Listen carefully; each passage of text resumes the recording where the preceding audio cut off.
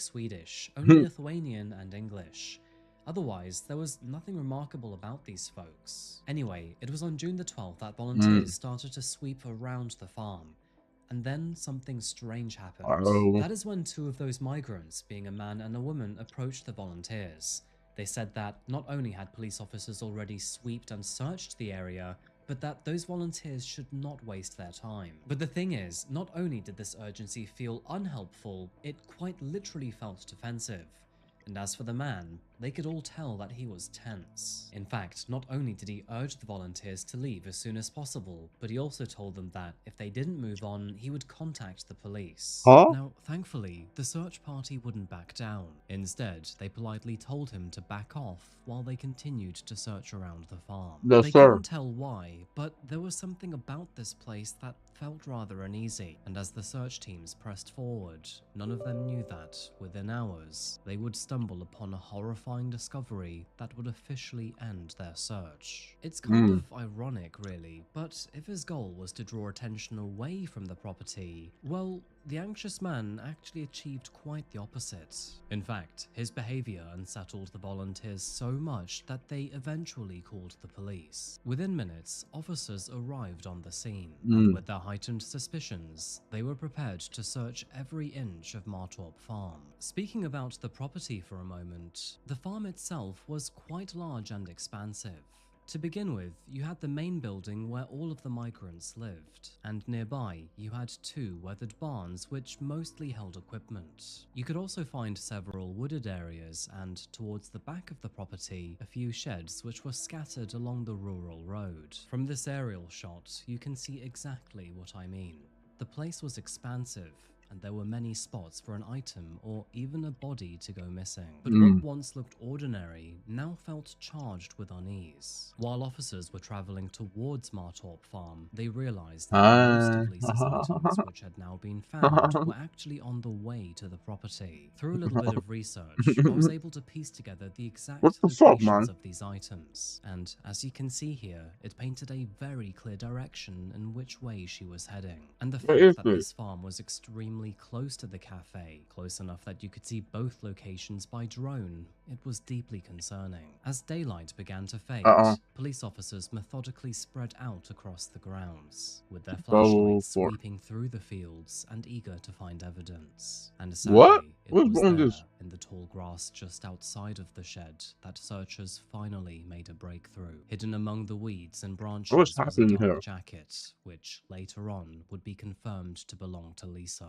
Underneath it, they also found her And do you white do something moped interesting? helmet, which had been missing since the night she had vanished. With this discovery, all efforts to find Lisa intensified around this property. As a result, they sealed off the area. I mean, I'll and play began some to right scour the now. home, I'll play like barn 2 rounds of sheds, chess and if you every want. square meter. And within half an hour, there were multiple And significant then 2 rounds of areas Gear of Guesser. interest. Then I need to But before we grind. go any further, let's Wait, start but here on one of the sheds. Detectives noticed that one of the small white sheds, which was found towards the back of the property, had long grass which had been trampled leading up towards the door. This was odd because the shed itself looked like a building that was never in use, but the grass would suggest otherwise. In response, now I can challenge you, bitch.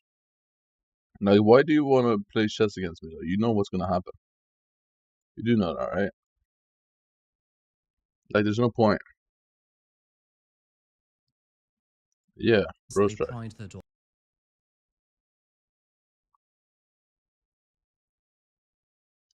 And then you can use silverfish, maybe, I don't know.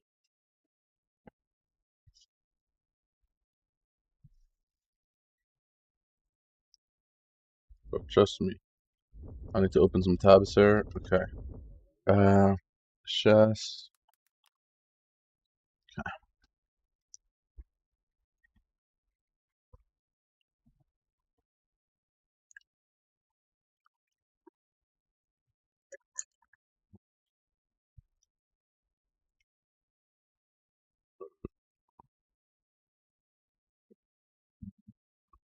Who will challenge the FIDE World Champion?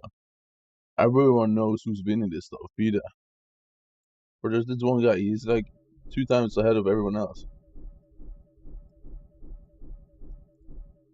You can't even afford roast drag, you fucking idiot.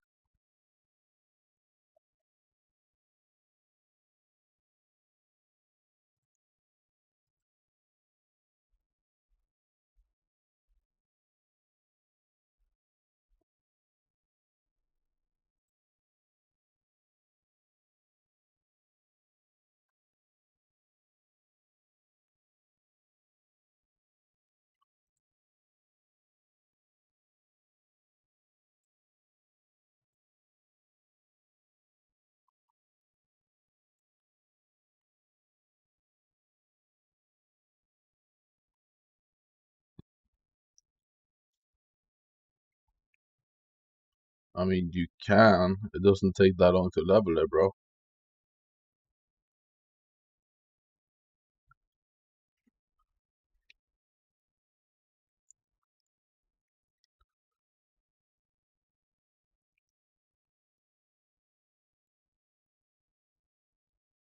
Mm.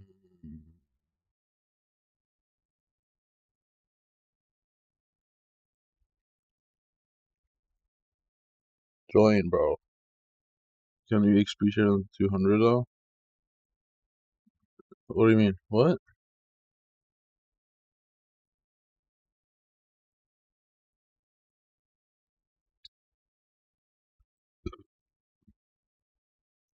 You literally told me to play chess, you fucking idiot. Okay.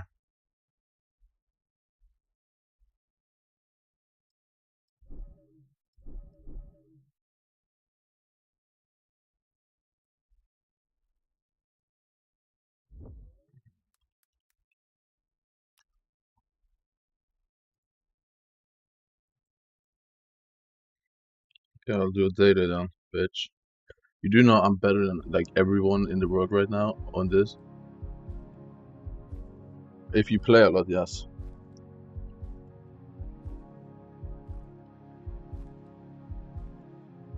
I think this is Denmark. I can look. You can tell by how it looks around here, bro.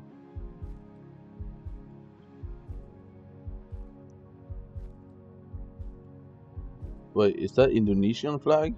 Wait, that's Indonesia, right? Oh,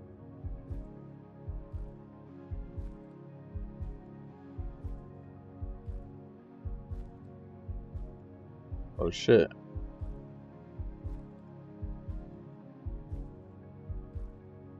No, this is the daily one.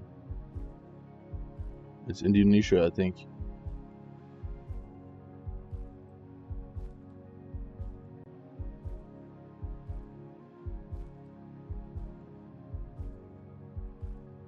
Wow, it's very sunny, man. Really sunny, bro. Let me look at this guy. He looks Danish, bro.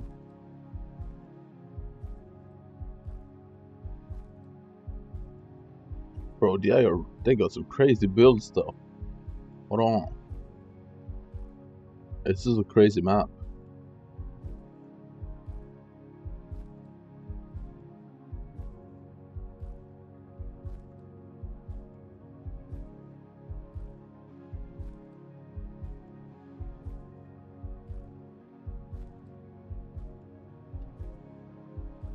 Nah, this has to be like the rich part of Denmark. Where is Denmark rich?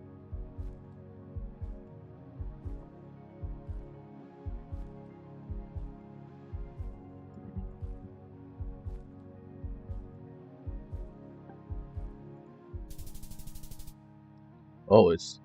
Oh, okay. Never mind. Oh. Bro, he does not look African. But this is Africa, right?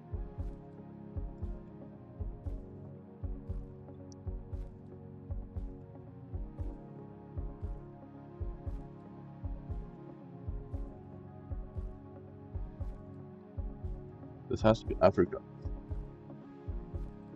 There's a dog here. Bar Poo? Okay.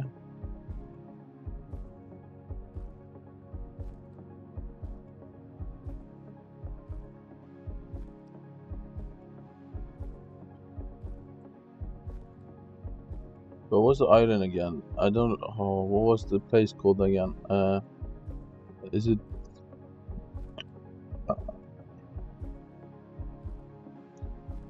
Medical Estacion. Is it? That's their country.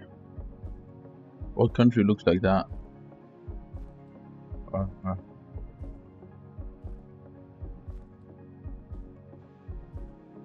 Like a curve in.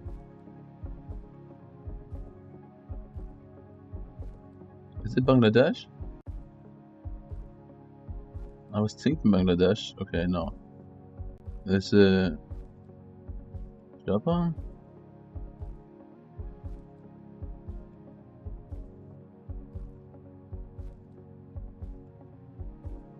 No. Philippines? No. Malaysia? No. Vietnam? Right? No. It's not Vietnam.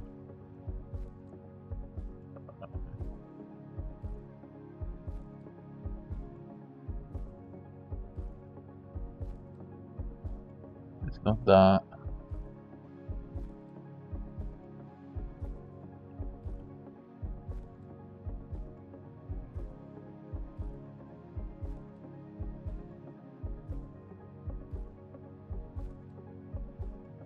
It's not Israel.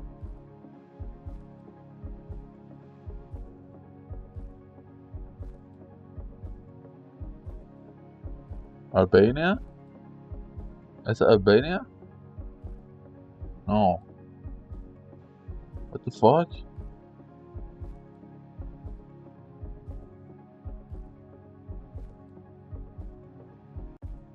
Portugal?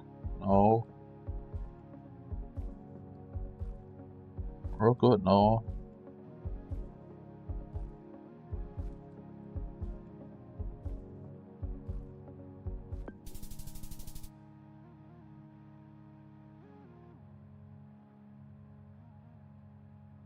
Oh, Chile.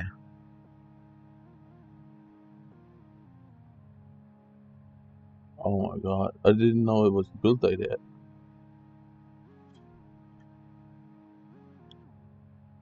Okay, you will find square indented concrete poles in Chile. The upper part typically has small pole in holes.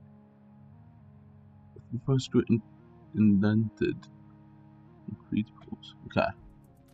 I know that. Oh. This has to be like Poland or something. I don't know where in Poland though. Does this look like your home? I think it's...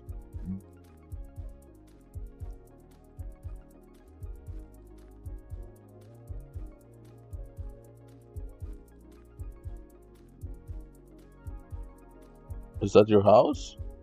Is it this? Is this your house, bro?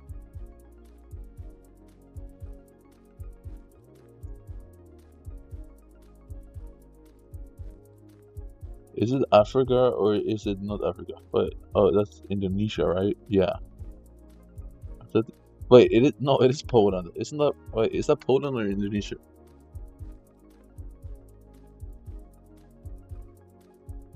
I think it's Poland.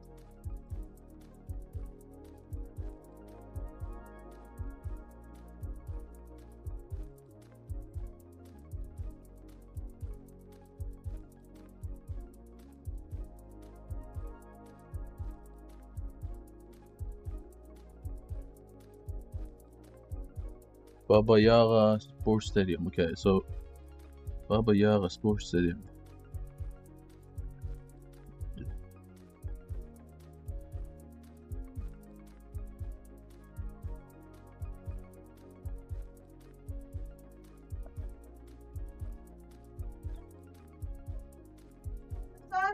Hei, det er Sveisa.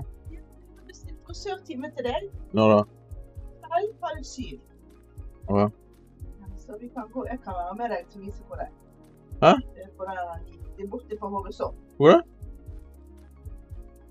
Ja. Jeg må ta en bilde, så. Bestilt det. Ok. Ja. Det er 6:30, da må vi gå herfra 6:10. Ja. Ja.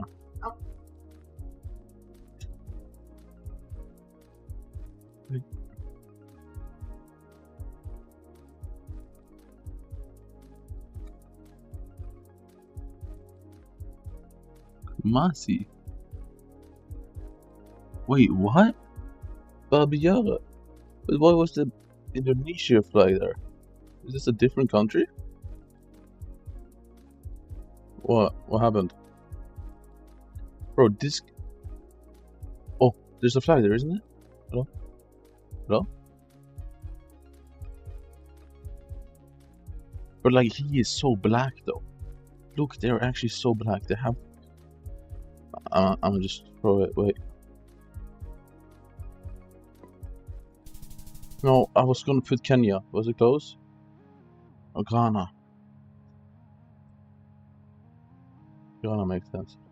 Okay, so Kumasi. Oh, so that's a big city. Oh, I'm stupid. Baba Yara Stadium.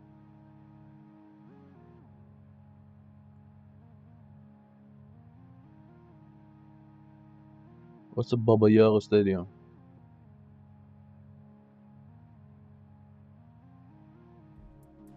Baba Yara Stadium. Ooh. They have the pride flag. Okay. But is that actually a country flag? Because that's not a country. Alright. Is that a country? Green, black, red. Green, black, red. That's not a fucking country. What's that? Wait, what flag is that? Look back. What flag is this? Hello?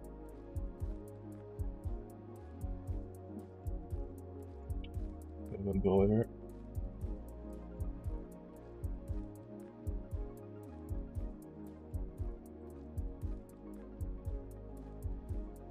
Is that actually a flag? What? Oh, Tokyo.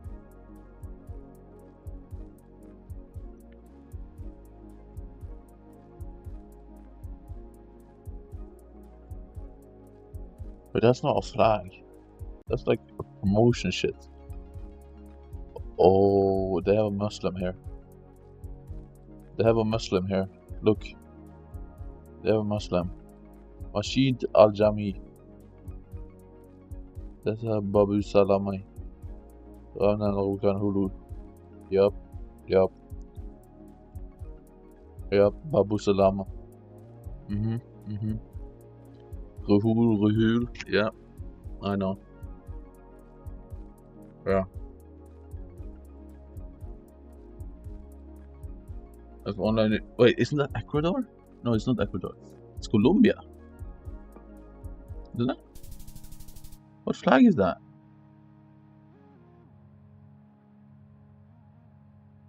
Oh, is that the Malaysian flag? No, Indonesian.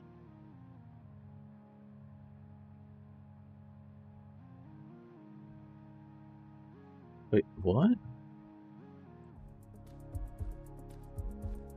Oh, we are on an island. I'm actually on an island right now.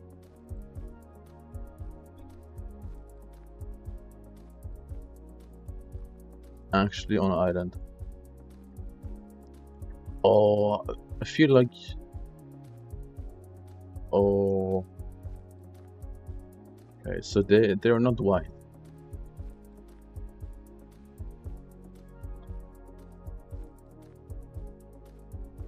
Okay, let me see his shoes. I don't want to see his shoes. Okay, he's... Okay.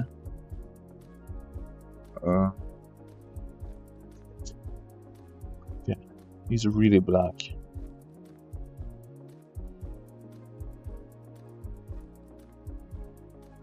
I feel like those poles are a clue though. I just don't know. Are they? No, they're not.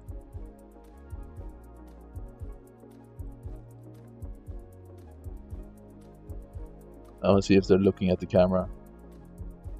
Yeah, he's... Hey, sir. What are they doing? What is happening here? Wait, what is this? Are they heating up?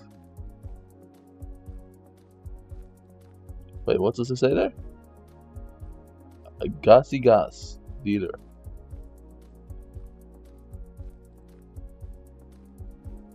Holy drippy car. Maseru. This has to be an... I feel like this is an island. It gives me like island vibes. But I don't really know any islands on this shit.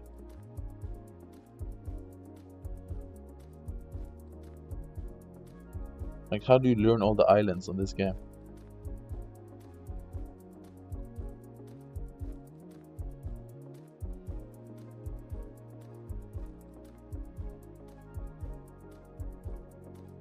To say there, aha, Roma, Paris. Okay, this is not Roma, no Rome. Hey, Wagwan G. My driller.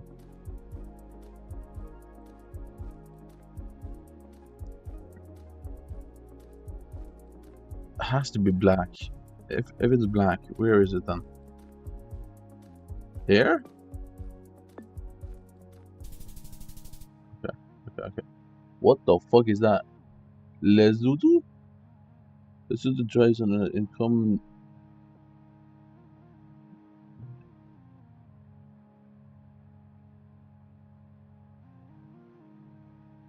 Oh.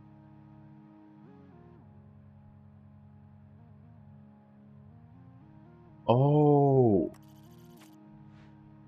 Okay, that's actually W clue. That I drive on the left in the Lesotho.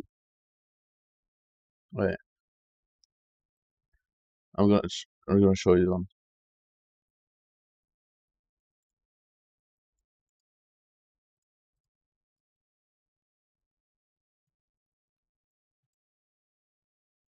Classic maps.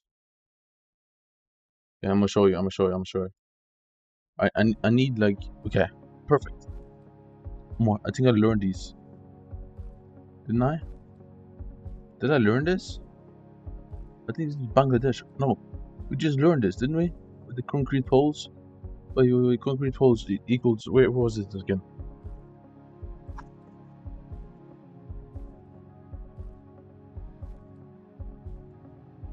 Wait, was it?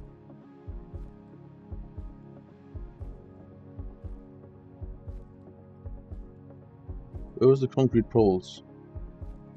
Was it Malaysia?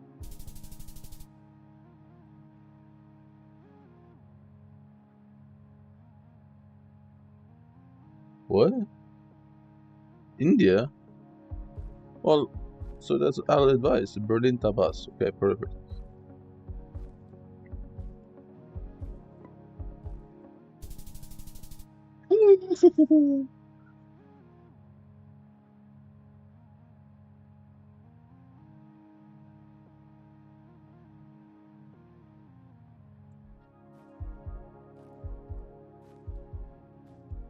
Oh, wait, we actually have some good. This is a lot of EU, whatever. Is this Britain? I feel like this is kind of in the city of UK. I don't know. What's it say there? Godrian Strat. Okay. Is it Georgia? Wait, let me try. What flag is that? Is it Morocco? Wait, what flag is that? Is that Poland?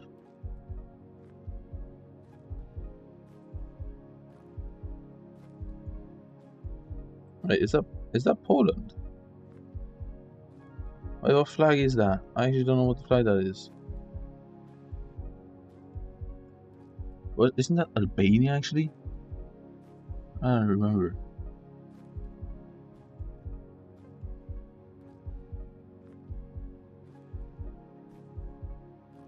Albania, where is you?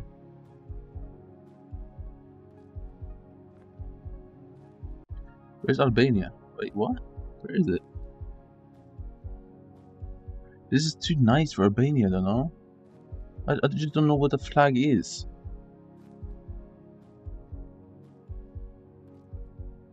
Oh.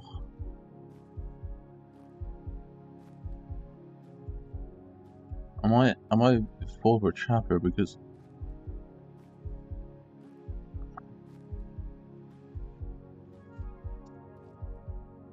Austria? Netherlands? But why was there an Albanian flag? What the f- Huh? Excuse me? What the fuck is this? There's so much cum here. Oh my god. There's a lot of cum.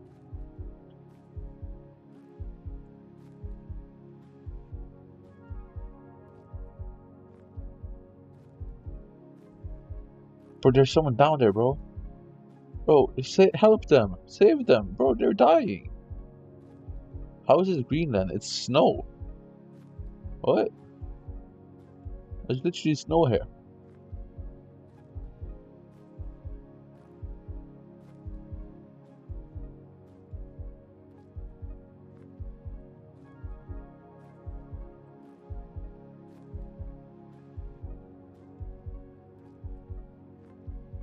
Is there any reason to why nobody's building anything in Greenland? Isn't it like massive? Like, why is nobody building shit?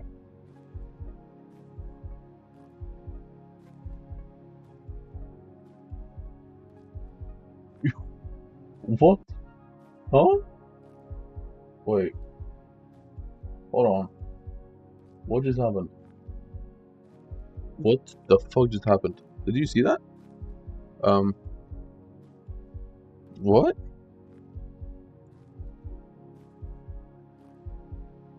Look. Look here. The fuck?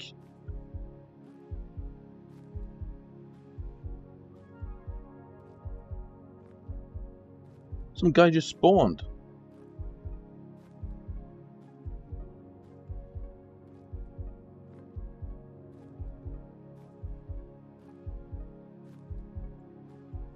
Does he literally live here? Is that his base? Wait.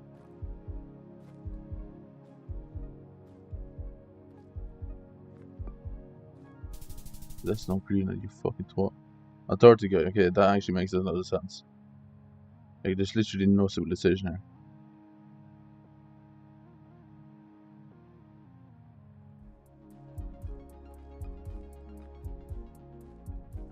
Wait, why is there a Bosnia flag and America flag? Why? Okay, that looks American, this one.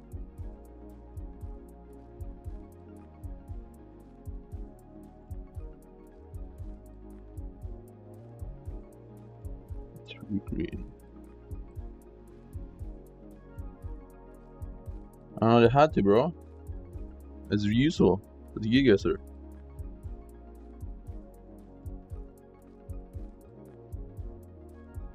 Oh. Is this Israel?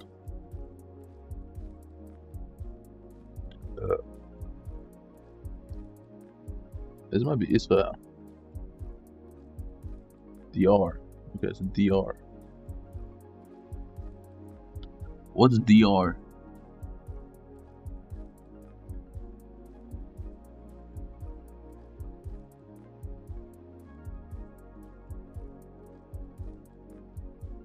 What's DR?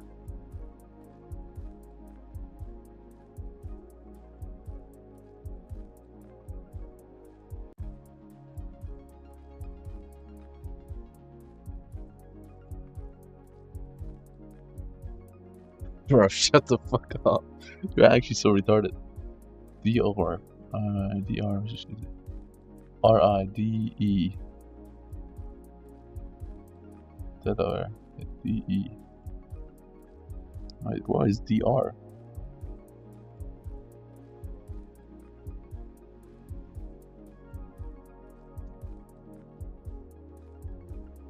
Is that Denver? Is that DR?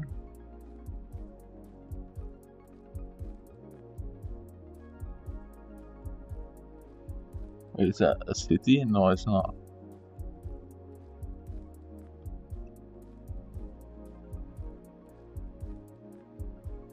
Wait, what? What was DR, bro? It usually says on the thing DR. DR.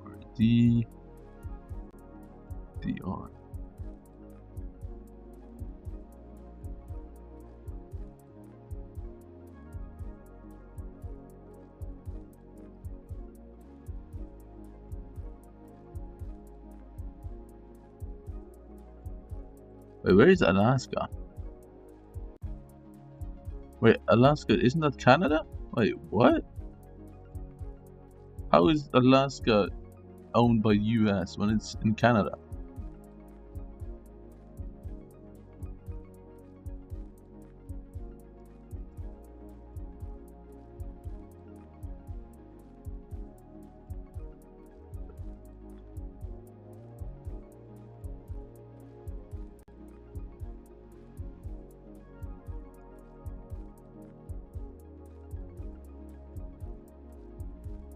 LN.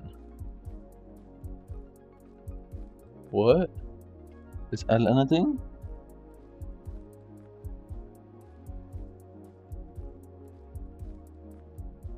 Oh, LN, isn't that LA? Las Vegas? Oh, LA. Yeah. Right, here, right?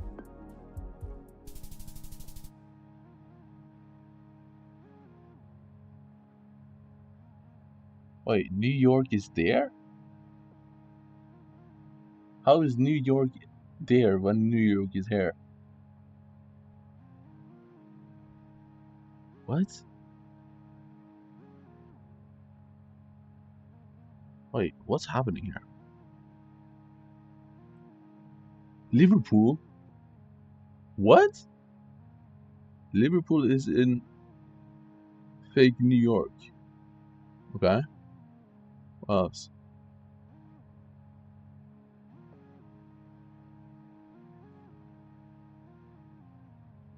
Okay, so it is fucking Doctor. Trust me, that was a fluke.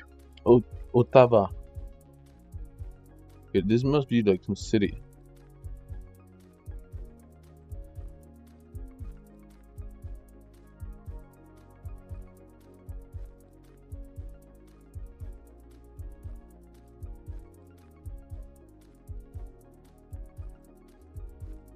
Ottawa. Wait, is Ottawa, is that? Iowa? No.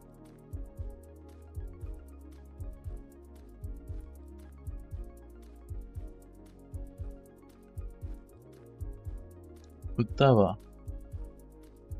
Think so?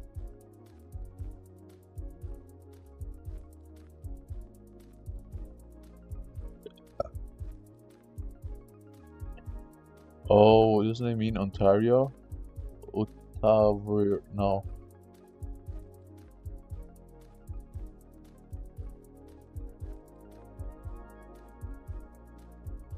British Columbia? What the fuck?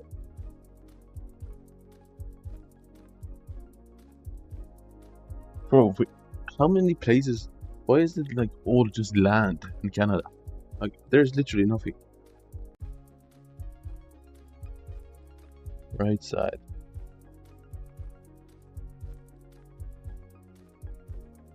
Ottawa? What? There's literally like nothing in Canada. It's crazy to me.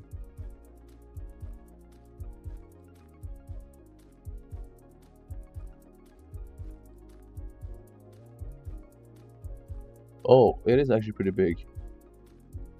Okay. Wait, Quebec is there. Oh, wait. What? Yeah, I don't understand this. How is Quebec there and Ontario there when Ontario is like way bigger than that? Quebec is there. Ontario is there. What?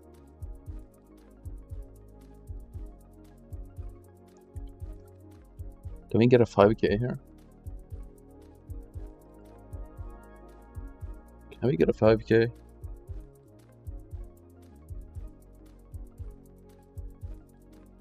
We plant Earth. Let me just get the road. Well, okay. Let me just get the road.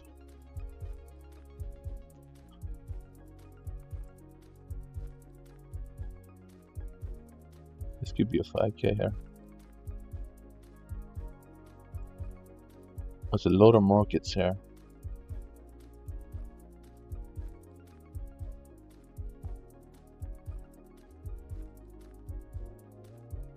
Is there any like big building here that is noticeable?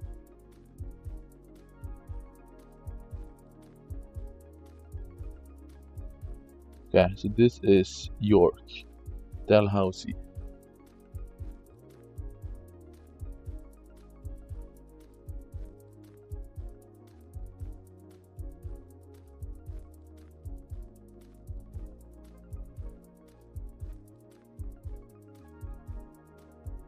Right, York and Dalhousie.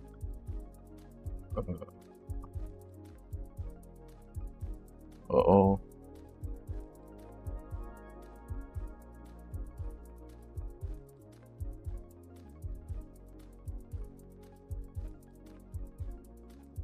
Is it that big? Wait, is it that big? Wait, what? There's no way it's all this. Kingston, isn't that? Wait.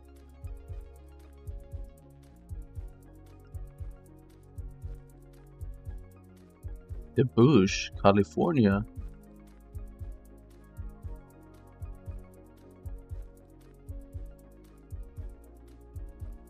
Bro, I honestly don't understand how Athens is here. Right, so it's like this.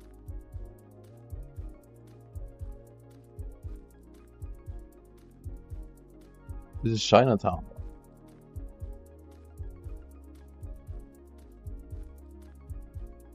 There's like so many markets there. Little Italy. Why does it not say? I thought this was gonna be big. York? Doesn't it have to be big? Yo, what's up, Unc? Yo, is she gay, bro? What is this?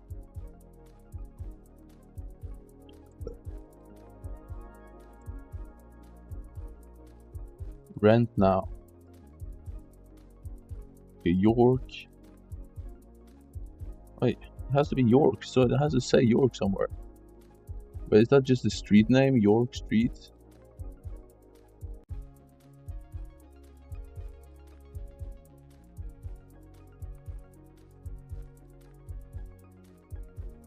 Okay, so it's just. So that's just the street. Oh. Hold on. What? Hold on. Cumberland Street.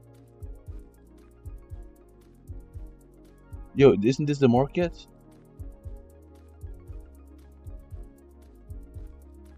Cumberland. Where's Cumberland?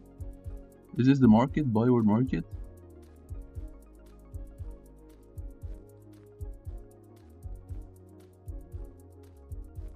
Has to be, right?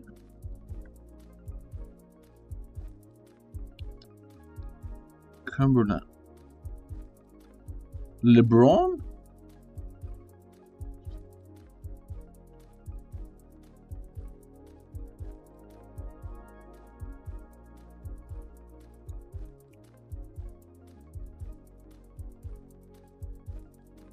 Yo, maybe that's something telling. What? Where did I just go? What the fuck just happened? Yo, it's Canada. Okay.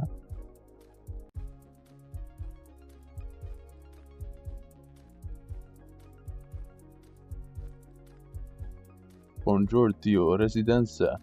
What the? Oh, wait. Maybe it's on the other side. Oh, wait. It might be on the Quebecian side. Maybe?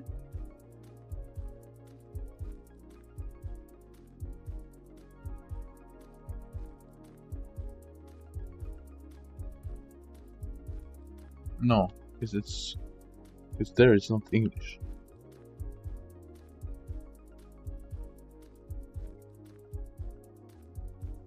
What? Are you speaking French now? Wen spreekt BRS? What just happened? What just what just happened?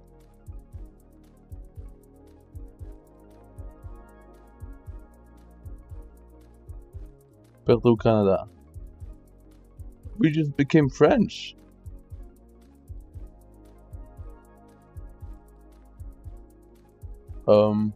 Government of Canada. Okay. This has to be big. Government of Canada, right?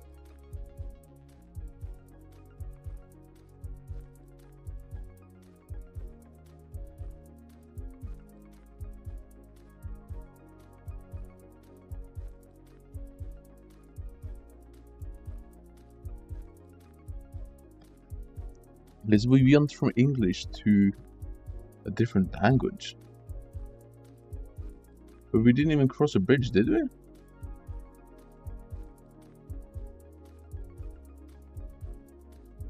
I don't think we even crossed the street. That's what I don't understand. We didn't even go over a bridge.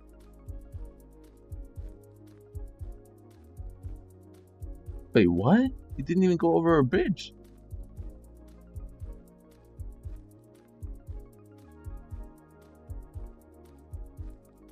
Alright. York Street Spa.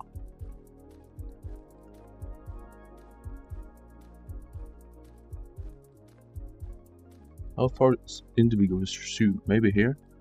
York Street.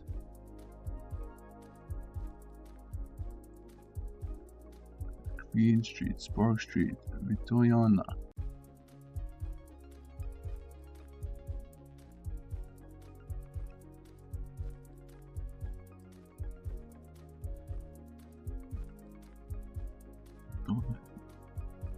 York Street. Wait, no, this is actually pissing me off, bro. It's actually pissing me off. York Street. Wait, does it cross anywhere else from Quebec to Ontario?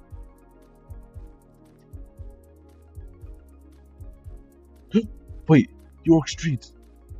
Hold on.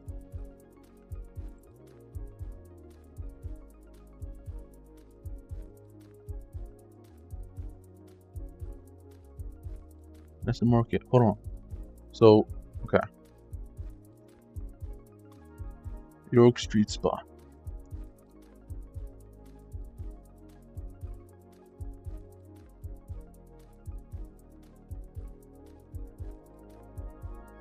Is that still there, York Street Spa? Hold on.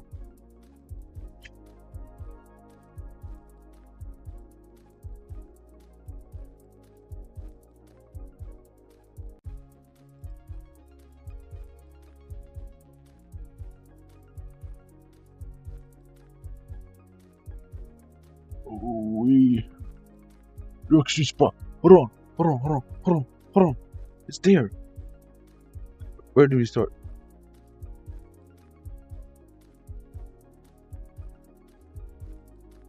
The spa is there, right? Wait, no. Wait. That's not there. Because that's further down the road, no?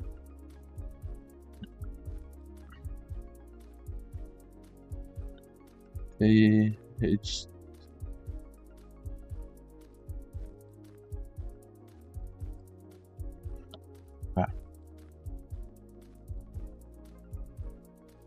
Okay, so that was sign. Okay, so we have to be here, right?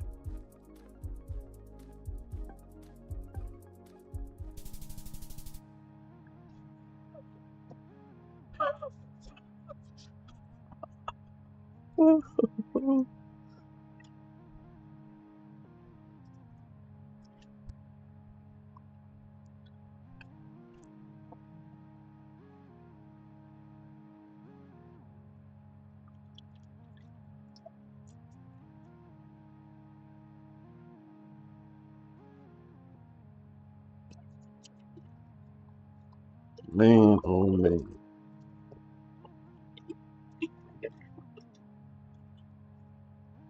Holy.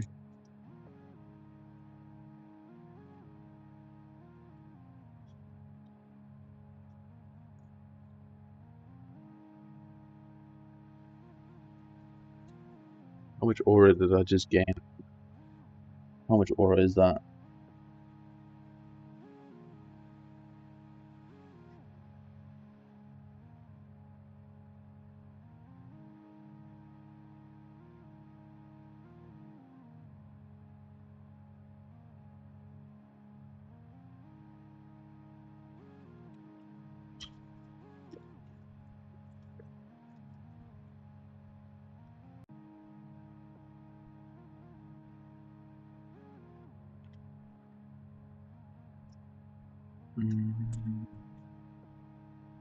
Oh.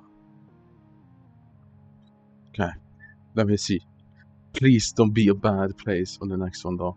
Next one don't be bad, please. Where? Okay, this one is actually doable. Hold on, this is doable. It's not Africa, so it's doable. There might be black around here. There's a basketball hoop. Oh, let's see. But it's not Africa though. Is it? I think it's America again. Oh, not again, but I think it's America. Is it?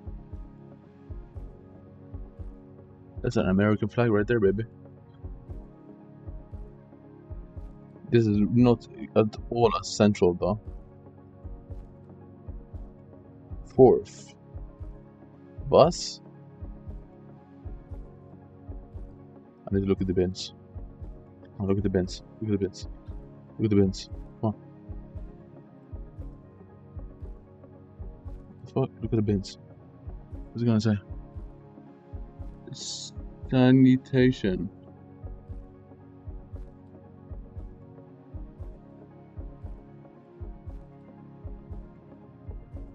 Wait. BNG's sanitation. What? Buster and Simp? Buster and Simp sanitation. Is there anything more informative here? 4. Okay. How about you? Hunkley Avenue. Hinkley. Ooh. This has to be like Central America though. This like gives me Central vibes. No, it's Central Sea type thing. Oh look. Frisco Avenue. What did it say there?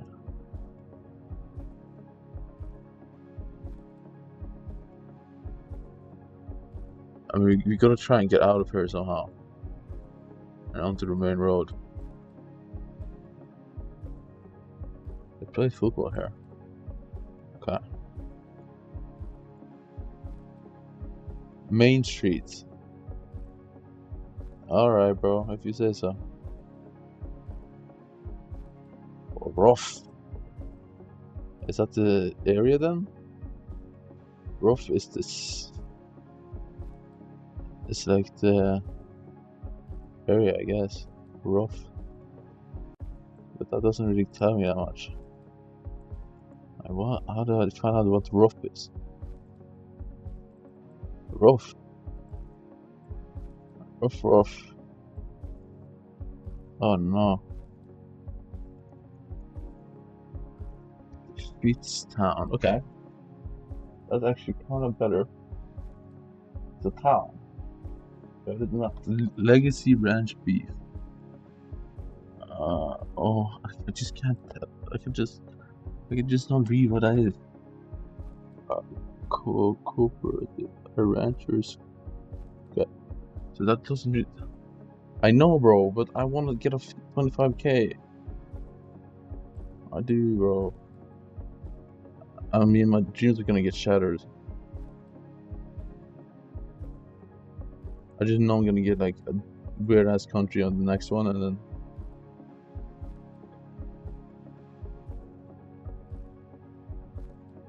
this is gonna take way too long. You're not wrong.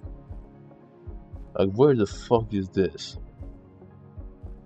This is disgusting. Bro, why is there poop all over there? What is this? They just left poop on all over. Norway? Oh. Have you seen the poop video?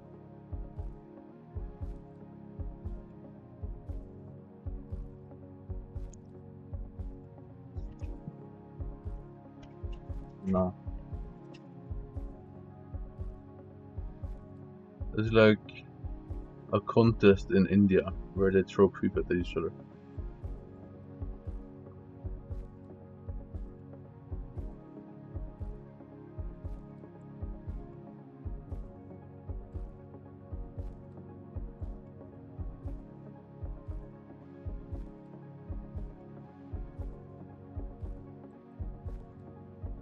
So I need a clip. I'm gonna show you. Trust. Okay, I know where it is. It's here. It's here. It's here. It's here. It's here. It's here.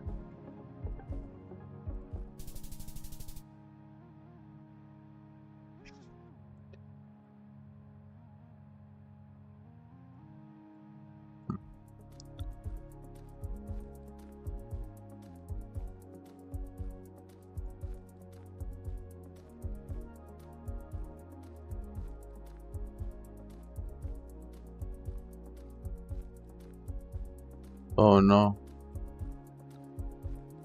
Gotika Jalan çizgi yuhu.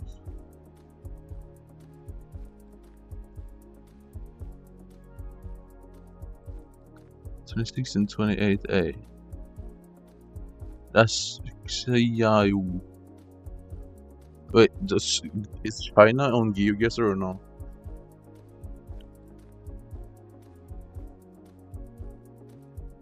What flag is that? What flag is that? Is that an American flag? Are you serious? Wait, what flag is that? Go get me back there. What? Where did I just go? What just happened? Well, this is a rich place. Yo, these people got bread.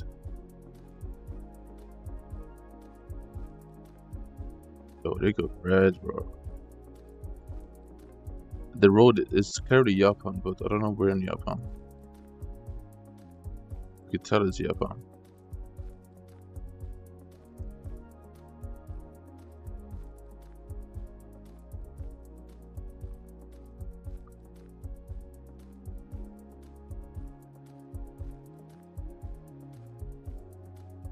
Okay, what just happened? What is that?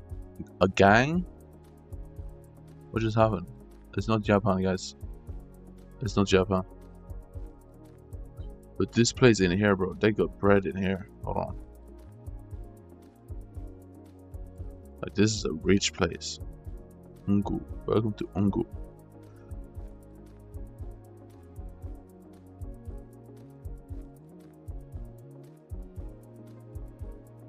I remember the flag color. It looked like America.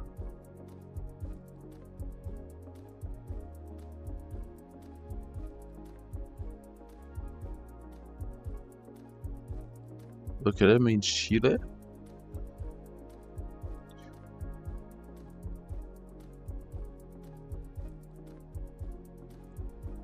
Where's the biggest city in Chile?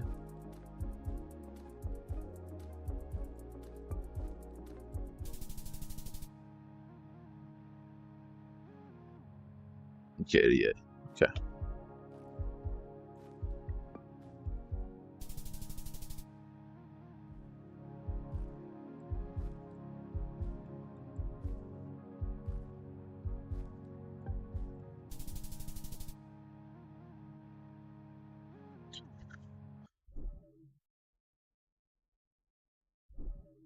Okay.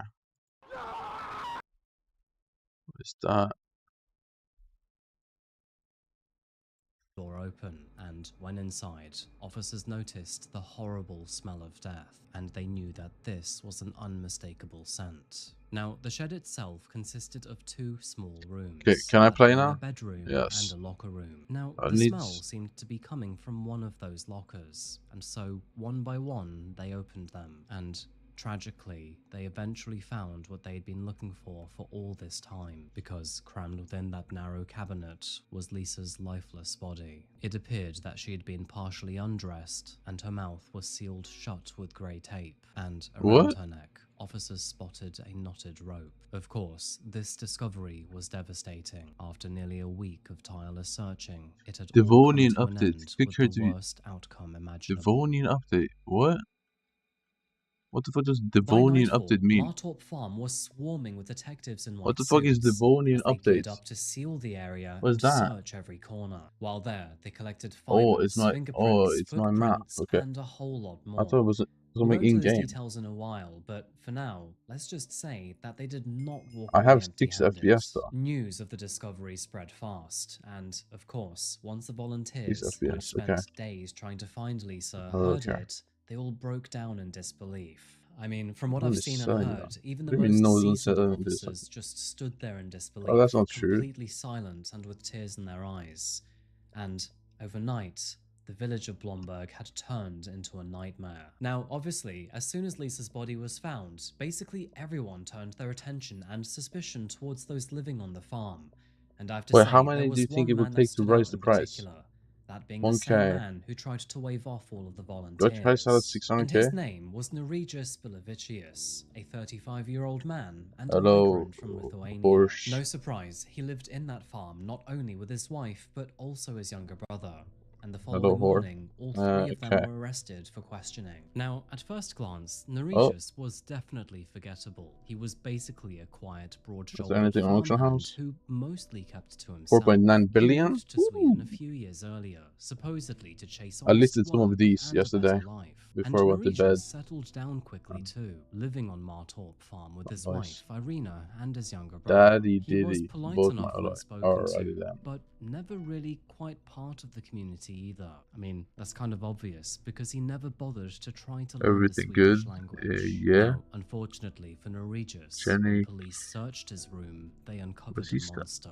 His What is computer this was Rorschach? packed full of violent Isn't Rorschach gonna go pornography, down and like his a online lot? history also painted a picture of obsession, control, and sexual aggression. So, it was already not looking good for Neregis. But when it came to actually linking him to Lisa's crime, he actually made it extremely easy for officers. And I'm talking incredibly easy, because these details are not There's like for the 2 there's so many. We'll go into There's more 2 of this sheep on Auction House. soon, but for now, let's just Yeah. say that he left DNA from both exits. Lisa's clothing also What? contained traces of Neregis' DNA too.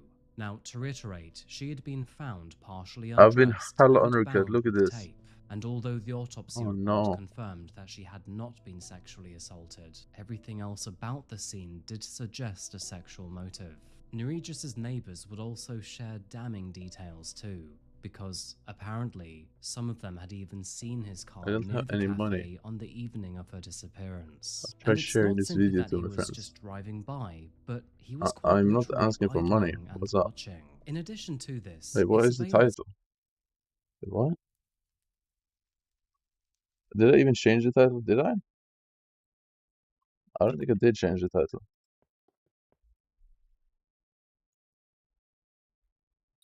camera in a local gas station would also capture him later that evening, likely after all was said and done. And It's day psychologically 121, bro. speaking, Of Neregis straight was the streaming, bro. textbok monster that was How many hiding in hours is plain that? Like sight. over He was 1,000 hours, I think. supposedly I a streamed. family man and a father, Like and this somebody whose year. life looked ordinary from the outside, but inside he was a predator who was just waiting Damn. for an opportunity. By the time that police sat him down in the interrogation room, they already knew that he was her killer. By now, Neregis was cornered by evidence, including DNA, witness statements, and even Yeah, I'll his put own this in bank. arrogance. Okay. But despite this mountain of evidence against him, he still denied everything. Of course he does. What would you? I don't know.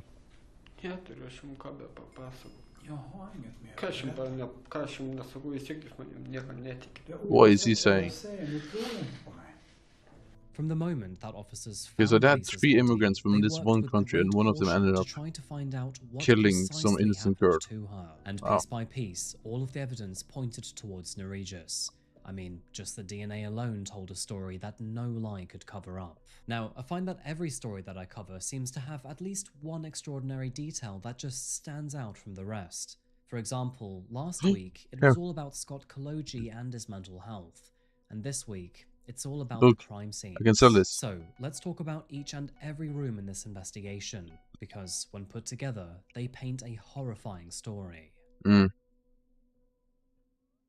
To begin with, detectives wanted to determine what precisely happened to Lisa, and in one of the farm's barns, they unfortunately found their answer. One of the rooms in this Did she get barn, sexually which had assaulted or not? previously been used for storing cow's milk, You can was only hope covered in not. dust and grime. The entire place looked revolting, and almost as if it was What just straight out of a horror movie. But game is- while they were in Oh, here, game's they lying to me. noticed that one of the pipes looked ominously free from dust and debris, and after taking a closer look, they realized that both the pipe and the floor beneath it contained rope fragments. When analyzed What? and compared, they realized that the rope She found killed- around Lisa's he neck killed was her the with same rope? kind found in this room, which by now Why? detectives had infamously called the milking room. With all of this in mind, What? detectives were now able to confirm The that Lisa milking had room. sadly been Excuse me? strangled right here in the milking room, and unfortunately, Why did they it call it the doesn't stop milking room? there. What the In fact, this was just the beginning. They also noticed that semen was found in this room Oh. and on Lisa's Oh. clothing, and when this Oh, was fuck. compared to Norwegius's DNA, they found a conclusive match. Oh to my add God. insult to injury, his What a excuse loser, came bro. straight Holy out of a shit. delusionist's handbook. Norwegius claimed that he'd simply relieved himself in the barn on a totally separate occasion,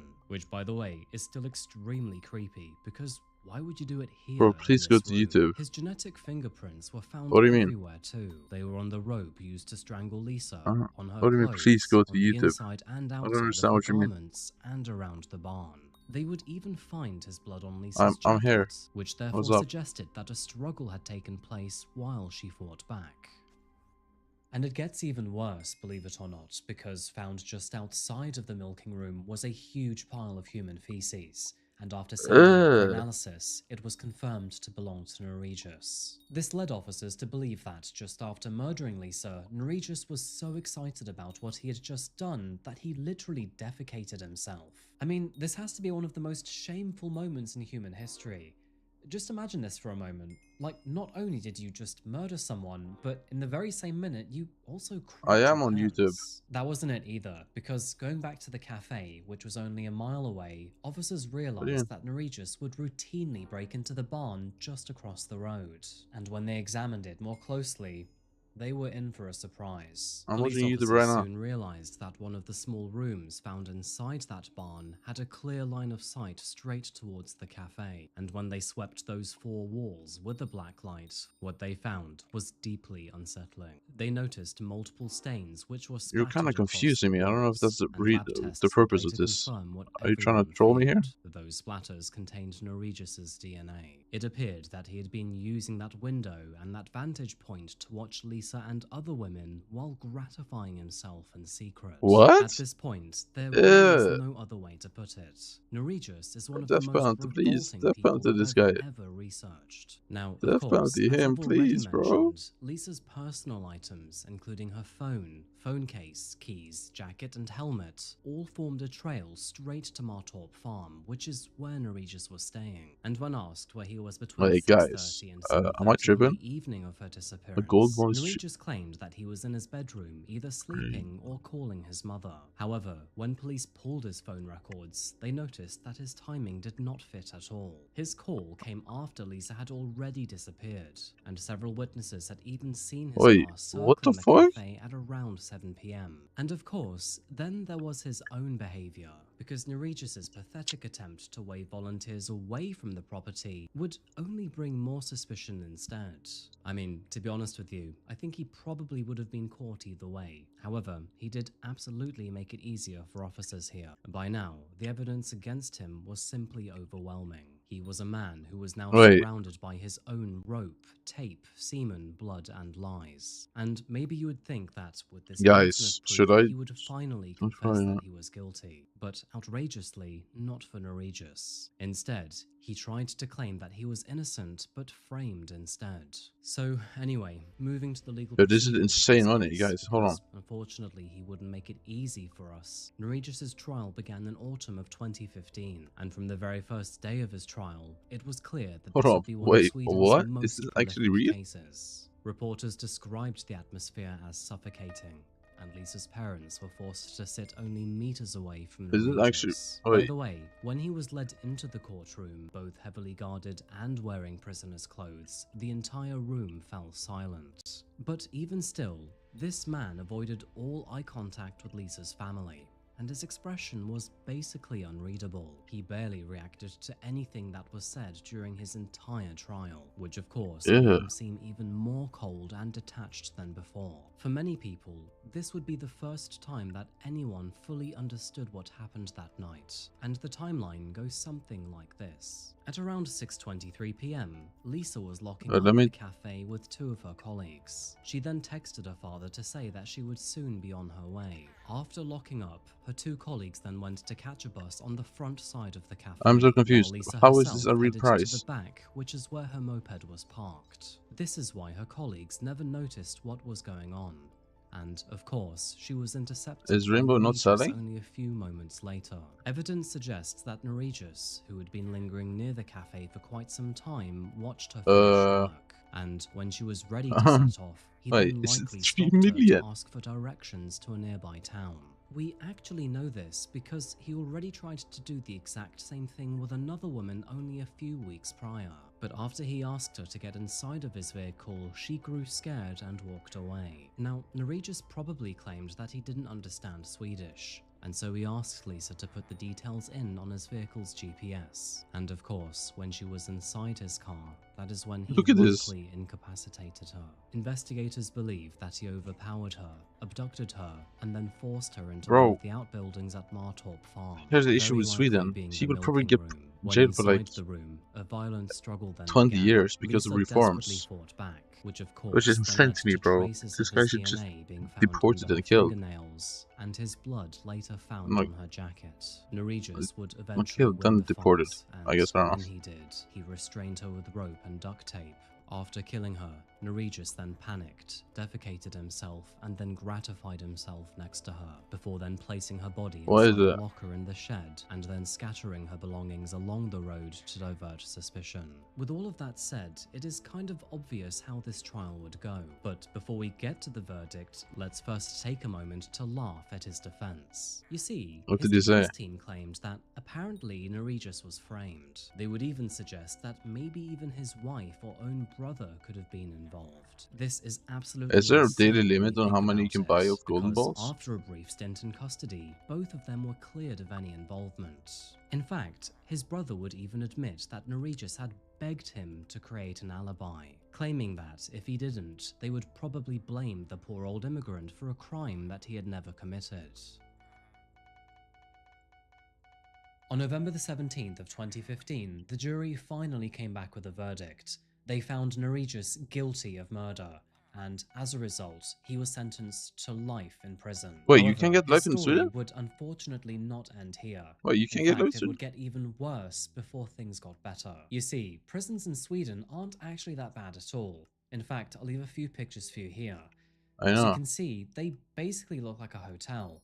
And these pictures, by the way, Yeah. are the same place that Norwegius stayed in. They say that prisoners like Norwegius cost the taxpayer around $500 per day, which is just absolutely outrageous. And unfortunately, it gets even worse. In early 2017, Norwegius applied to be transferred to Lithuania to serve the rest of his life sentence, Uh-oh. which on the surface makes no sense whatsoever. What? Because prisons in Lithuania suck compared to Sweden. But eventually, it all made sense, because after being successfully transferred back to Lithuania, he then applied to have his sentence reduced under Lithuanian law. And What? the thing is, Did it work? he actually won. Norwegius Oh was my therefore god, what the resentenced fuck? to serve only 15 years for the murder of Lisa Holm. But Huh? thankfully, his story would not end here either, because not only would he eventually have his sentence reinstated back to life in prison, but after months of abuse from other Lithuanian prisoners, he was eventually stabbed to death in his cell. Yes, sir. Apparently, he was being abused by other prisoners so often that he was always in and out of prison, and eventually one of them finished the job. Let's Talk go. about U-turns, hey? Now, to be honest Let's with you, go. I Kill can't that say I bitch. give a damn about Norwegians, but my heart still hurts for Lisa. He actually Her got murder killed? was a Holy national W, bro. tragedy, What the and it fuck? sent shockwaves far beyond Blomberg. Link For isn't those of you showing who up. don't know, What link, bro? Sweden is a What is the nation that video? What's the prides video itself called? on safety and community, and now it was suddenly confronted with a horror that they could simply not believe. Throughout the course of finding Lisa, over 900 volunteers had joined, and in the end, their hopes and efforts would ultimately be shattered. In Blomberg, life has never quite been the same. Parents have grown more cautious, the cafe has become a place of sorrow, and the village has struggled to repair its reputation. Yet, from tragedy came solidarity. Throughout this nightmare, the Missing People organization gained Basic national Walla recognition teacher and, as a says. result, has inspired thousands to volunteer. What? No surprise, Lisa's funeral, which happened on July the 7th, 2015, was far too large for her church to accommodate. Over 130 people filled the church, and there were hundreds upon hundreds more outside that were listening in through loudspeakers. During this funeral, friends described her as kind, Is that the name? creative, Isn't and it full of physics? dreams. A girl who loved horses and baking and hoped to one day study architecture here in Australia. In her honor, a cherry blossom Wait, tree so is was Golden planted Balls near not the selling? cafe, I'm and every confused. spring, its bloom reminds locals of her. I think this is one of those stories where, quite Yeah, simply, people will never get over this tragedy. This. It was absolutely horrific what happened to Lisa, and I think Blomberg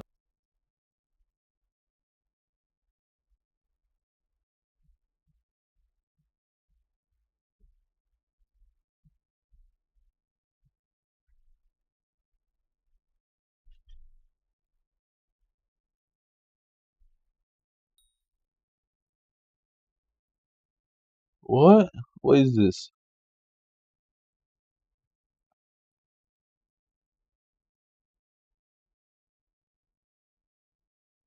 Fix the Walla teacher.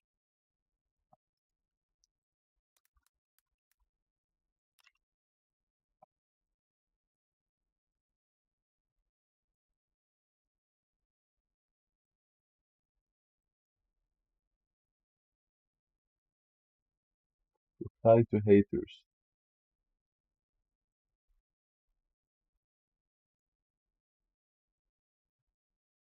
What is this?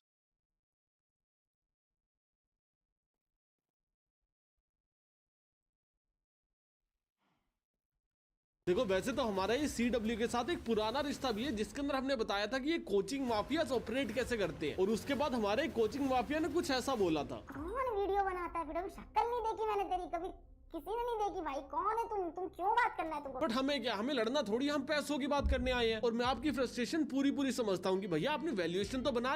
What is this it?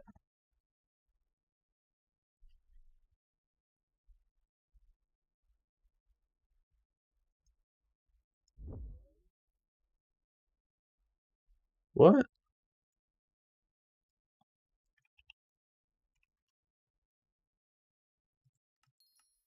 Oh my, it's Golden Balls actually selling out.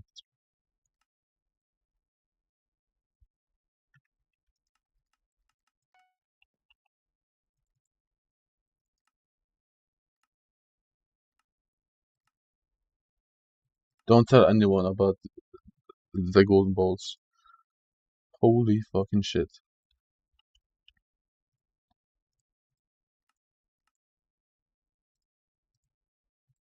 Wait, I don't understand. So he's not even speaking English.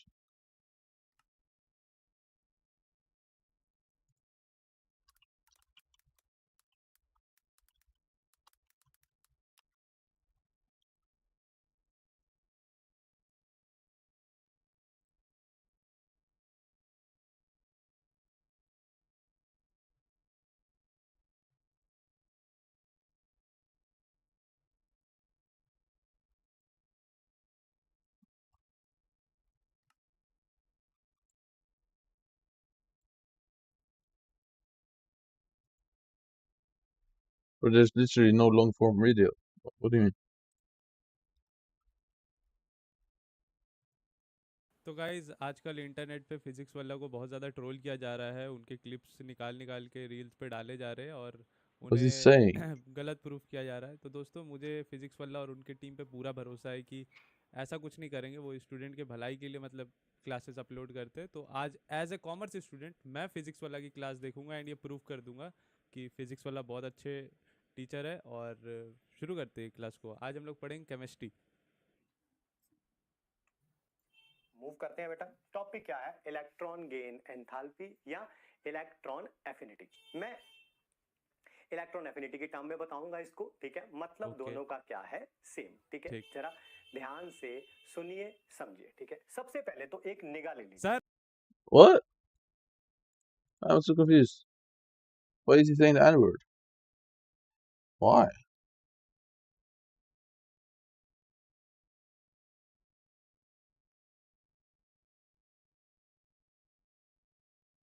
Is that a normal word in India to use? Or maybe.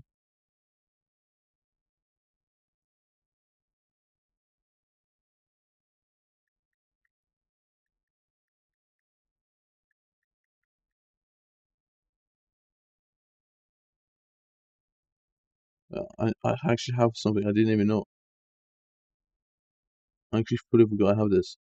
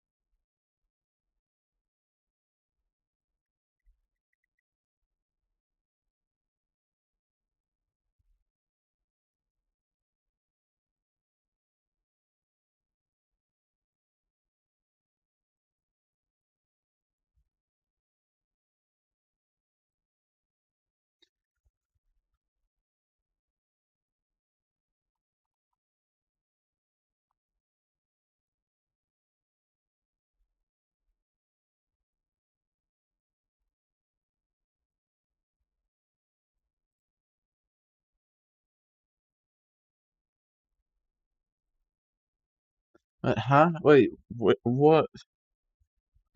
What the fuck is happening here?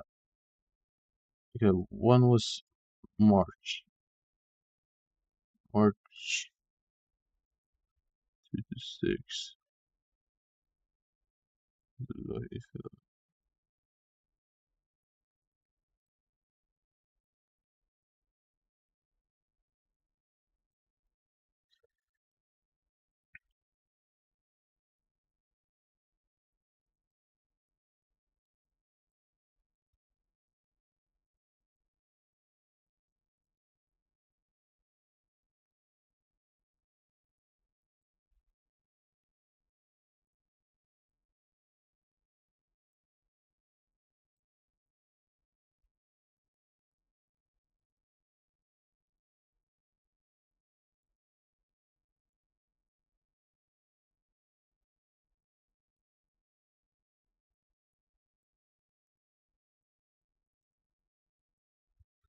Okay. Okay. Wait, why? I should have probably done it ages ago. Wait, am I not gonna get my payment? I might not get paid. Probably. But why did you tell me to look at physics wallet? The corruption is not stopping. We've got a lot more stories today. But first, I want to talk about the reason why. It's because there are going to be no consequences for any of this. This is right out of the Wall Street Journal. Trump promises mass pardons to staff before leaving office. Now, I got to be clear. The president denies this through the press secretary, saying it was all a joke. The Wall Street Journal should learn to take a joke. However, we know already there have been a bunch of fraud pardons. Half of his 88 individual pardons are for white-collar offenses. Many of those people would have had to pay restitution, except now they don't. So their victims literally are not going to get their money back. One estimate put the total amount at approximately $1.3 billion in restitutions and fines.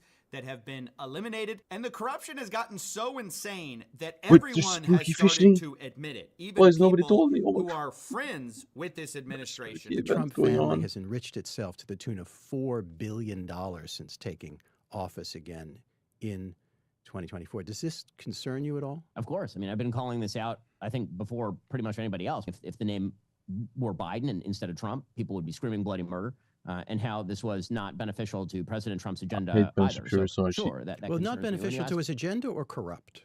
I mean, both, obviously. Mm-hmm. That was Ben Shapiro, arguably the biggest cheerleader for this whole administration.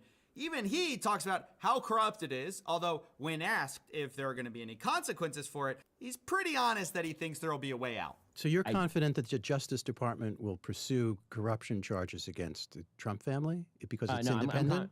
I'm confident that the president will likely pardon himself and his children in the same way that Joe Biden did on his way out. Now you can see it's almost become a Washington joke. What? The idea that there will be no consequences for this is such a foregone conclusion that when thinking about it, these people laugh about it. In other instances, people like Ann Coulter will allege But I in need to one fish. breath that this is the most corrupt presidency in history, and on the other hand say, well, they just don't care. Can't disagree with you. I mean, it's hilarious. I think this is the most corrupt presidency in U.S. history with the money they are raking in with the NFTs and the meme coin. I mean, it is so blatant. It's right in front of our eyes. And the funny thing about I don't care as long as we get a wall and mass deportation. What? Maybe you don't care. And why are we laughing? It's the most corrupt administration in history. I don't What? care. You know, What do you don't I care? just care about these other things. I mean, that is insane to me. Even Alex Jones does not try to defend some of the crypto tokens that have been released by this administration. A bunch of the coins that groups that the president's with and all the kids put out. I say kids, most of them are older than me. They were rug pulls.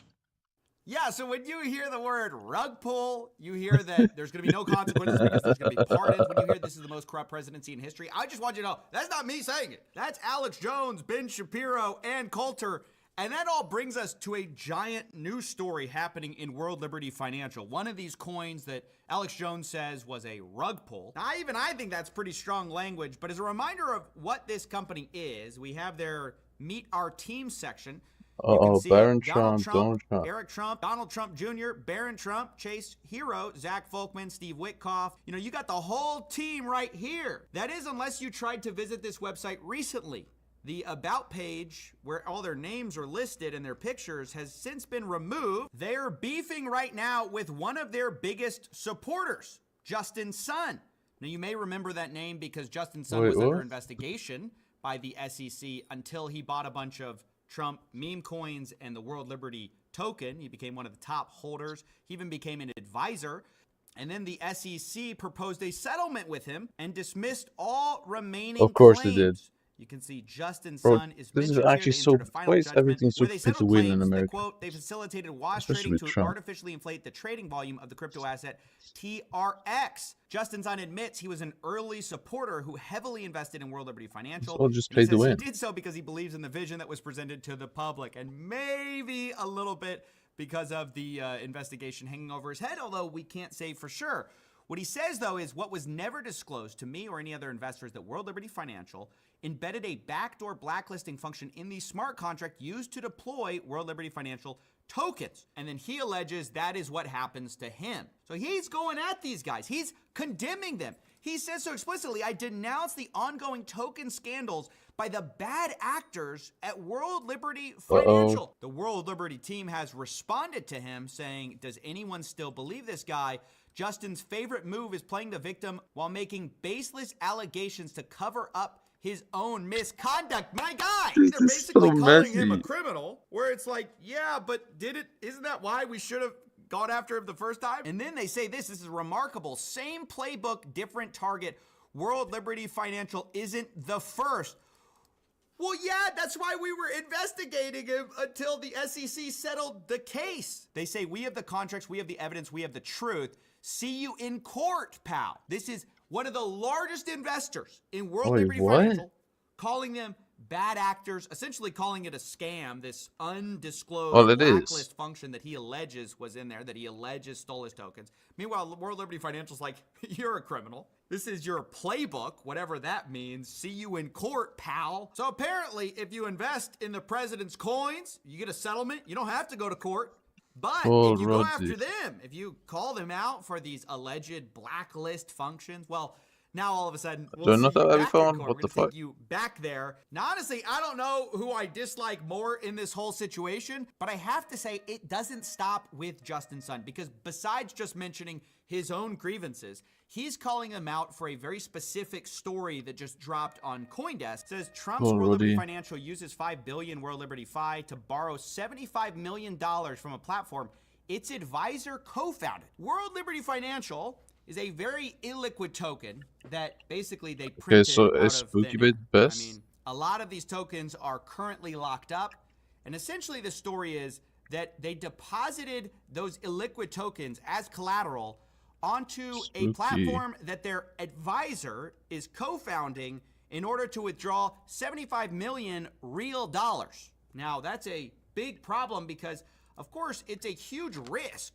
for the entire platform to have so much of its collateral in this token that really, will it sustain that sale? No, it won't. This is highlighted by a Twitter user who shows that if you try to sell $8 million of World Liberty Financial, you're only going to get $2 million back because there's just not enough volume to sustain this kind of selling. So the idea is Minister you're Atrix. depositing all this collateral, Mayor Atrix. Do I a not need total this of here? about $400 million of World Liberty Financial, and then using it to borrow a stablecoin. That's a huge risk that a protocol probably wouldn't allow, except for the fact that you know the owner. Now, for those who are watching who are wondering, okay, why is this all a big deal?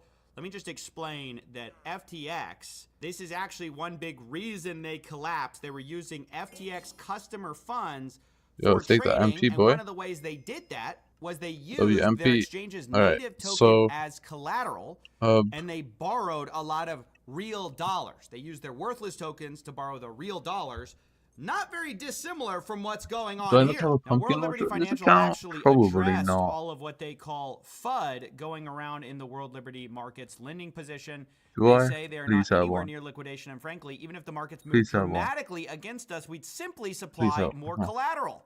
But the question is, well, if your collateral is dropping in value, the World Liberty Financial, adding more of that same collateral is not going to do anything. And of course, this is just one of many stories of self-dealing that's come out in recent months about World Liberty Financial.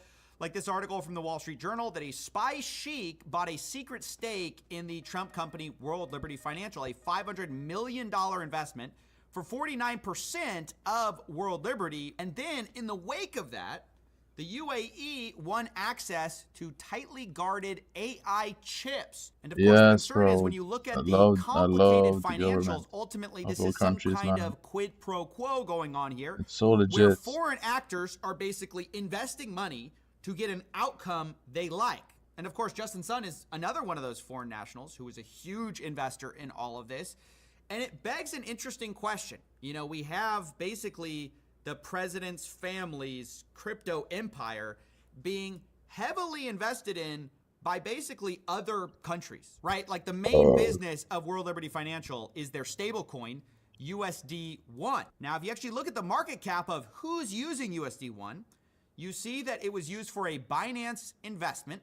And I will remind you that if you go to Binance.com, you can't use it because it's literally not allowed in the United States. They have a sister branch, but we're talking about Binance proper here. And then we have a USD1 boost program. And then we have a $40 million reward program that spikes the utilization further. Now, of course, what's the connection here between Binance and World Liberty Financial?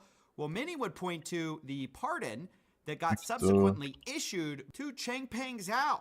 He was for a long time the CEO of Binance. He's also a heavy investor into something called Aster. This is another company doing a big deal with USD1. Now, once again, you go to that website, it says service is not available in your region. So a lot of the deals they're cutting, a lot of the money they're raking in is coming from products, places, companies, services Oh my god. that are not in the United States. Isn't that Like, like that's just a fact. extremely And the overpriced? question you have to ask yourself at the end of the day is your government working for you, or are they using it to work for themselves?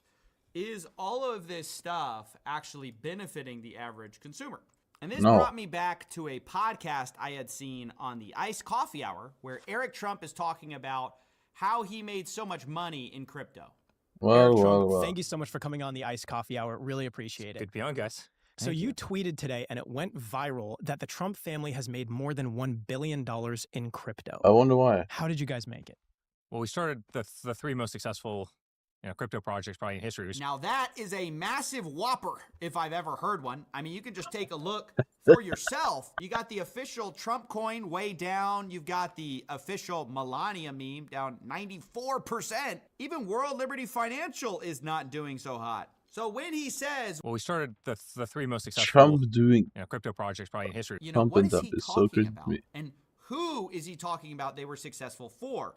I mean, actually, he's right that they were some of the most successful in history for certain people, but for the average investor who put their money in this stuff, it's been atrocious. It's been a bloodbath for most of them. And that's, of course, what corruption is at the end of the day.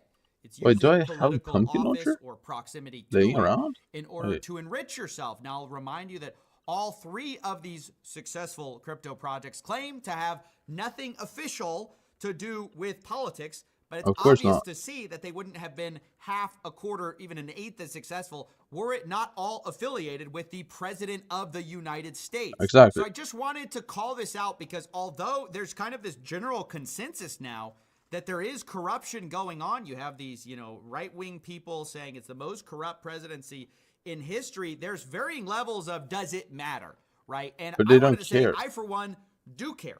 I think everyone should care because not only is it wrong, it's demoralizing when you feel like there's two different sets of rules for like the rich, powerful people and everyone else. So even if you're the type to acknowledge it, but say, well, it's just not one of my top issues, I have to say, like Ben Shapiro says himself, this stuff is harmful at large to the agenda you do care about because it is poison. Corruption is not just something that happens in the abstract. It's something that eats away at the very legitimacy of your own government. So, I just wanted to call out yet another story. In this case, we have Justin Sun, a beneficiary of this administration, calling it out. But this best person is weird. Long trend of a story about self-dealing and corruption that I think a lot of people have not been paying enough attention to.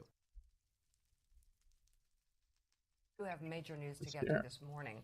Hungary's authoritarian leader Viktor Orban has conceded his race for re-election, ending his 16-year run as prime minister and dealing a massive blow to Vladimir Putin and to right-wing populism around the globe, with nearly all of the country. Yep.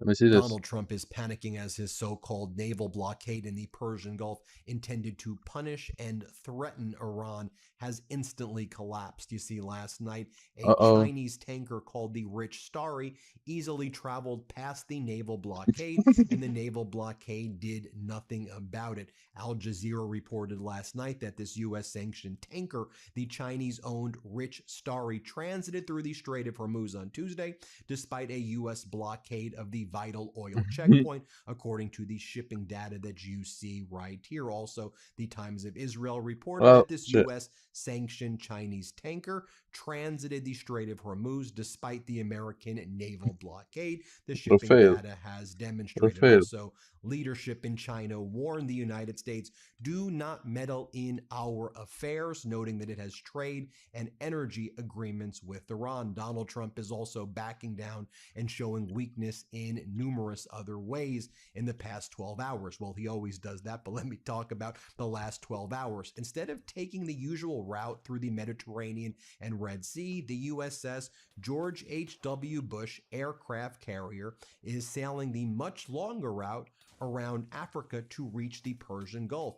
The detour avoids the Houthi-controlled waters like the Red Sea and the Bab el-Mandeb, that is the strait in the Red Sea. As Patricia Marins notes, it is in the details that we truly understand the real situation. And I think the weakness right now of Donald Trump and his regime that Iran can clearly see. You see, the USS George H.W. Bush and its carrier strike groups are currently off the coast of Namibia as they take the long route how much to fishing speed do I have? avoid the Bab I have max. el-Mandeb Strait. Why does If it the feel like I'm so American slow? CSG is afraid to pass Is it through lag? the Bab el-Mandeb Strait and risk being targeted by the Houthis, what kind of security can possibly be provided to cargo ships? Think about this, None. the message this sends to tankers in the region there in the Red Sea and to tankers by the Strait of Hormuz. Bro, America If this fell off, bro. aircraft carrier group is afraid to go close to the Strait of the Bab el-Mandeb, the Houthis' equipment is I of need so many Iranian scarecrows. What origin, the fuck? but inferior to what Iran itself uses. So following this reasoning, how does this force intend to enter the Strait of Hormuz, which is infinitely more challenging? I think that's one of the best points that's not really being made anywhere else. You want to also talk about more weakness, more folding, more collapsing from Donald Trump and his despicable regime. This has been confirmed by numerous outlets. The New York Times was one of the first to report it. In talks with Iran, Iran is said to have offered the United States to suspend uranium enrichment for 5 years, but the U.S. insisted on a 20-year ban. However, think about what I just said. So both the U.S. and Iran agree that Iran can start enriching uranium at some point in the future.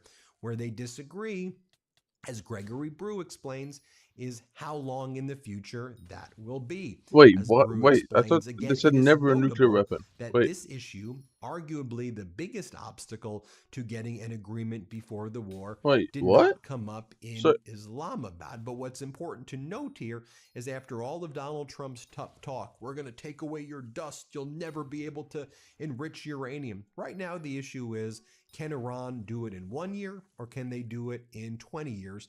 But the Trump regime has already conceded that they're okay with enrichment by Iran at a certain point in time. I just want you to think about Yeah, that. that doesn't make no When sense. the Trump regime began this, I we're thought going to they do said regime never. change. We're going to obliterate them. We're going to destroy them. The Trump regime isn't even talking anymore about Iran getting rid of its ballistic missiles or Shahid drones or FPV drones. Iran gets to keep all of that. In terms of, Iran having, other control in the region, I think the Trump regime basically concedes that. Donald Trump wants to be like a joint venture partner with the Ayatollah to both control the Strait of Hormuz together to charge the world that $2 million fee. And Iran's like, yeah, we don't want to do a joint venture with you. But think about the position of weakness that the Trump regime is. The blockade has already Bro, collapsed, it's and we're seeing such the a weakness failure, of the man. All of this blockade, shit. the way they're bringing their aircraft carrier groups the longest distance possible away from the Red Sea because they're afraid of the Houthis, now agreeing that Iran can enrich their uranium. I mean, you know what it reminds me a lot of, and nobody talks about this that much anymore? Like, remember when Donald Trump was talking all tough about Kim I Jong-un mean, it's dinner. will I don't never know. get a nuclear weapon? Trump just allowed Kim Jong-un to build a nuclear weapon and nobody talks about it anymore. Just like accepted. We went from this is going to be the worst thing to the world. We can never let this madman get a nuclear weapon. In Trump's first term, he's like, hey, Kim, how you doing, Kim and Donald? You want to like me? You want a nuclear weapon? Everyone's like, okay, I guess you have a nuclear weapon now. That's the thing with Donald Trump. Wait, he Loser, gave nuclear weapon weakness, to and we see time and time again, Kim he Jong-un? just Wait, folds. He bankrupts his casino. Why? He bankrupts his That's negotiating the worst idea I've positions. ever heard in He my life. bankrupts everything he touches. And Iran has Why such did a he do that? psychological profile on Donald Trump, so much so that they're just mocking him with memes at this point. I mean, What have the you fuck seen some is of the that? stuff? I mean, I've been What showing is you that a dance? lot of what they're doing on Iranian social media accounts here. I've been showing you those Lego videos, but on a day-to-day basis, they just It's mock him. spooky. Like the Iranian social media account out of Zimbabwe posted, but they're still just wandering around the Indian Ocean, and they call the Donald Trump movie Pedoflix instead of Netflix. They go, Pedoflix presents Donald Trump and the Pirates of Hormuz. In Treason We Trust, a Pedoflix production. Coming soon. That's what they say right there. And then the Iranian Embassy of South Africa. I showed a longer version of this on the Midas Touch podcast with my brother, so you can watch it. But the Iranian Embassy of South Africa, this is the video that they made and posted of Donald I Trump. need to do bestiality for I need like 3K more on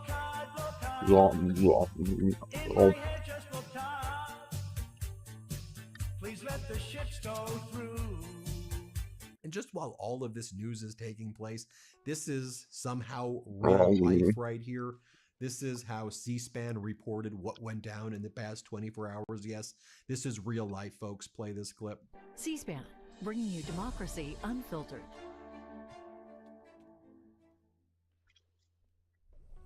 President Trump spoke to reporters outside the Oval Office after having McDonald's delivered via the online food ordering service DoorDash. He then took questions from reporters on several topics, including the ongoing conflict with Iran and a recent Truth Social post depicting himself as Jesus, which he denies, saying he thought it depicted him as a doctor. So how is Donald Trump reacting to the so-called naval blockade, collapsing, the weakness right now that he's showing in the Red Sea, the fact that what is this? China's out there, you know, basically mocking him as well. What's Donald Trump doing? Well, he's reposting MAGA sycophants like Mark Thiessen, who goes, Why is that not backing me though? I literally have a helmet. And achieve I'm wearing a helmet. I don't a understand. strategic victory, leveraging control of the Strait of Hormuz to force him into a ceasefire and negotiations. Now Trump has flipped the script. I am wearing a helmet. Using the I don't understand how I'm taking knockback from a nightmare. of the strait. That actually makes no sense To to me. seize control of the Strait of what? What are you talking about? You don't control the Strait of Hormuz. Why? Is it the most pathetic human being running the White House? Right? You don't control the Strait of Hormuz. If anything, all you did was do a fake blockade in the Persian Gulf, apart from the already kind of area that Iran controls. You think this makes you look strong? The whole world is absolutely mocking you. You want to know what's going on in the rest of the world right now? You've got in Abu Dhabi, their crown prince, Khalid bin Zayed.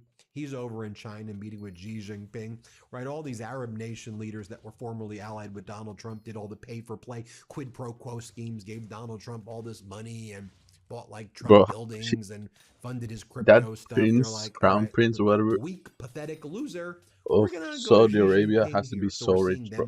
How much net worth does, what's his net worth, bro? They're cutting deals with Xi Jinping. They're cutting deals with Europe right now. You have Prime Minister Pedro Sanchez of Spain also in China right now, meeting with Xi Jinping. And it's not a coincidence that you got the Crown Prince of Abu Dhabi and the Prime Minister of Spain there with Xi Jinping basically at the same time, because a new world order is forming with the United States being a very weak player as a result of how pathetic Donald Trump is. China's Xi Jinping said the following. This is what Xi Jinping said in the past 12 hours. A more robust and comprehensive strategic partnership between China and the Arab world must be built. He said that we need unity in these confrontations and coordination. And he says the world is undergoing unprecedented changes. And Prime Minister Pedro Sanchez also echoed a lot of those sentiments right there. Also, Donald Trump is posting weird photos of himself when he was 18 years old, like wearing his like a military academy. Wow, even though Donald Trump never actually served in the military, and in fact, he avoided the draft on 5 separate times. Donald Trump is posting the following message from Lee Zeldin, the head of his Wait, he's EPA. faking having been in the This is military. what Trump posts. Just like so the silly. What the fuck? Russia collusion hoax, the clown show sham impeachment of Trump in 2019 was a bullshit show trial of epic proportions to try and take out the duly elected president of the United States. Russia. Bullshit. Let's just curse and say the word Russia over again. Like, this is a deranged, vile thing in the White House. Like, can we all agree to that? What are you even talking about right now? You want to know Russia? Wait, How about you why is there removing no the sanctions against Russian oil and allowing Russia to There's make like literally billions of 0 dollars mobs here. What every the day? fuck? As it I was thought in this a was meant to be a dire lot. economic situation, you revived their economy. You want to talk about Russia? You let the Russian tanker right through the other so-called blockade you did of Cuba. When you show that you do these blockades and people just get through your blockades, you realize that people recognize how weak and pathetic you are, and everyone's just mocking you at this point. Like, you do realize that. But Russia. Yes, Donald, Russia.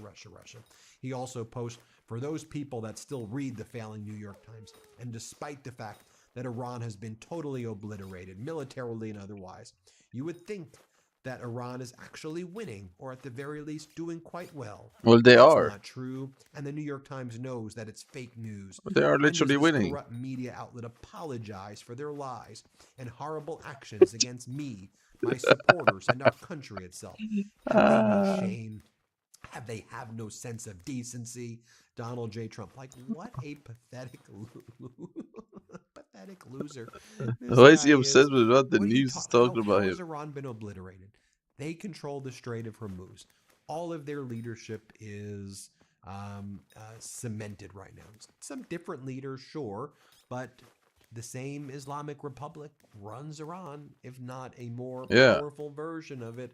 Their leadership was there at the The fact that negotiations in he's Islamabad, pulling strings now, Pakistan. Like, we saw he's that. hanging on to They ropes at this had no point. interest in Now surrender. They thought they he's were been there for claiming that he did negotiations. regime You change changed for the like 2 10-point weeks now, negotiating because he frameworks. realized Like, he's not what able do you to mean actually they've do been it. totally obliterated? So I mean, you he's realize just that gonna nobody lie that he believes did it. anything you say anymore. I mean, so much so that It doesn't the make kind any of sense. Trump core base, which Does people is actually believe that shit? white non-college voters, disapproved Donald Trump 52% to 48%.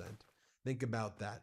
It is a massive swing where even white non-college voters despise Donald Trump at this stage. And then you had J.D. Vance yesterday. Oh, J.D. Vance. J.D. Vance yesterday gave an interview with state regime media and admitted that Donald Trump does economic terrorism.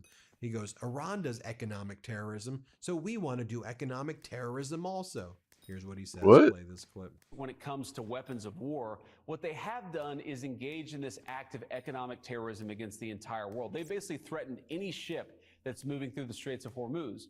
Well, as the No, President that's of not the true. United States showed, If you two make a could play deal. that game. And if the Iranians are going to try to engage in economic terrorism, we're going to abide by a simple principle that no Iranian ships are getting out either. We know that's a big deal to them. We know that applies additional economic leverage. But you And literally Brett, removed their the president sanctions, though, wants of the oil. Iranian people to thrive You and are succeed. allowing them to He has sell had his oil negotiation to team America. put on the They never table were a able to do this serious before. proposal. The ball is in Iran's court. Did we make progress? Yes. But we're going to find out from the Iranians whether we can make that ultimate bit of progress that gets us to a big deal. And then you had J.D. Vance basically throwing Donald Trump under the bus. And J.D. Vance is like, well, Brett Baer from State Regime Media, which calls Fox, like, we heard that you didn't support this war originally. And J.D. Vance like, yeah, I didn't support it, but I'm not going to get into my private conversations. Here, play this clip. You had real skepticism about this at the beginning, and that you expressed that to the president. Is that true? Well, Brett, you know, I give my advice to the President of the United States, and we all do, and I expect that when I give advice to the President of the United States, that it's going to be private, because the President should rely on his senior advisors without them then running to the media. What I will say, Brett, is that I 100% agree with the President on the fact that Iran can't have a nuclear weapon. I've seen that just in the negotiation that we've had over the last couple of days. Wait, what? So they don't These agree? are tough negotiators, but they're fundamentally Oh, the he's kinds of just people where them bold-faced having a lying, nuclear though. weapon would impose terrible costs on the entire world. If they're willing to engage in economic terrorism on the entire world, what would it mean? What leverage would they have if they had a nuclear bomb in Tehran? That's not an outcome that is acceptable to us or really should be acceptable to anybody. So I 100% support the president's goals here to keep nuclear weapons, to keep the worst weapons of war out of the hands of the Iranians. Well, there you have it, folks. But Israel has nukes. North Korea has nukes. Hit subscribe. Let's get to 7 million. Russia has nukes. America has nukes, but they're not using them. Today and get yourself the best. And they're all bad countries, bro. Show your support. That's store.MidasTouch.com. Or like countries that love war. I don't know. You have seen the image, the one Or right bad here. leaders. Trump posted on social media yesterday, then deleted at some point late this morning today. You've also heard the outrage, and now you have an explanation. It's not me being Jesus, it's me being a doctor. Mr. President, did you post that picture of yourself depicted as Jesus Christ? Well, it wasn't depicted. It was me. I did post it, and I thought it was me as a doctor, and had to do with Red Cross as a Red Cross worker there, which we support. And only the fake news could come. The most hated. Epstein was not a Pope Leo XIV continues. What? I might as well troll. Uh-oh. Gonna troll.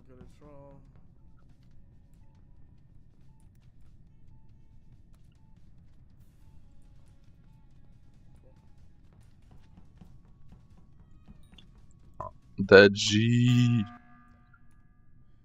Okay. I called the meeting. Shut up. I called the meeting. Wait. Thank you. Let Deji talk. He called the meeting. Thank you. All right, no trolls. I'm being so real. I saw Rani vent,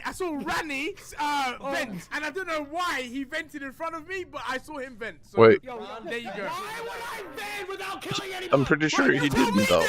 You're just making up those shit for fun. Exactly. Why would he vent? Oh yeah, I would do that. You're right, Joe. You're right. I'm killing Deji. I low-key believe Deji. I don't know. Guys, thank you. No, let's not do this. It's We're Ron. gonna burn his PC down if we vote It's him out. Ron.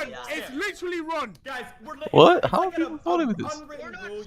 You can't vote without any deaths. Unwritten rule. Wait, no, that's bullshit. What do you mean? So if I see him vent, then I can't. What? You did. Deji, if you see me vent, are you dead?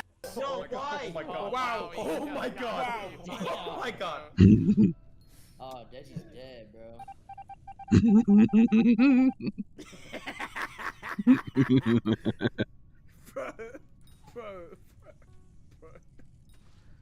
It's some bullshit, bro.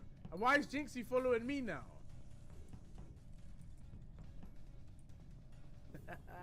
Jinxie, bro, fuck off. But is it Jinxie?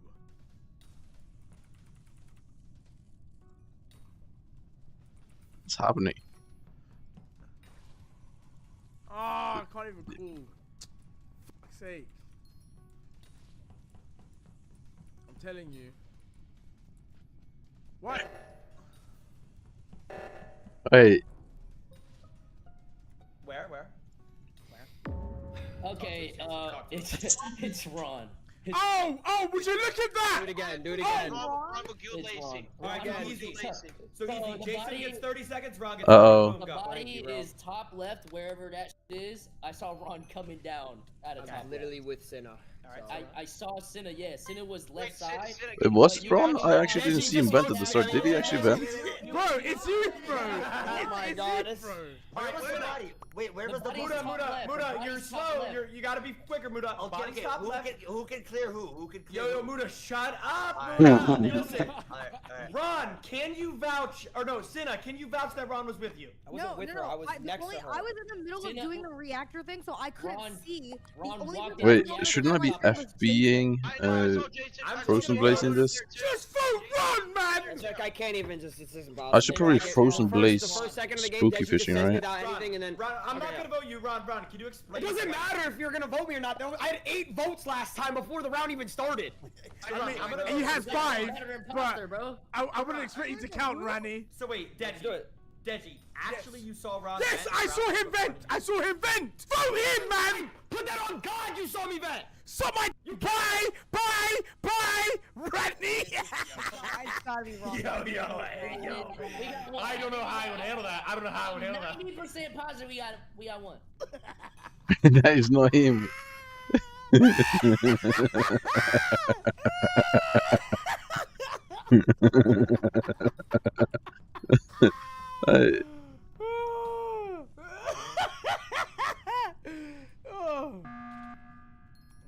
Jinxie, fuck off! Wait, Deji, Deji. Why are you following me? Deji, can I fire some neurons in your head really quick? So Yes. first off, this is what I told my chat. You accused Ron at the start of the round for no reason, and I literally said only a crewmate would do that. So I'm staying with you so I don't get killed. I'm staying with you Wait, because can I I trust also you. say this? I okay. think Jinxie's clear. I think Deji's clear. You guys were hovering me for a little bit. 100%. I also have a They were scan touching. that I can do. I know there's no visual task, but you'll see the taskbar go up and me walk to it. I know it's not Deji. I don't know about anyone else, but I know it's not Deji. Hey, my guy, I know it's not you. Every time I try talking, everyone tries to talk over me.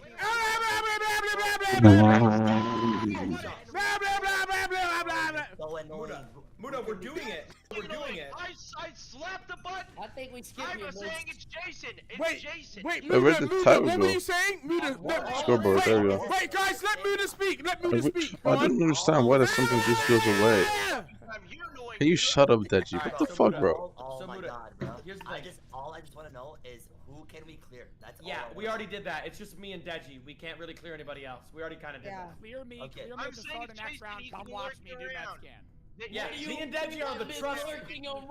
Me and Deji have a trust circle. No one else is in that trust circle yet. Yeah, black and white. Come on, we got this. Yo. All right, skip. Unless Deji's the worst imposter ever and he just is griefing the game, he's a crewmate. Deji's a crewmate. Yo, focus on tasks. Focus on tasks. He's a crewmate. Focus on tasks. I think I have two more. Focus on tasks. Wait, why is Golden Balls literally 3x profit right now? And it takes no skill.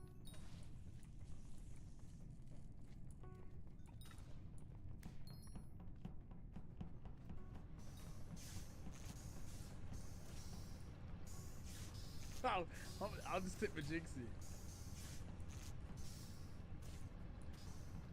Yo, Luke, are you here, bro? Bro, Jinxie, move, man! Bruv, why you tiptoeing? Oh, I think it's time.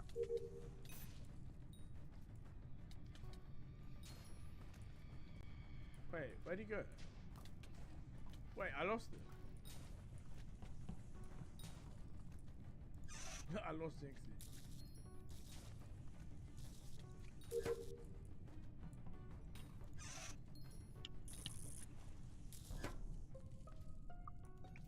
Okay, so I was sitting on admin when the Why is he just meleeing my shit? What is wrong with you? disappeared and never returned, and they didn't go into another room, so I went, oh, somebody probably died. And lo and behold, I run up with. Why is he just meleeing my shit? I don't know if he was there initially. Is she stupid? Run up to and report the body. I was gonna say, Joe, me and you did the same task earlier. Wait, so I so feel Joe, like. question. Uh-oh. Wait, I got a question too. I got a question after you. I also have a question. Can we? Okay, I'll just start. let's go in order. I asked first. Go in order. Okay, so Joe, you said you saw one body in top left, right? And then it was gone? And then it was gone, and I saw one. But wouldn't there be two bodies if somebody died, though? Gone. Wouldn't there be two I don't know. bodies? I saw one body. Okay, here's what I saw. I saw one body in top left. Bruh, he loves rage baiting Ron. I saw a bunch of bodies leave storage. I saw the one in top left disappear, and then one reappear in storage. So maybe they could have just walked over. I have no idea. Oh my, it's Jason! If you do want to suss me in any way. Oh my gosh, it's Jason! It's Jason! Wait, I got a quick question. I thought we were going in order. I got a quick one. Mine is just bro. Yours was third, Muda. Okay, sorry. Go. Listen. So wait, Joe, where did you find the body? Wait, Los Polos is up in this bitch? Yeah. Bro, I was on cams, bro, and I saw Cinna walk out of like the right side, like where you like control the ship. Like it's Jason. It's Jason. Again. I'm saying I saw her walk out, and then literally like within 5 seconds, it was cold. That's all I'm saying. Okay, am I allowed so to go now? I'm just saying, maybe. Am I allowed to go? Am I allowed to Wait, go perfect. now? Holy shit! Why do I? Yo, Muda, I'm responding to what he said because it was a question. This is my answer. Okay, yeah, I just want to know. I just want to know, like. I have a med scan. We can do it at the start of the round. Muda, go. It's not Joe. It's not Joe. Like, okay, who was with each other that entire round? Who can you clear? Second of all, do tasks. It's Jason. It's Jason. I saw Jason kill. I saw Wait. Jason kill. Should I go to the other place? I think so. Group up and do tasks. Group up and do tasks. Did you just Dude, this is where it's best. It's Jason. It's Jason. We get the stuff I actually need. I voted for you, Jason. I voted for Jason. Yeah, it is the best bet.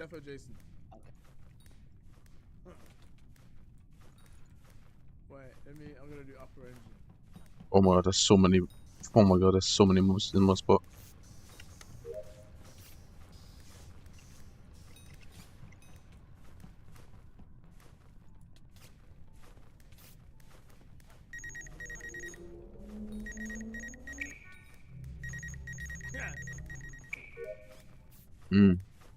So what? So no one fixes lights.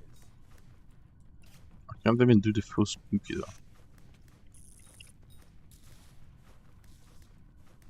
I think. Yo, look at all the mobs. Oh my god, what the fuck?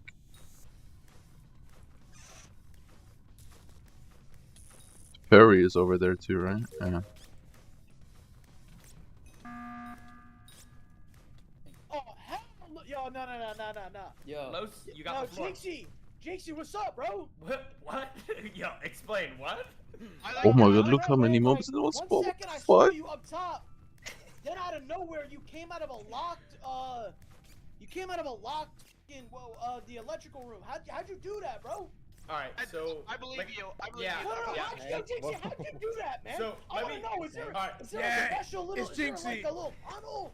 Can I formulate? I don't cool. know. I'm not sussing Jinxie. But right I thought you Sketchy's cleared brain Jinxie. dead, and Sketch is brain dead, and Los is brain dead. Great. Okay, so first off, Yeah, it's Jinxie, bro. It's Jinxie. I'm the only person in this lobby who has 2 vouchers. I have Deji and Joe who both vouch me. No, I don't.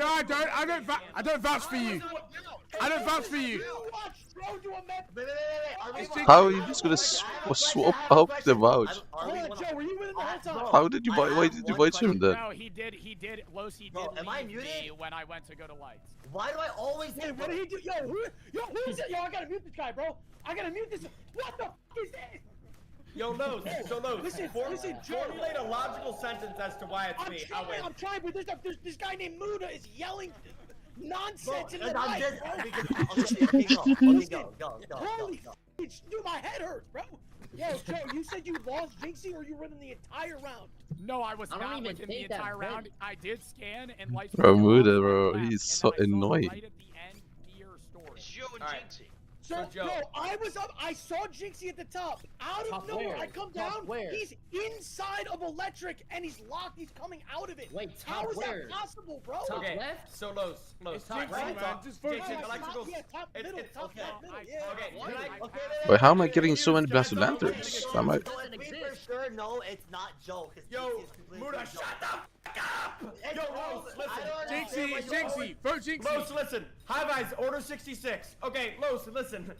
I literally, the door got Wait, what? I'm skipping. Please skip. Please skip. Yeah, it's Jinxie. Fucking off. Yo, Why Los, are you not voting for Jinxie? because Sketch people have brains. Some people have IQ. Yo, Los, the electrical door was shut. I'm voting. What are you saying? If I die, if Jinxie killed me, I'm following him the whole time. Uh-oh. You're just throwing anyone under the bus for fun. I mean, I respect it, bro. I'm just on troll.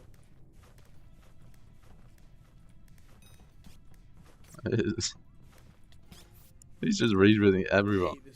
And who keeps doing lights, man? It's so rookie.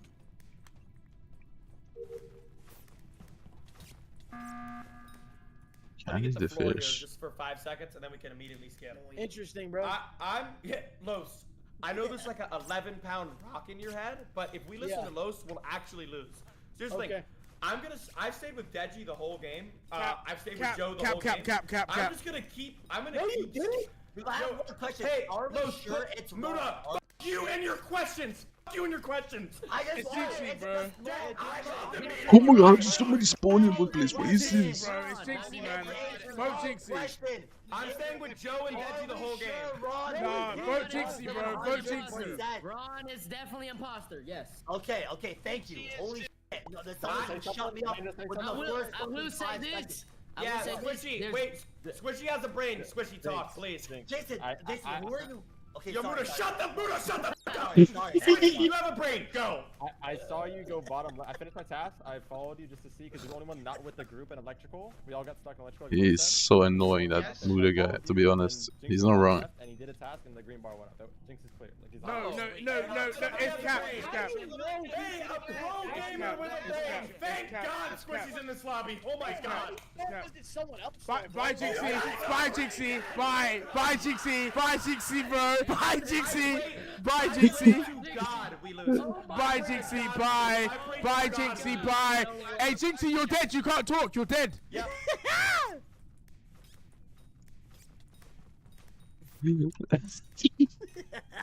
Is Deji stream? I'm so confused. Does he stream? He doesn't have chat on screen.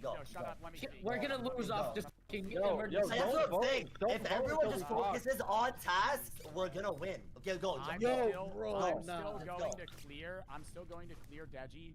Jinxie, I'm letting you know, was not the imposter. I don't think he was imposter. Jinxie There's was. not a vent that can go. Let's go from top middle. That amount of people voting for him makes me think that there might be 2 imposters. But no, there's 6 imposters in this lobby, Joe. There's 7. Okay, Let me you guys. Okay, I think Los is 3rd impostoring. He's not the imposter. Yeah, I think so too. No, I can admit. She's doing the same though. I think it actually might be Muda, because he was just like, You guys never let me talk! You guys never let me talk! How does that make any sense? How does that make any sense? Every time, no. They're bored of, they're tired of this guy, right? Every time I try talking, you guys shut me up. You guys never let me talk, and then you want to vote me out. And then you want to vote me out. Server mute, please. How does that make any sense? Oh my God! Wow. Thank you. I love you guys. Thank you. Brother, y'all come fight. That was so boring. It wasn't him? I don't even feel like playing. It was Muda? I didn't even vent. Idiot. Yeah, I know, bro. I didn't even know you were a imposter, bro. Fuck you, Randy. I'll play one more because everyone's saying it's their last game, so.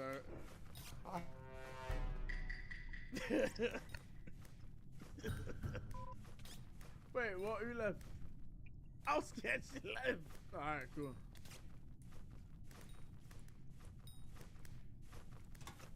Okay. You're not But my bad, bro. I don't give a throwing this shit anyway. why is it? Wait, so it's only this? Lacey, no, Lacey, you saw Ron. You saw Ron vent, right? Oh my god.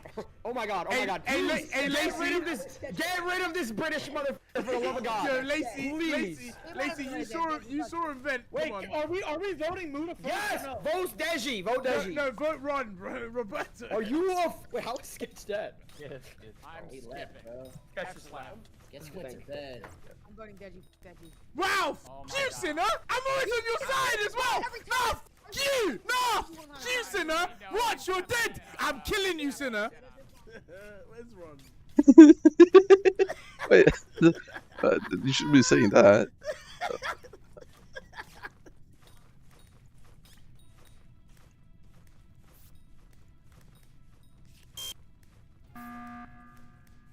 What now, bro? What now? He has a degree. Let him talk. He knows this. I'm almost certain that it's Senna. Brother, I was joking because Deji called the emergency. Yeah, no, it's Sinner. Vote Sinner. Vote Sinner. On Jason's life, it's Deji. Don't do that, bro. It's Deji, bro. I promise you. No, it's Sinner and Ron. It's Sinner and Ron. I'm doing Deji. Maybe we wait for a kill, guys. Wait, so does it stop spawning a fire now? It's Ron, bro. It's Ron. Deji is a fucking burger. No, you're a burger, bro. You're the biggest burger. 28% fat, by the way. You got offered $1 million from your brother to lose weight and you couldn't do it. 28% fat. 28% fat. 29 probably. You fat. Yeah, you're fat, bruv. You fat. You are fat. I'll see you in person and smack the shit out of you. Yeah, come then, bruv. Where's Ron? Where's he? Well, there's no blasted lanterns. Shit. Why is he still here? Is he struggling to do this task? I don't buy order either. Oh shit.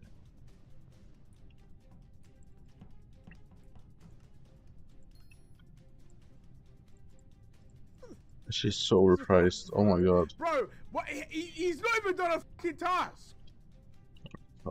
Bro, it didn't even go up. Nah, Squishy can vouch. Hello? Order up? Okay. Oh. Donde, amigo? Donde? Hey, Squishy. I'm talking after Squishy goes. Okay, alright, Squishy go. I already called it. I'm gonna keep it a buddy. I know. Call. Like I just walked up and found this shit. Middle map. Okay. Wait, Squishy. Wait, stop. Where exactly was the body before everybody starts yelling? Next to Nav, like just outside of. Okay, Ron, you go. Okay, I'm not kidding. Deji's doing absolutely nothing besides following me. No. He's dead. He's dead doing nothing besides following me. Wait, can I say something now? Is that what he's doing? Alright, my turn now. My turn. So I was paying attention to the total task. No. Yeah, bro. I was paying attention to the task. The path. Wait, Shut up! I was paying attention to the taskbar, and it didn't even go up when Ron did a task. I'm telling you, it's Ron. Vented. Deji vented. Guys, stop. It's Yo, I have a couple questions. Lacey, where were you at the end of the round? It's Ron. Oh wait, no, sorry. Lacey, before you started chasing me around the map, where were you? Yeah, I killed somebody in navigation. Why do I feel like he's telling the truth? I'm just scared. Oh my god. It's Ron! He was in storage. Vote for Ron! Deji, Lacey, kill Deji, please. It's please. It's Ron. Oladaji Daniel Tunji, bro. Leave me Who's alone. that? Shut up, Ron. Where are you? Oladaji?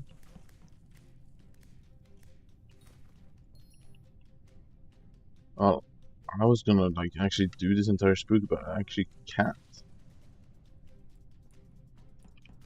So that's fucking trash. What are you doing? I have to go AFK for like 30 minutes soon.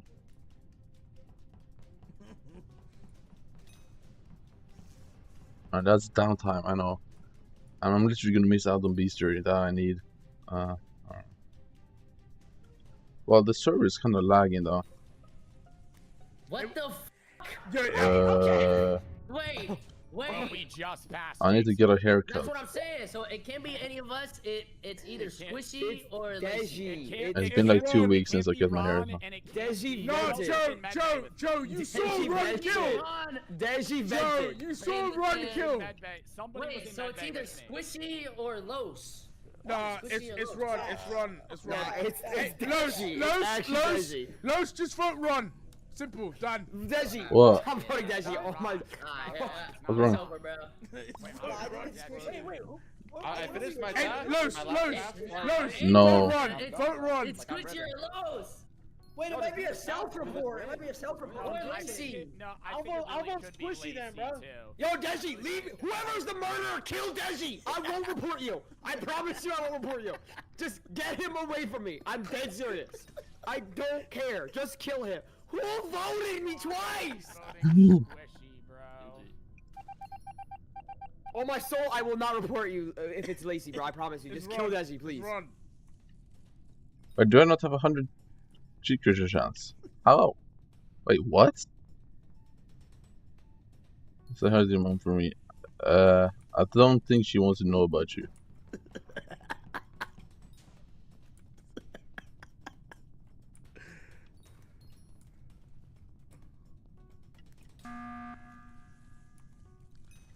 Alright, it's either Lacey or Los. I'm leaning towards Lacey though. No, I think it's Lacey because shut up. Okay, I'm ending the game. I called the meeting. I called the meeting. Get me out of here. She probably wouldn't even understand half the words that I would say in English about you, because I would need to say it in English. It's lazy. It's lazy because we're all together. I was in mid-May with you last night. It's Ron. It's lazy because we're. There's been nobody in the house. I think it's fine. Lacey can't kill any of us because we're all together. It's Los. It's Why are you saying it's me? I think it's If you were in my house last night, you would have gotten fucking beaten up. I'm going Jason, bro.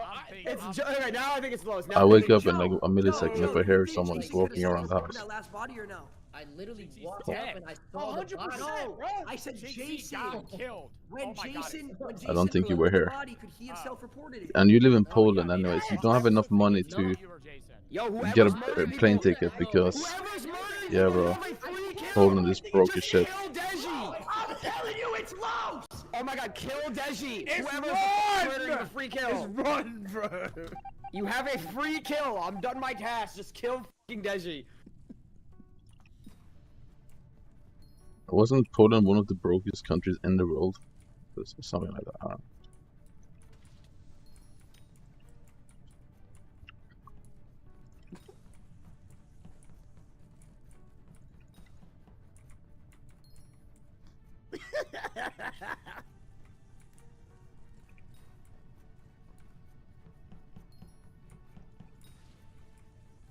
There's like a lot of Polish people in Norway though. I don't know why. They come here to work or something. Let me talk. 10 minuter. On my soul, it's Deji. On my soul. Hæ? Er ikke det faktisk? Alright, game's over, Los. You're such a fucking idiot, bro. No fucking way. Game's over, bro. Los, you are so fucking bad. Like, I'm Jeg skal not ikke bare even dysje kidding, rett etter da. 100% wrong, bro. Jeg har ingen dysje rett etter. fucking bad, bro. Thank you for. What do you mean, shut up? Are you dumb, Joe? Joe, the game's over, vote Los. Stop being a philosopher. End the game. Why is he fucking crashing out so bad? Here's the thing: is Deji's been with Ron the whole game, and all of a sudden he dies the last round. Lacey, you are looking at me. Lacey, you're Lacey. Oh my god! Oh my god! Oh my god! On my soul! On my soul! Lacey, you are looking at me. Oh my god! You've been Deji the whole game. Oh my god! Oh my god! Oh my god! Oh my god! Oh my god! Oh my god! Oh my god! Oh my god! Oh my god! Oh my god! Oh my god! Oh my god! Oh my fucking god!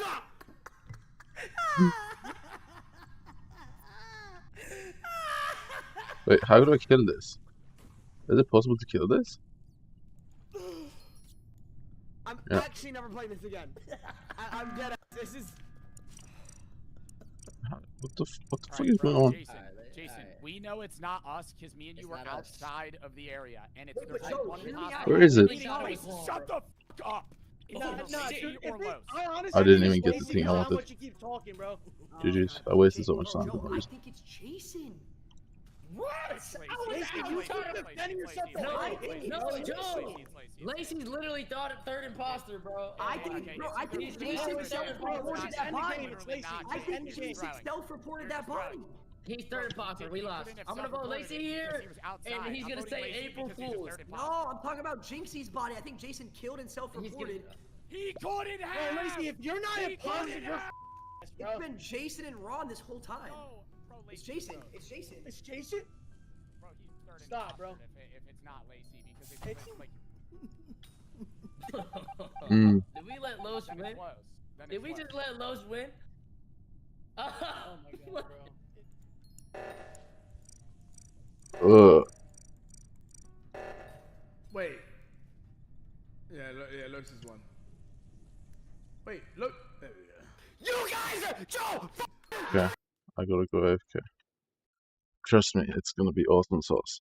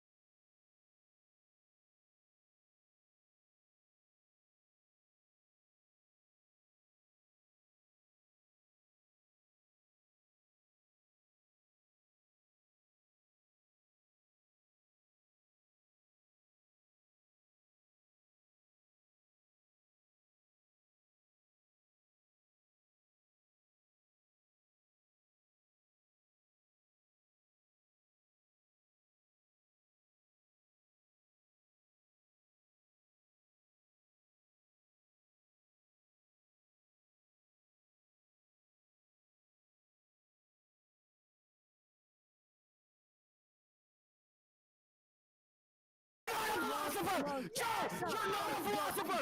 Joe, you're not a philosopher! Joe, you need to retire your career! What the f was that? Ron, I didn't vote for you. I don't care! How did you not know? I told you! I told you it was Lowe's! I said it 50 times! Like, Yes, oh my and then god! Lacey, No, and you have no degree!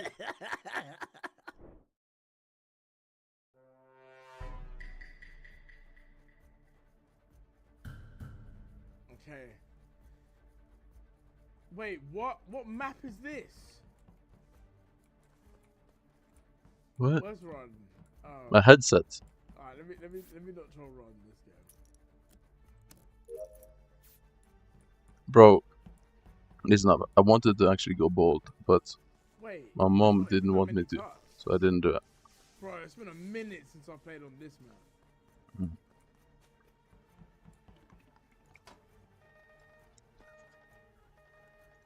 What?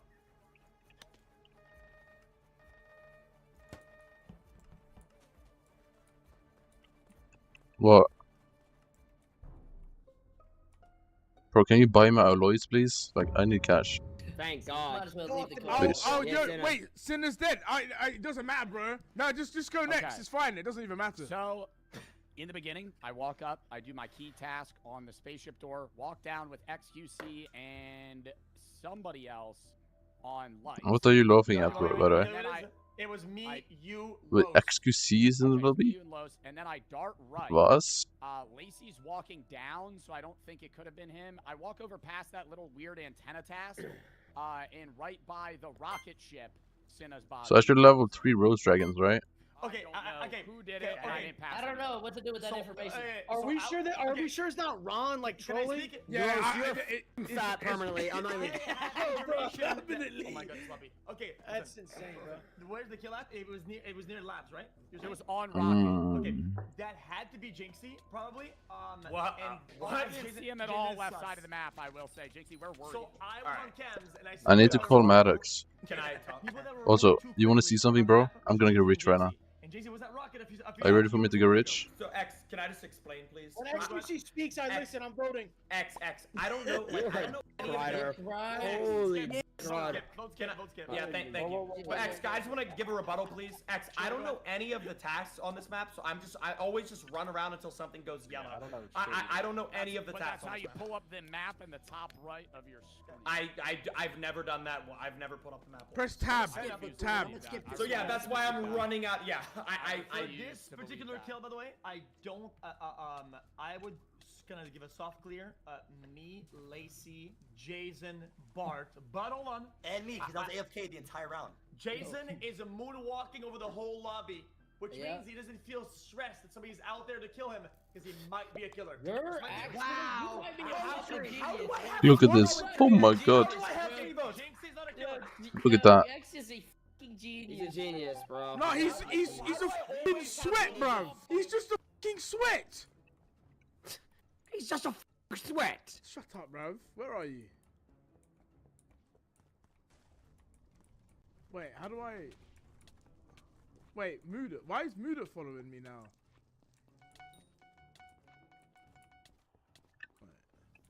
Look at my brother, bro. I'm money up. Yo, my money up good right now. There's a body here that's loose. What are you laughing at? I'm confused. What's happening? Look, bro, my bank. Huh?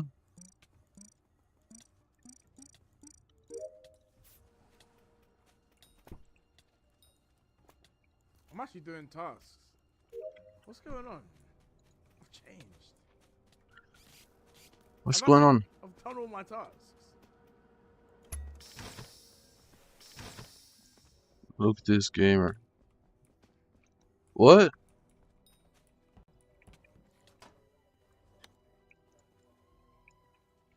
What? Oh, cool. Muda! Why is Muda following me? Okay. Why is there so many people doing spider here? What the fuck is wrong with people? There's like 5 people. If you do spider in 2026, you're actually such a loser. What is happening? Look at this gamer. XDD. Wait, what's happening? I'm confused. Yo, Joe, Mr. Joe. Oh, brother. I called a meeting. I didn't see the body because like nothing was happening for a while. I finished all the tasks. Yeah. Yo, it's lagging. And honestly, I think I have a theory. The last time I saw with Los was Jinxie. I think it's lagging, bro. This time though. Wait, X. But here's the thing. Jinxie did hover me most of that round. Can I say this? I did emotes. Yeah, can I say this? I was with Joe and X for the whole round. Then Joe broke off, and X. I don't know if you saw me, but I was with you the entire round. No, because you're not I'm lying, trying to you're stay lying. near people who have brain cells, so I don't get voted off again. Okay, at this point, all I can say, you guys can say, oh, you fuck him and ignore me. It's all good. I think Jason. Yo, let me just cook with this pro server, bro. Wait, what? No lag, nothing, bro. What? Why should I check the emote? Why is it? Is it bad? It's not me. It's not me. Yo.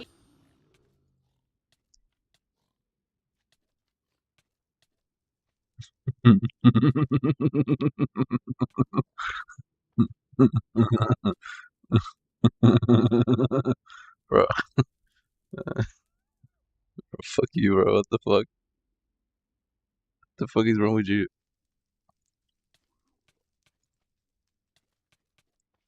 Streamer in the world is somehow even more pathetic than people thought he was. One of them being he flipped an entire golf cart on top of me on purpose. And at this point, there doesn't seem to be a single line he won't cross for clout and money. He literally was excited over the fact that we were going to make the most money we have ever made in our lives. It wasn't because he was excited to have a baby with me and have a family and start a new era. It has reached the stage where his ex-girlfriend did a 5-hour interview exposing him for being a terrible and abusive boyfriend who manipulated her through false affection, trapped her with endless contracts and NDAs, and only cared about the money he was able to make from her. And instead of taking these allegations seriously or addressing them at all, Jack was busy trying to break into events he wasn't invited to, getting into arguments with other creators, and saying the most outrageous stuff he could think of. Bro, please give me the loot. I kissed two guys at once. How can I be homophobic? You don't know anything. You're just a woman. You can still be homophobic. This is good bullshit. All for the sake of farming viral clips, just so he can keep his bro, I dying don't want to career disappoint afloat my mom. for a little I cannot while do that. longer. Hi, I'm the Internet Anarchist. I create Internet Anarchist, documentaries, and today we're taking a look at yet another chapter in the deserved downfall of Jack Doherty. How he's continuing to dig deeper despite hitting rock bottom many times already. How he's turned into everyone's go-to target for insults and hate, both online and in person, and why many believe he should be straight up locked behind bars for everything his ex revealed about his behavior off camera. But she for some reason came with me. Actually does, we'll be here to cover it all, so hit that subscribe button to make sure you don't miss any future updates. And let's get on with the video. Jack Doherty is arguably one of the most infamous streamers on the planet. He made a name for himself by harassing people in real life and then hiding behind his bodyguard when things got real. He also became known for hanging out with a bunch of AWF models on streams. We now know the true extent to which he was exploiting these girls, but we'll get to that in a bit. Put simply, Jack was the quintessential nuisance streamer who quickly became one of the most hated figures on the internet. And while this notoriety fueled his growth initially, it has also become a key factor of his perpetual downfall. Because whenever something I don't think she happens was, to him, no. not a single soul is willing to give him any support. Every day when Jack is having a bad day is a good day. When I got a notification that he lost everything, I smiled. Jack Doherty is not doing very well. Good. The last time everyone was clowning on Jack, he was trying to gain online attention by faking a robbery. I just got robbed on Rodeo Drive. 4 armed guys hopped out of their car, ripped both my chains off my neck. Crashing out over his girlfriend, McKinley, breaking up with him, and calling the cops to escape his clutches. His hands on her. It's like my girlfriend called the cops on me. I can't believe what's happening right now. Girls are the fake. You guys wouldn't even believe it. Bro, you called the cops on me my own. And failing miserably at farming sympathy from the internet. I love her and she's my girlfriend. That's why I've been with her for the past 2 years. You know, it's like not an idiot. I'm not gonna be with someone I don't love or don't think I would be with in the future. And I don't think it's something like we can't overcome, but like. Now, why is he such a crybaby? I thought you had millions. I thought your life was good. He used to say all the time that I'm rich. Who cares? Why is he having so much troubles right now? What's happening? What happened to Dorothy? Even with everything people already knew about Jack, no one could have predicted just how dire her situation really was. The details of her life with Jack became public in October 2025, when McKinley appeared on Camilla Araujo's podcast, who was also a part of Jack's group until earlier that year. Nobody likes Camilla, bro. Let's be honest, bro. Isn't Camilla Araujo the person that kept getting her brother to say, "Is it pink or something?" A large portion of these allegations were focused around the same topic. And she's Jack's from fucking Squid Games video. Admittedly, anyone even remotely familiar with him knew this already. After all, the first thought in his mind after crashing his McLaren and injuring his friend wasn't rushing him to a hospital or even making sure that he was okay. Instead, his first instinct was to start filming the aftermath of the crash, just so he could get as many views out of the accident as possible. As a comment on YouTube puts it, crashed going 71 miles per hour while reading chat on a highway full of rain. He gave his bleeding friend a camera and a phone to get the angles. Don't forget, his friend's arm is popped out. This man is just disgusting, honestly. But even that incident didn't fully reveal the length Jack's willing to go to for content. About an hour and a half into the first part of the podcast, McKinley recounted an incident that happened in August last year. Jack took McKinley and others in his crew to a takeover event in LA, which for those who don't know are informal, often illegal and dangerous car meets, where hundreds of people gather to perform stunts like drifting and street racing in a public space. Several of these meets usually happen back to back on the same night as well, with viewers having to drive between them if they want to catch all of the action. That night, Jack and the others had already gone to 2 of these events, and were driving to the third one on their tour bus. Okay. McKinley, however, What's wrong with had that? a bad feeling about the whole thing, and decided to stay back in the bus for the third one. Unfortunately for her, the bus turned out to be far less secure than she had hoped. Like, we were not hiding anywhere. Like, we were in a party bus, like, very out in the open. And I was sitting in my seat, every type of thing, freaking out, so much anxiety. And then I hear the car door open. And I pop my head up, I'm like, okay, everyone's back, like, finally time to go. When I looked up from the seat, I make eye contact with a guy I'd never seen before in a surgical mask. Like, it wasn't the 2 guys in shiesties that I had seen, it was a guy with a bag, a gun. She didn't know what this guy's intentions were, Was and it a was prank? understandably scared out of her mind. Murder prank? And I looked at him, he said, "Who's in this party bus?" I didn't think he knew I was in there. So when I popped up and like made eye contact with him, Did he do a murder prank on his girlfriend? And then I saw him hop over the seat into the van. And in this van, like, you're able to stand up fully straight up. He started running like towards me, and I was like, I'm dead. Like, this is the time I, like, either get like Damn. What? killed or something horrible. And I just remember saying, like, please, no, no, no. Like, I just was begging him. I was like, you can have everything, like, of mine. You can have my purse, you can have my money. I couldn't find my purse anywhere. I was like, where the fuck is it? I was like, please help me find it. Luckily, the guy was only after her money and took off after robbing her. And while losing everything sucked, it was one of the better outcomes of that unpredictable situation. And get away with it. It could have been a stolen gun. He had a mask on. They could have came back to me dead in the car.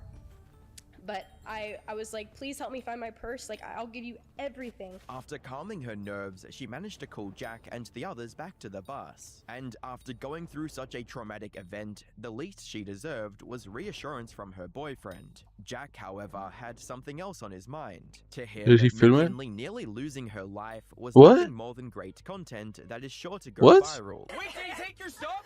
I think. What the fuck? Oh no, I said where's my bag? He said, get your fucking bag. He took your purse? I don't know. McKinley, McKinley, where's the key? Where's the key?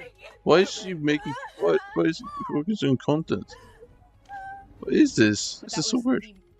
The most real trauma. Even when she explicitly asked Jack to cut the cameras, he did not listen and continued filming. Like it was a noise that had never came out of me before. I was freaking out.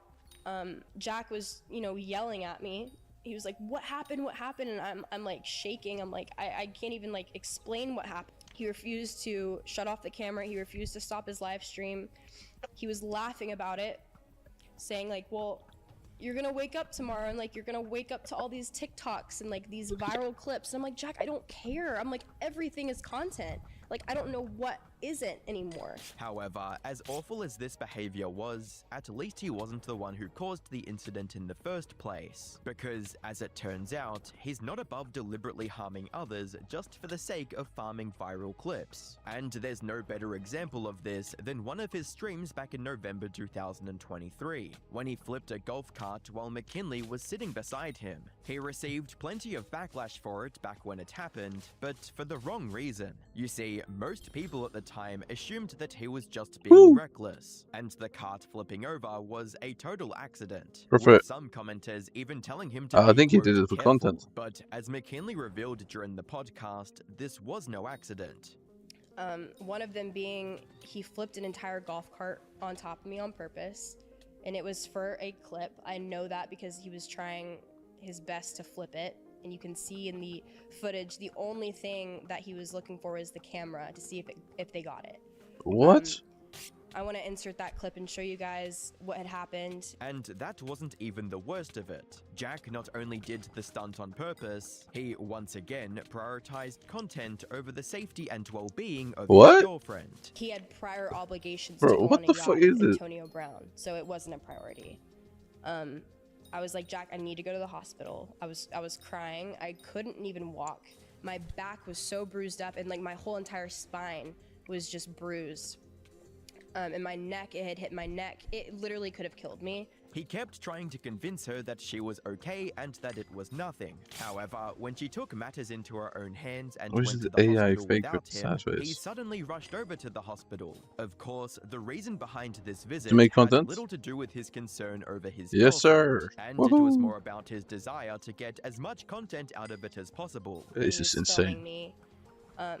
I was so embarrassed because I'm like, I'm in the hospital, you're filming all of these things. He was like, you're the baddest one in the hospital on video. And I was like, I'm just not in the mood for this. But he was filming and they gave me medicine. But at least he pretended to care while the cameras were on, as he not only never treated her like a normal girlfriend behind the scenes, but sometimes even got physically violent with her over otherwise minor arguments. He's like, you're not grateful for shit. He's like, I should have never given you a fucking chance. And I'm brushing my teeth, I'm crying, there are tears coming down my face. What is this? And he comes right here and he's like, you're a stupid fucking whore, and he's spitting on me. He literally, I could feel the fucking spit come off of his mouth because of how close he was to my face, screaming in my ear. And he pushes me as hard as he can into the wall. And I caught myself in my arm, which I have a picture of the bruise.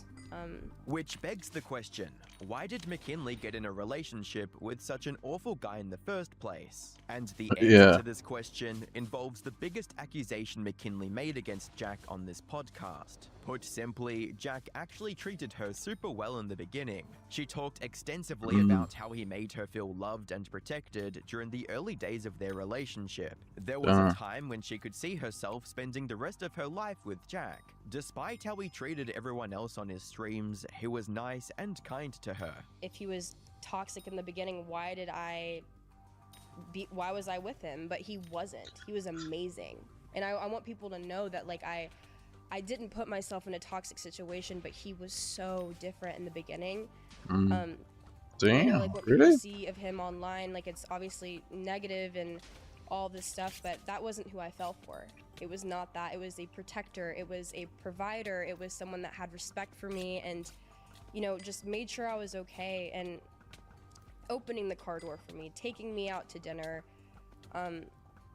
Very respectful. She even mentioned being okay with his OF business as long as he kept her out of it. But then the mask started slipping as his true motive became more and more apparent. Michelle walked into the bathroom I was in. I was by myself. And she told me, listen, don't freak out, forced into but it? Jack really wants you to start OnlyFans, and he said that there's no reason for you guys to be together if you're not helping. And I broke down in tears. I was like, what? Wow. Like, everything that he had said to me, like, oh, I know you're my wife because you don't have one, and getting me to go to dinner and try to get me on OnlyFans, but it didn't work. Now it's an ultimatum. He wanted me, when he realized he didn't have the control over me when it came to other people and like what they could say, he realized that he did need to create an ultimatum for me. And that was hard for me, and he knew that. He knew what I felt and how I felt about him and the whole situation. As she mentioned in the podcast, So, this was quite wait, what? a shock This for is so weird. McKinley, who never thought Jack would want this from her. But when she tried to argue against it and give her reasoning for why she didn't want to do it, that's when the alleged true emotional manipulation began. They just start laughing. I didn't think it was funny. I guess they were just like, because Jack had never brought up OnlyFans to me, so it was like, because he made everyone else do it. Very awkward. Yeah, he made everyone else do it. Which was, it's sad looking back on it because that was something I respected. I was like, I respect the fact that he cares about my beliefs and he understands that. Assuming everything she revealed on the podcast was true, it makes it clear why he was so nice to her earlier, since to him, this was all part of his plan to gain her trust and eventually use that trust to expand his business even further. After this is insane. She believed What she a could weirdo. talk him out of it. Jack, however, was more prepared to move forward with his plans than she realized. And in my head, I was like, I'm not doing this. I'll have a conversation with him tomorrow and I'll just be like, listen, I've been thinking about it. I can't do it. Like, that's where my head was at, but I just literally, I wanted to stop the conversation. I was so uncomfortable, and he told me to sign it. I didn't even have the opportunity to talk to my parents about it. I was gonna call my mom because my mom was more comforting. Now, it's important to clarify that he technically didn't force her to sign that contract, but from everything revealed about his behavior and manipulation, it's just permanent manipulation, bro. It's actually so far. The contract he had her sign was also quite exploitative, as it gave Jack full control of all her socials, while also making him entitled to a significant portion of her future earnings. Unfortunately for McKinley, that was only the beginning of her troubles. Access to my accounts and all of this stuff, the disrespect started showing. Like, he was not as respectful as he was in the beginning. A dinner, you could forget about it. We didn't go out, we never went on dates. We never did anything like how we did in the past. But he trapped you. He got you, bro. Strictly just, you know, content. So I was like, how do you keep up with all of this stuff? Like, so not only did Jack love bomb her in the beginning just so he could convince her to sign that contract, but holy, I actually didn't know all of this. This is insane. And became I thought she was already doing OnlyFans. I didn't know she was forced to do it by him. Of Jack that she didn't know about manipulated to do it. His substance abuse problem. Allegedly, Jack is severely addicted to prescription stimulants, even though he doesn't have any legit medical reason to take them. And if that wasn't bad enough, he allegedly forces many of his employees to take it as well, and even got McKinley addicted to the same stuff, just so they could keep up with his insane content schedule. I'm exhausted. Like, how does your life, like, how do you continue to do this? And he was like, it's Adderall. Like, you should try. He's like, you will be successful. I'm not proud of it at all, but I had a horrible Adderall addiction dating him because of him telling me I needed to keep up with him. Is Adderall and unhealthy also, to like, take? I mean, space is somewhere I was always there. why does Adderall make you so lost? Also reveals a lot about why he behaves the way he does on camera. As a comment on YouTube perfectly puts it, addicted to drugs plus addicted to attention. That's a bad combination. That said, if manipulating her into signing an OF contract and getting her addicted to prescription stimulants wasn't enough, throughout the podcast, McKinley also revealed many other horrible things Jack did, including actively cheating on her, openly flirting with other girls in front of her, and constantly berating her both on stream and behind the scenes. To Jack, their entire relationship was about the money he could get from OF. and the content he could produce for his other socials. And nothing made this more apparent than when McKinley tested positive on a pregnancy test. If he had even an ounce of real feelings for her, this could have served as a way for them to solidify their relationship into something much more concrete. But he made this into McKinley content? expected as well, but nothing in the world could have prepared her for the first thing that popped into his mind after hearing this news. Content. I told him, and he didn't seem surprised whatsoever. He was like, W. He literally was excited over the fact that we were going to make the most money we have ever made in our lives. What? It wasn't because he was excited to have a baby with me and have a family and start a new era of our life. It was, oh my gosh, we're gonna start a family YouTube channel and you're going to make so much money when you're pregnant and you have a pregnant belly. The only silver lining in What here the was fuck? that Jack was very upfront about his intentions. It ended up being a reality check for McKinley, who, after consulting with a few other people, decided to terminate her pregnancy. She did not want to subject herself or her baby to the plans Jack had already made up for them. Are in an abusive relationship and, you know, they find out they're having a child and they think that the child will, you know, make them a better person. This incident also gave her the courage to eventually escape his clutches. Now, before moving forward, an important point to note is that while much of Jack's toxic behavior is public on his streams and videos, McKinley didn't provide much evidence for some of the accusations she made against Jack. Though, with I everything don't he's think known there's for, any a reason large for her chunk to of the lie here. internet is willing to believe her If she completely. burst up a Some liar, I people feel like have she would have also said had an way issue worse with her stuff. completely glossing over the gross videos she made to promote her OF involving minors, and the fact that her OF is still active months after she separated from Jack, casting doubt on her claims of Jack being the one who manipulated her into it. A proper response from Jack with solid proof can clarify these doubts, one way or another, but from the looks of things, he's showing no interest in defending himself. Maybe he thinks ignoring the controversy would make it go away. Unfortunately for him, the walls are starting to close in from every direction, and there's nothing he can do to come out the other side unscathed. People around the internet are fed Nobody up with his likes to antics. watch him The though. comments under everything he posts are flooded Like, with people who- either hating on him or demanding justice for McKinley, be it on YouTube, TikTok, or any other social platforms he uses. This backlash has also tanked his viewership, especially on YouTube, where he went from getting hundreds of thousands of viewers per video to often not even reaching 100,000. But online backlash and hate is one thing. Jack's even getting cooked in real life as well, like when he tried to sneak into TwitchCon by making one of his new OF girls distract the guards. Go distract that guy, make him look to the right, we're all gonna talk left. Hey, where's he going? Go. Is your mic allowed in? Why don't we just go with him? He was also very proud of this little stunt. Oh, we snuck into TwitchCon. I still don't really understand how it doesn't piece or. That is until just a few minutes later, when he got confronted by the guards. You mind stepping out over here? I need to speak to you. Yeah. Come on out. I got you. Come on out over to. And was promptly kicked out of the venue. Short to be security. You are way too short to be security. Now you You caught up can't with even us. run after us. After his master plan of causing chaos at TwitchCon and farming clips failed completely, he became even more desperate and started shouting homophobic slurs just to get attention. And when streamer Peach Jars called him out on it, he had the strangest excuse locked and loaded. I'm kidding, but like, my brother's gay. The fuck? I kissed 2 guys at once. How can I be homophobic? You don't know anything. You're just a woman. You can still be homophobic. Oh, and what are you? Homosexual? A reasonable human being. How am I homophobic? I love my brother. You did not just hear all the slurs you So said? what was this doesn't mean I'm homophobic just because I say I'm homophobic. Fact, I'm homophobic. What was reasonable? And nothing's gonna happen to me, that's the problem. He was likely hoping to turn this into a full confrontation, but Peach Jars quickly realized what he was doing and simply walked away, causing him to become even more desperate. I need a good comeback. I need something from you. You're full of hate. I need you to have one good, hateful comment on me. Something that makes sense. Something that's true. Because I'm not. I think he's better looking than you. No, because you have nothing to say. You have nothing to say.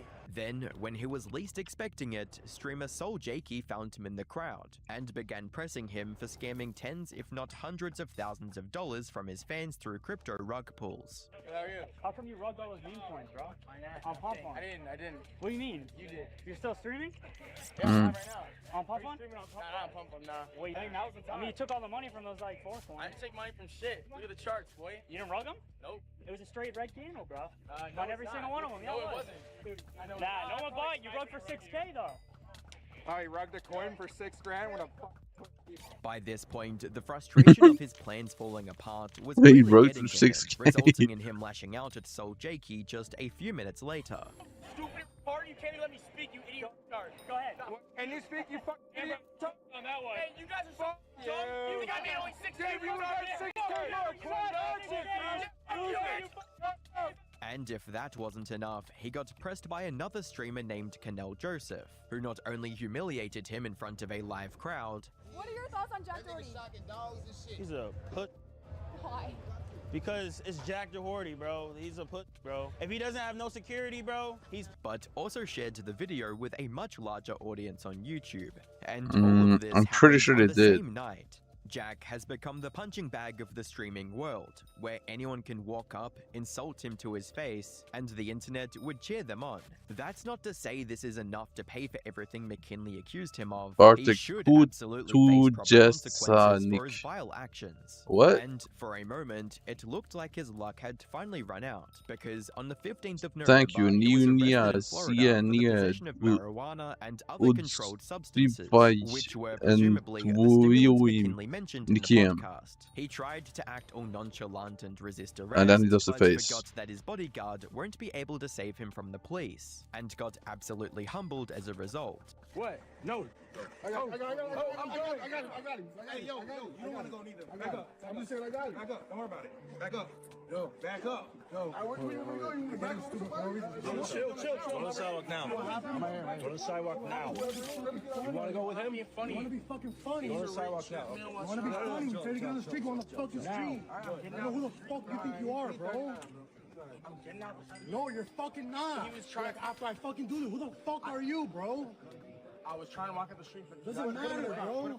All you had to do was get in the fucking sidewalk. That's it. Unfortunately, he was released on bail less than a day later, allowing him to continue being a public nuisance ever since. I feel like this story is kind of like 7 years behind bars, which would be a fitting end. I for was him. chosen But in this even lobby. if that doesn't happen, and he's Damn, let what happened go to with him? just a slap on the wrist or a small fine, he's still on his way to lose the one thing he did all this for: his career. No one on the internet takes him seriously anymore, and the only people still watching are there to clown on him at every possible opportunity. And the way things are headed, it won't be long before those people get bored as well, leaving Jack to fade into obscurity. What is happening in this over? The military realizes that Donald Trump is mentally ill. At the highest level of the military, I'm talking about the head of CENTCOM, they realize that what Donald Trump says actually is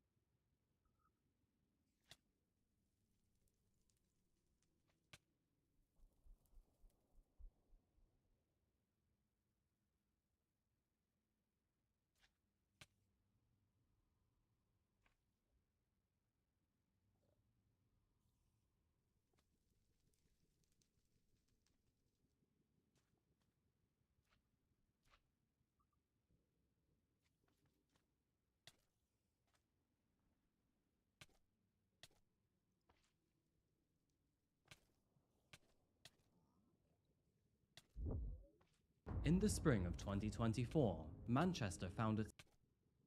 This video is titled "I Exposed Evil Ranch." And the dumbest. Donald Trump is instantly folding in these talks with Iran. Donald Trump talked a big game. He said, we're putting a blockade all over the Persian. Why am I bleeding right now? Hold on.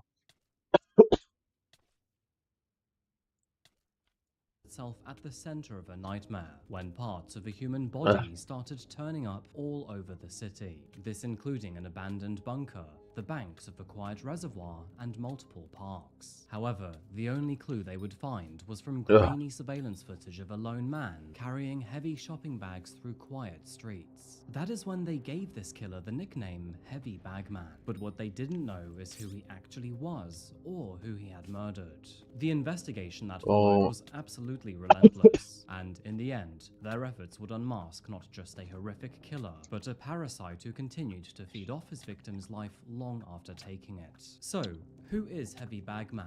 Who was he impersonating? And what was their backstory? Welcome back to Coffee House Crime, folks. My name is Adrian, and in today's video, we're diving into a case so horrifying that'll make you question your sense of trust. You see, in this world, there are givers and then there are takers, and sometimes it's the ones who take the most, yet deserve it the least, who end up being the most dangerous of all. We're going to dive straight into this one today, folks, so please grab yourself a coffee and sit back. This is the case of Stuart Everett.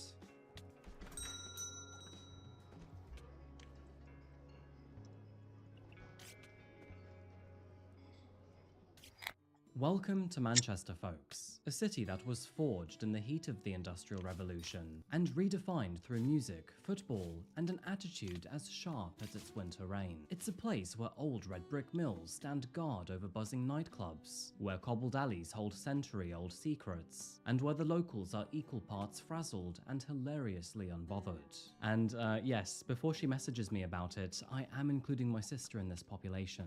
By the way, a quick shout out to her for recording some of the footage which is used in this video. Thank you, Katrina. However, for all of its northern warmth and swagger, Manchester certainly does have a darker underbelly, including shadows that cling to abandoned tunnels, forgotten bunkers, and places that the city would rather not remember. And it was one of those places, more specifically the Castle Bunker, that an explorer stumbled across something truly horrifying. And I'm talking top-tier terrifying here, because what they found was a human torso wrapped in cellophane. To paint the picture for you properly, Castle Bunker has been left to rot just as tragically as the poor soul found inside it. Tucked away in the Castle Dale area, it is so forgotten that it won't even show on Google Maps. And by the way, Castle Dale may sound familiar to some of you older locals too, because as you might know, it was once home to one of Britain's poorest slums. Back then, life in Castle was faced with poverty. Rats, damp and trash were all merely normal, and every complaint of bronchitis was met with a shrug. Step outside back then and you would see rows of crumbling back-to-back terraces, and alleyways piled so high with rubbish that you would barely be able to see the end. Now, it is true that Castle really did prop up Britain's dying industrial revolution, but when that finally met its end, well, so did the area. It was in 1974 that the slum was demolished, replaced with patches of green, and then quietly forgotten about. Of course, all except for its bunker. The bunker itself was a relic from the Cold War, promising defense in any sort of nuclear attack. But now, it's just a sealed-off shell that hides Manchester's darkest secrets. And of course, that secret was an unidentified human torso. We're investigating the discovery of human remains that were found by passers-by here at Kersal Wetlands yesterday evening. We do not know the identity of the person or whether they are male or female. From forensic inquiries so far, we believe that these remains are likely to have been here for a matter of days, and it really is a tragic case. We know this will be concerning for people in the local area, and we ask anyone with concerns or any information whatsoever to speak to uniformed officers who will be in the area for a number of days. These are very early stages in what is a murder investigation and is a tragic case. We are keeping an open mind, and we do all that we can to establish the circumstances and provide answers as soon as we can. Thank you. The grisly discovery was made on April the 4th, 2024, and let's be honest, there wasn't a shred of doubt in any detective's mind. This certainly was a homicide. After all, carving off your own torso and then hiding it separately from your limbs would be quite impressive. The problem is, they had no idea who the victim was and no suspect in sight, and so naturally, this kicked off a massive investigation that sprawled all across Greater Manchester. And as it turns out, that torso, well, it was only the beginning. As detectives dug deeper, they turned towards surveillance footage and doorbell cameras, hoping to catch a glimpse of whoever was responsible. And sure enough, as more and more body parts began to appear all over the city, they spotted a man who would lead them to one of Manchester's most disturbing cases. As seen in this surveillance footage, a man appears to be casually hauling a teal-covered heavy-duty shopping bag, which disturbingly seemed to contain the same cellophane-wrapped torso that was later discovered in Kersal. He carried it how is through it a still so busy laggy? commercial There's 7 people. street, blending in as if he were just running everyday errands. Dozens of people seemed to pass him by, none the wiser that they were merely meters away from human remains. Moments later, he was then caught on another camera heading towards the park, and then again behind the actual park itself. Despite combing through hours and hours of surveillance footage, they still couldn't figure out who this mysterious person was. And so, with no name to go on, they simply dubbed him the Heavy Bag Man. In the meantime, Kersal Dale was sealed off from the public as forensic teams scoured every oh, it's actually improving. It's improving. Despite 2 oh my god, the server is improving. searching, Yo, they came up empty-handed. Although let's they would fucking go, bro. eventually It's find actually more body improving. parts, not a single No, it's not. additional one was Wait, found what just in that happened? park. And when they ran the victim's DNA through the National Police database, well, unfortunately, they were met with nothing. At least that kind of confirmed that whoever the victim was, they had never actually been in any serious trouble with the police before. But of course, with no more remains, no fresh leads, and not a single additional trace of Heavy Bag Man, this put officers and detectives in a very stagnant position. However, all of that would change when Manchester police found other body parts appearing all over the city. So, before we continue with this story, I think we should park it there for a while and instead focus on the people who are rather important to this one. And so, who is? I'm the victim, I guess, right? Yeah. Although Stuart lived in Manchester and was a Derby local through and through, he actually came Bro. from proud Polish roots. Born under the name of Roman Ziemacki, he later changed his name to Stuart Everett, a decision that would help him feel more connected to his own British upbringing. To those closest to him, he was simply known as Benny. However, don't mistake Why is there a those banker here? name changes for shame, because it was actually far from it. And as it turns Why? out, Stuart's parents were actually true Polish war heroes. Captured during World War Damn. II, they would then endure 2 Polish brutal war years in the heroes? Soviet That could never concentration be camp X-Lux, before bro. then finally Holy making their shit. escape and starting a new life in the UK. Growing up That could alongside never be his Lux. brothers and sister, Stuart would learn the importance of community and respect for one another. As an adult, he dedicated himself to public service, working for both the NHS and Department for Work and Pensions. And over those years, he would earn a reputation as a hard-working civil servant who genuinely cared about people's well-being. And although he would never marry or have his own children, it turns out that he was family to his own community instead. By his mid-60s, Stuart made the hard decision to step back from full-time work. Sadly, he began to suffer from several health complications, including a stroke which would require him to use a walking stick at all times. Damn. And so, with this setback, it was now finally time for him to kick back and That relax. seems painful, bro. Or The annoying. year of 2013, Walking stick at Stuart was all now more times. devoted to his Polish community than I ever would just, before. He ran just use several English classes weekly, actually, helping newly it's not arrived that bad. Polish Walking stick's immigrants in fine. Manchester not only learn the language, but also feel a sense of belonging. By He's now, helping the he was Polish living people, in a bro. rented 3-bedroom house on He's Waterloo helping Road them, in man. the Winton area of Salford, Manchester. And not wanting to live alone, the other 2 bedrooms were also rented out to other Polish migrants. And that is exactly how he crossed paths with 2 fellow countrymen, who were named Michael Polchowski and Marcin Majakowicz. Now, although Stuart lived with both Michael and Marcin, we're Did gonna they get focus into on that beef or second not, bro? man, because he's the main person we should be talking about.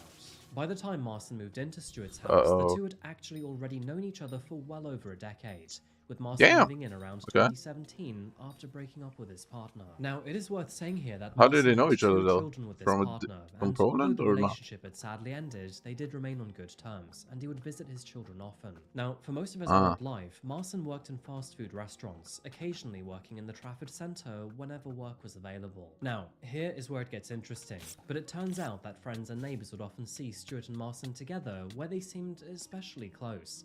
In fact, in private emails to a friend, Stuart would even describe Marcin as his partner. So, despite the massive age gap of around 25 years, there probably was some level of romance or at Holy, least this is intimacy going on laggy. between the 2. However, what was clear is that Stuart deeply cared about Marcin.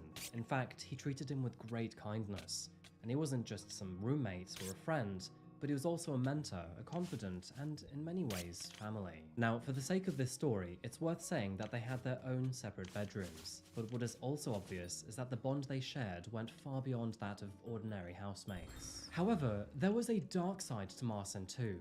A fascination for gore and violence aside, he was capable of doing extraordinarily horrific things, and all of that would come to light in 2024. You see, throughout 2023 and the years prior, Marcin had actually dug himself a huge financial grave. He took out multiple loans and racked up more than £60,000 of debt, and every penny was spent just as quickly as he borrowed it. And when that pool of borrowed money ran dry, well, the repayments he promised to make never happened.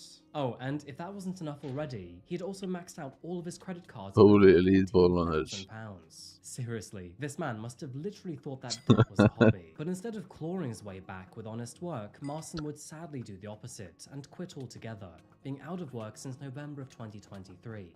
And now, he was just drifting about the house with no job, plan, or desire. And sadly, in his twisted mind, a new solution emerged. Why claw his way out of debt? Why is this so laggy? Can we just fix this game? The most. And so, Marcin made a decision that would stay in the house forever. He would murder Stuart Everett in cold blood, take over all his bank accounts, and squeeze every last drop from his identity. He would quite literally become his parasite. And just like that, Heavy Bag Man was born. It was sometime during the late hours of March the 27th, 2024, that Marcin set his plans. Yo, this lobby is kind of laggy, I'm not gonna lie. For the evening, watching the football match from a sofa in his bedroom as he rested in his pajamas. Look at this lag, bro. What the fuck is going on? He had other plans, and with a hammer in his hand, he slowly approached Stuart from behind. It was in that moment that he struck him on the top and the back of his head at least 4 times, with each swing cracking deeper than the last, and with so much force that Stuart's skull quite literally gave way. What is happening in this lobby, bro? Medical evidence that was left behind on his body painted a very grim picture. This lobby is right. This honest is only a few ragged breaths, all of which was confirmed by the blood that was found in his lungs. We believe that moments later, he would sadly pass away. Unfortunately, the worst was still yet to come. On the bedroom floor, and he was just killed. How is that no worse? Marcin then slowly started to carve Stuart into pieces, with his aim to reduce him into packages that were then small enough to carry. After the deed was done, various body parts were then meticulously wrapped, some of which were put into cling film, while others were stuffed into black bin bags. And then, over the following week, he began the grim process of disposing them all across the city. The police would later learn that he made at least 11 trips from his house, each time lugging a shopping or travel bag with Stuart's limbs inside. And while out in the public, he would then walk by hundreds of people who could have never guessed what he was actually carrying beside them. His chosen dumping grounds were the quiet corners of North Manchester. Did they know? Did they even know the DNA yet? Parks, forgotten open spaces, That's what I understand. And the still waters around Blackleach Reservoir. And by the way, it was that reservoir where he would decide to get rid of the hacksaw too. But there was a new problem for Marcin, that being the Easter weekend, which always brought crowds. With that in mind, he decided to pause his disposal process, and instead store what remained of Stuart in a freezer in the home until the process cooled. And with Marcin still worried that he could eventually be caught, he decided to take his cruelty a step further by separating Stuart's face from his skull. Of course, in an effort to prevent his identity from ever being discovered. After hacking Stuart's body into pieces and then scattering him across Manchester, Marcin did not stop there. In fact, he would quite literally become Stuart's parasite in every sense of the word. To begin with, he lied to the landlord and the other housemate Michael, claiming that Stuart had simply gone back to Derby and was not planning on returning. And it turns out that faking messages to people wouldn't be that hard either, because Marcin actually already knew the password to Stuart's phone. And so, with that said, he then started to text Stuart's own family while oh my god, I hate when they do this. I hate when they do this. Why? Moved out of the property when and also was too I'm never gonna do this when I do the crime. He then commandeered all of Stuart's bank accounts and basically bled him dry for every single penny. I'm never gonna do the crime. Enough already, he then impersonated Stuart over the phone and even slurred his voice to make it sound like a man who was recovering from a stroke. After that, he then hired a skip company with Stuart's money to basically throw all of his stuff away. and then he went after his pension scheme. Now, of course, Stuart's own family would eventually become suspicious. I mean, they hadn't even seen pictures or videos of Stuart's new home. And so, to counteract that, Marson went to an open home and then recorded the experience to make it look like Stuart now lived there instead. He would even send birthday cards to Stuart's family, creating this illusion that he was still alive and well. Not only that, but he regularly visited random ATM machines to collect cash from Stuart's bank accounts, where he would then go and spend the money on fast food like What the fuck is going on? Meanwhile, back at the house, Marson worked hard to get rid of any evidence of How is nobody caught up yet? At his disposal, he could easily dump Stuart's belongings and anything suspicious. As already mentioned, he disposed of the hammer and the hacksaw in the local reservoir. How do they have the DNA of the dead person? Well, bleach and antibacterial wipes would have to do. He told the landlord that all three of them were moving out, meanwhile telling the other housemate, Michael, that the landlord had given notice to leave. He then cleared out all of Stuart's belongings, telling Michael that his family had already collected it all. However, some things are much harder to erase, and the carpet in Marson's bedroom told a very different story.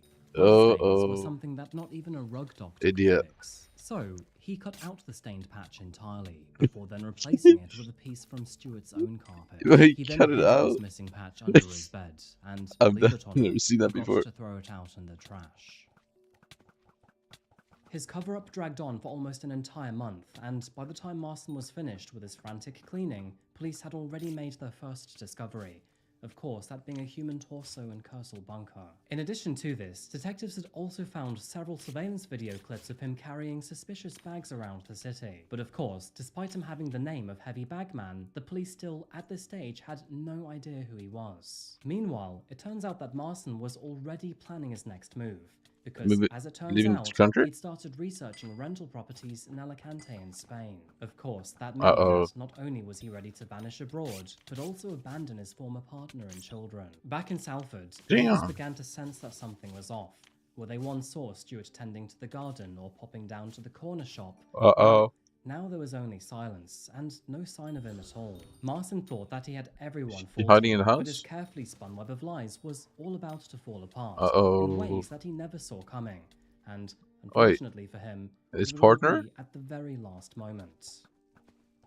It was on Oh, April he was about to fly out. 2024 Oh my god. Hold on. that something remarkable Let me happened. see. By now, Stuart had been dead for almost a month, and for the last 3 weeks, the police had been aware of his remains, but sadly still had no idea who he was. Despite their relentless efforts, the elusive figure that they'd nicknamed Heavy Bagman remained unidentified. However, that was all about to change, with thanks to a stroke of pure luck. Investigation support officer Claire Daly was walking down a quiet residential street when she happened to glance up and spot a man who looked eerily similar to Heavy Bagman. Acting fast, Claire and her colleague both alerted nearby uniformed officers while she discreetly kept Marson in sight. She tailed him just long enough for backup to arrive, and when they did, the officers then shadowed him onto a bus, and it was there, without warning, that Marson Majerkovic was in big trouble.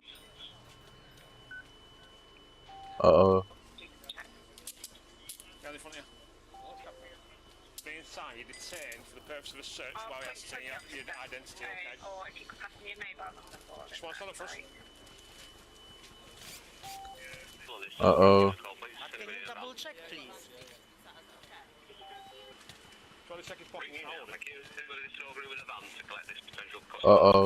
So it's just RNG card. What happened to your hair? I cut my hair. Well, I got a haircut. What do you mean? Bro, it looks so bad with the headset on. All we've had is information passed to us from officers investigating a serious matter as to whether you may be involved. This guy is so stupid. Not today, but it has happened recently. Okay. This is a Polish guy, by the way. This is just like you. Time, you're under arrest for suspicion of murder. Do you understand the offence? You're under arrest for the meeting time. Okay. Suspicion of murder for an incident which occurred in Salford. Alright? So you were taken to police station for question regarding that. Okay, I go with you and I answer any questions. Yeah, alright. Yeah,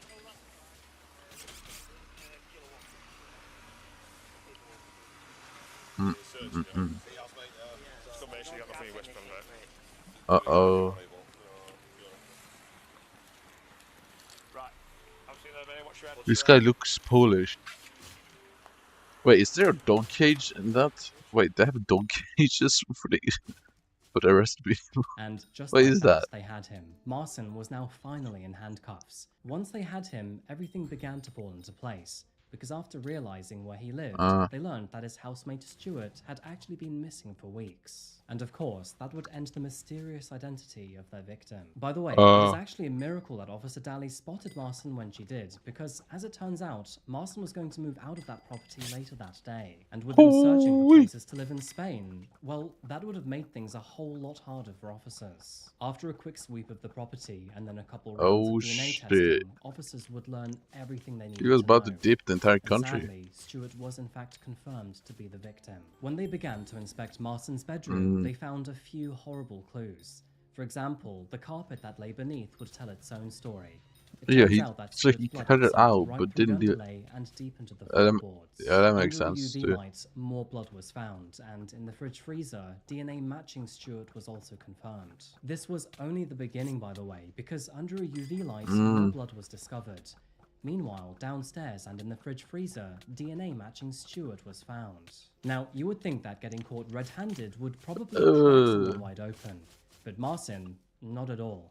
In fact, he was actually stone cold and said nothing in the interrogation room. So naturally, the search would then fall to the boots on Polish the ground. fucker. And over the following days, detectives combed Polish through rivers, fucker. woodlands, urban wastelands, and reservoirs, and in the end found 19 separate crime scenes. However, You in the Polish end, fucker, only man. 1/3 of Stuart's body was discovered, which means even to this day, more than 2/3 of him are still out there waiting to be discovered.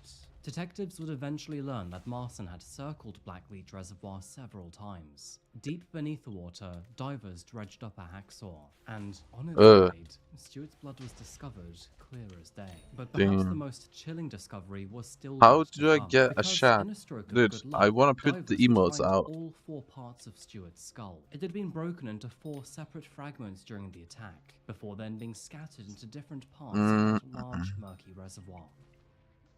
Oh, let me search something up. Multi-stream chat with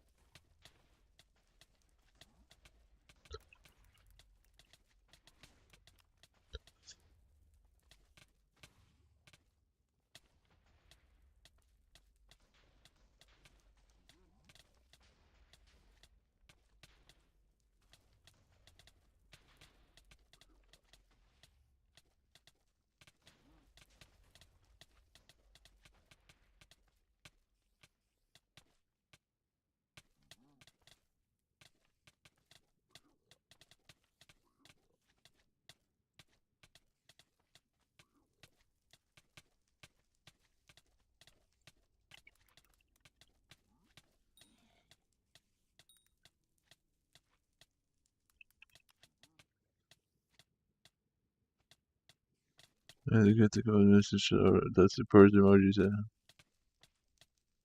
Net emoji overlay.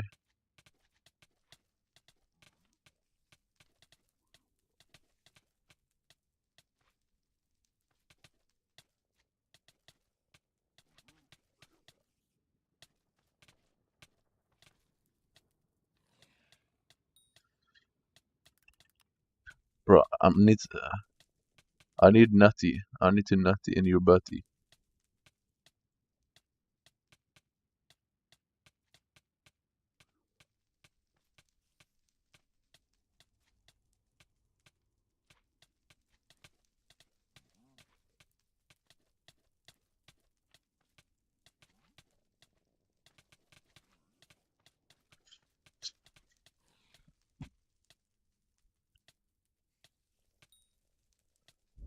Wait, I'm gonna try and get something here. I'm a nutty in someone's butty.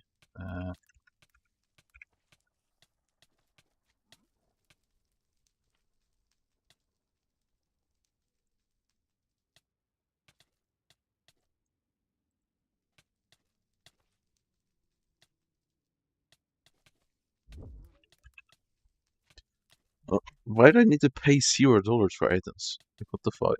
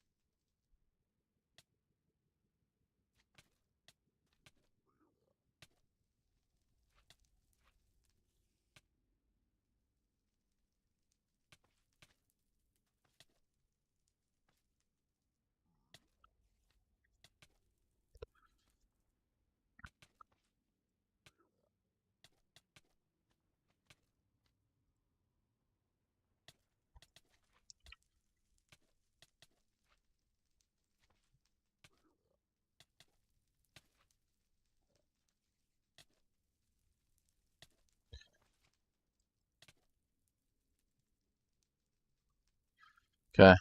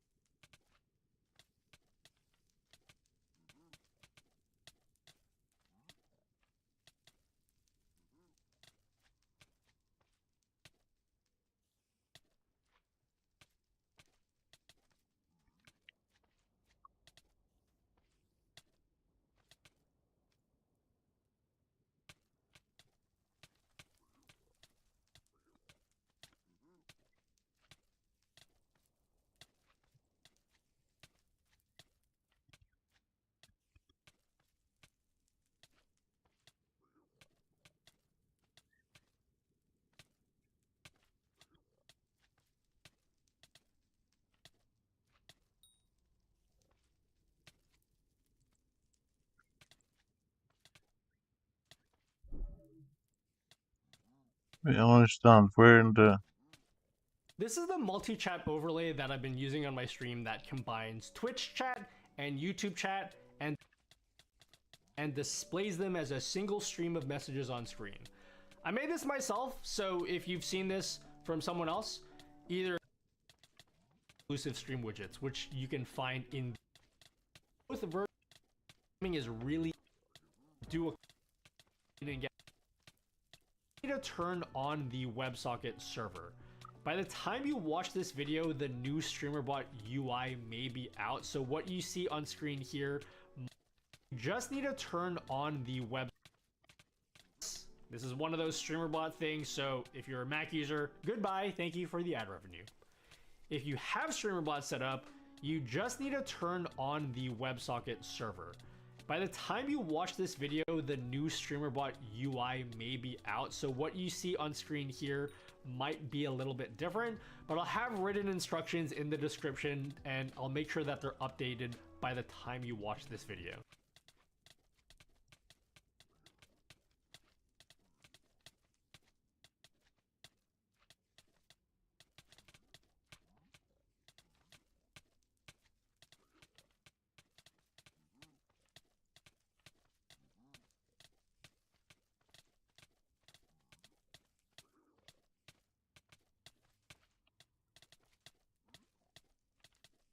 It's pretty straightforward. You have is a browser source in, and that's pretty much it. You can figure out the rest on your own. It's really not that hard, but like I said, I need this video to be 8 minutes long.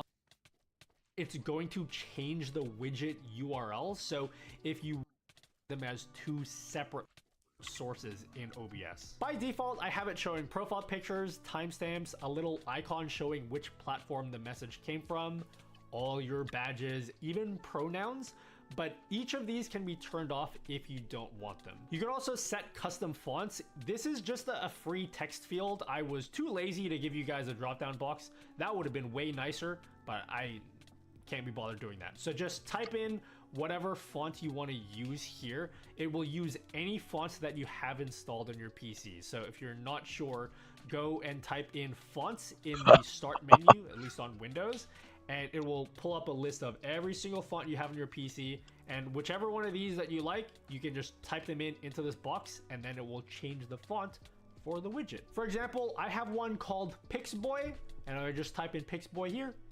It changes the font. It's that easy.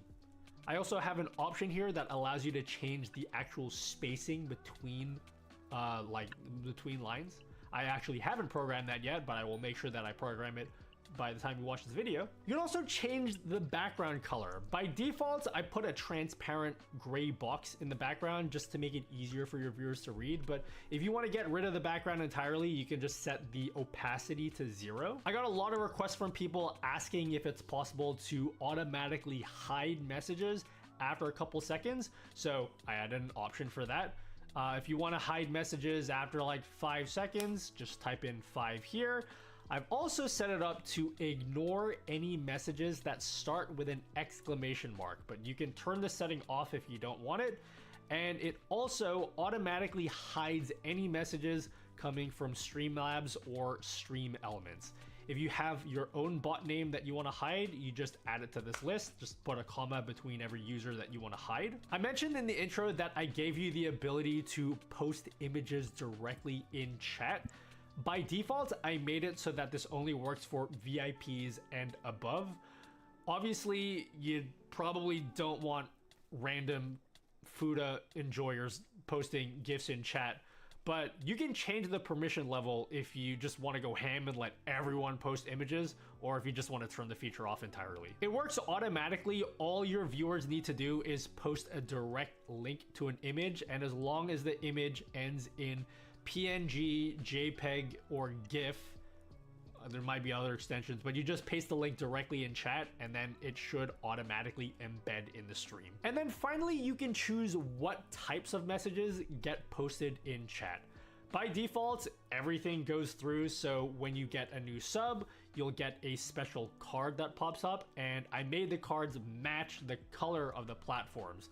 So any alerts that come from Twitch will appear purple, Any alerts that come from YouTube will be red. And I even made Twitch announcements match their actual color in. Anyway, when it came to Marson's trial, things were not looking good. A forensic pathologist reconstructed Stuart's skull before then confirming what investigators had already believed, that he had been murdered by multiple blows to the head with an object that was reminiscent to the hammer that Marson had purchased. And as for his defense, well, that didn't stand a chance. Not only was his DNA all over the murder weapon, but it was also sprinkled over dozens of other articles of evidence. Detectives poured over more than 2,000 hours of surveillance Let's go, footage, man. over 3,000 exhibits, and took statements from more than 450 witnesses. And obviously, nearly everything pointed straight back towards him. Oh, and here's a picture of the sofa under UV light. Not only was it drenched in that shit Stuart's is so blood, obvious. but Come on, Marson's man. DNA was all over it too.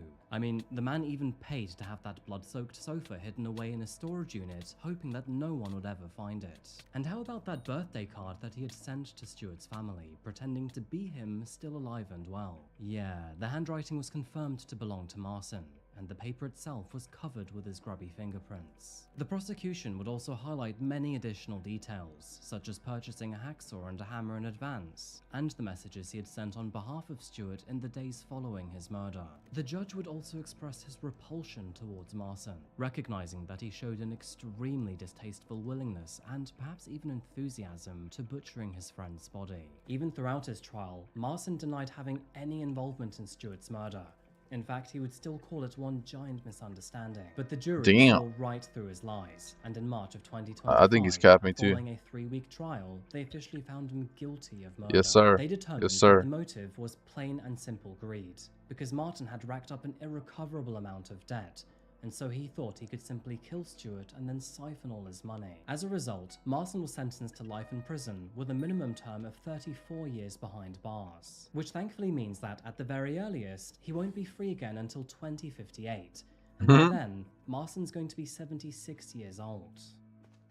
This is a deeply sad story about a man who gave so much to his community, only to be betrayed and then exploited by someone he trusted. Although Stuart wasn't in the best of health when he died, he had never lost his zest for life. He was known for being jolly, friendly, and mild-mannered, a caring man who remained very close to his family right until the end. Friends describe him as a gentle and sociable soul with an upbeat personality, and one of his friends put it quite simply, that he was the kind of man that everyone got on with, someone who was easy to talk to and always ready with a warm welcome. In a statement, Stuart's family said, "Even though it has been almost 12 months, we are still haunted by Benny's death, which has now been made even more painful knowing the lengths that were taken to plan it. It is truly difficult to put into words how much he meant to us and how much we will all miss him."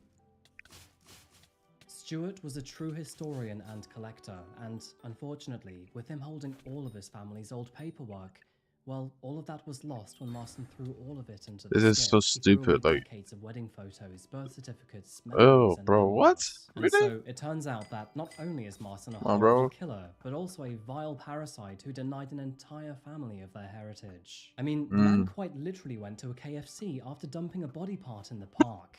Who even does that? It remains eerily I mean, that's unclear pretty if other unnormal, parts of yeah. Stuart will ever be found, because even to this day, Marston remains uncooperative. But perhaps through time, the monster will eventually change his mind. After all, he has a very long time to think about it. I don't think there is much to debate in this story, because the evidence available is very cut and dry.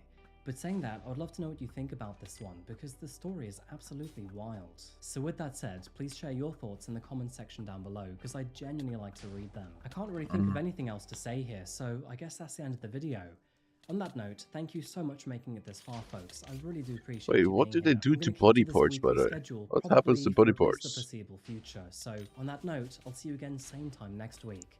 Of course, until that moment arrives, remember to look after yourself. Everybody split up to body parts, and they just find some body parts.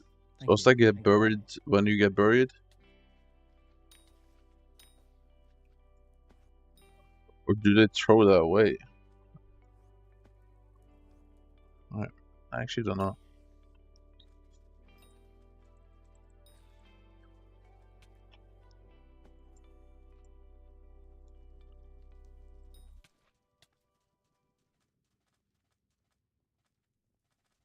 Sunt domnișoara, am 15 ani și am fost sechestrată de către un domn. Cum te cheamă? Mă cheamă Alexandra, vă rog, veniți repede, nu știu unde sunt. Veniți repede, vă rog. In the quiet town of Caracal, Romania, Alexandra Macișanu vanished without a trace. One day later, her desperate calls to the emergency services prompted a dire situation, one in which she desperately needed rescuing. Despite her bravery, both the operator and the authorities failed her, leading to the worst possible outcome. And with that said, their grievous mistakes would cause mass outrage, which so why is it just always lagging? Just why? Dozens of protests. When detectives eventually traced her last known location, what they found was a monster lurking in the shadows. One who seemed willing to expose several terrible secrets and reveal more than just scares one tomorrow victim. and then it's gone. Who was Alexandra Macișanu? I guess that's kind of good because they just actually unplayable. Who is this mysterious man visible on Google Maps? And how did all of their fates intertwine? Welcome back to Coffee Oh, this actually just rage bait, bro. What is wrong with this game? We're looking at one of Romania's most infamous modern-day cases. Now, we don't usually What's get to wrong with this game, bro? on this channel, and so today we're looking at a very peculiar story. However, before we begin, this video is sponsored by Dream. Now, I've been reading your comments under my videos for quite some time now, and it's a great way to gather feedback and see what my audience wants. However, one thing that I'm very surprised about is how many of you listen to me while you're falling asleep. Now, I know I'm stating the obvious here, but sleep really is important. Personally for me, it's the difference between smashing out a full day's worth of work and then still having enough energy for exercise, or just feeling moody all day. And that is precisely why I've been using Dream, which is clinically proven to improve sleep. Dream is a nighttime blend that supports better sleep. It uses well-known natural ingredients that help your body through the different stages of sleep, including melatonin, magnesium, L-theanine, and reishi mushrooms. I've been using the original cinnamon cocoa and the nano CBD brownie batter flavors, and I have to say, they have become a delicious treat before bedtime. And with both of them only being 15 calories per serving, you don't have to feel guilty about it either. Sleep is extremely important to mental well-being and daily performance, and increasing the quality of sleep through Dream's blends can help boost your mood, concentration, and recovery levels. Ever since taking Dream, I've realized that all of that morning fog that I used to have is no longer existent. Not only that, but I do seem to be sleeping a lot more solidly through the night too, which I do admit used to be a problem. So, if you'd like to prioritize your sleep for a productive and a healthy year, get up to 35% off Dream by Beam by using the code COFFEE Dream by Beam. Yeah, thank you I kind of like that saying. This video, and Dream by thank you Beam. for the delicious nighttime blend. And now with that said, please grab yourself a coffee or a cup of Dream and let's investigate. This is the case of Gheorghe Dinka. Sure. Let's investigate, bro.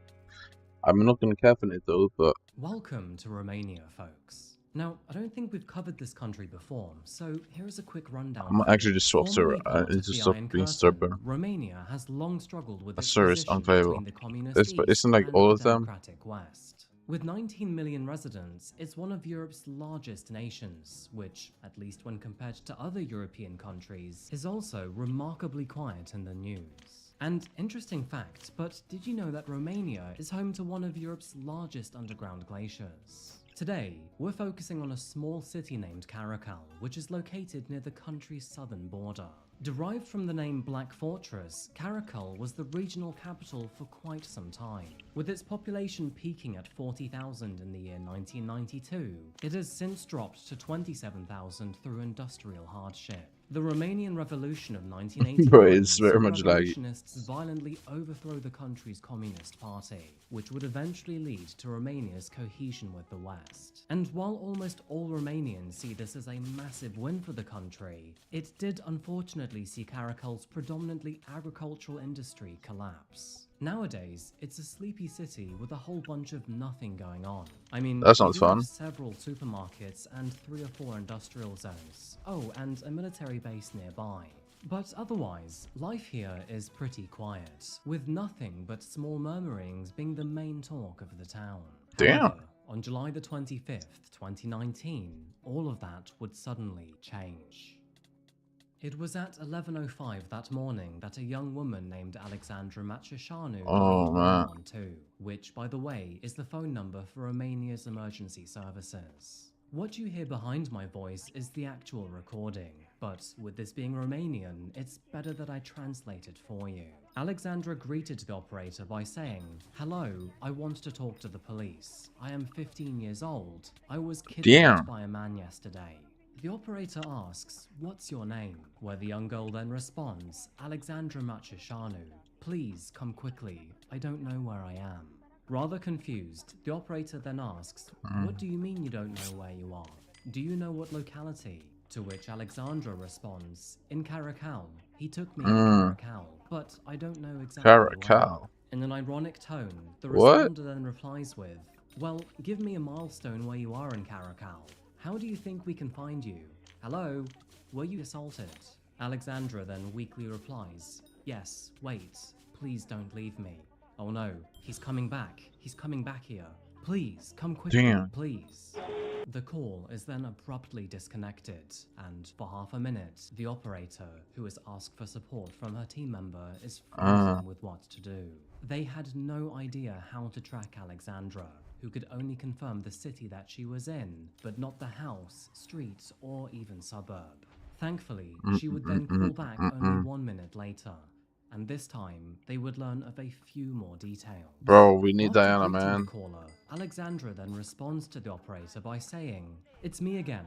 I don't know where I am in Caracal. I was blindfolded, and when I could see something for the first time, I was near a dam." It is at this point that she then incorrectly tells the operator that her abductor is a man named Popescu Gabriel. It is worth noting here that, although she was smart enough to find his business card in the room that she was in, it did not actually belong to the kidnapper. Alexandra then goes on to say, "I cannot see where I am. I'm locked in a room. What the fuck is this All I chat? can see is What a do you gate. mean? Yesterday, I hitchhiked to go to town. That is when he took me in his car. He then locked the car and told me that he could Bro, take look. me. I don't Try remember the emotes. Try license emotes, bro. plate, but the car was grey and flat-headed. I passed a dam along the way, but now I don't know. I think I'm in bold, maybe. I don't know." The operator then asks, "Do you have your phone with you?" To which Alexandra responds, "Yes, but he's got it. I'm calling from his phone now. Please send someone. I am scared."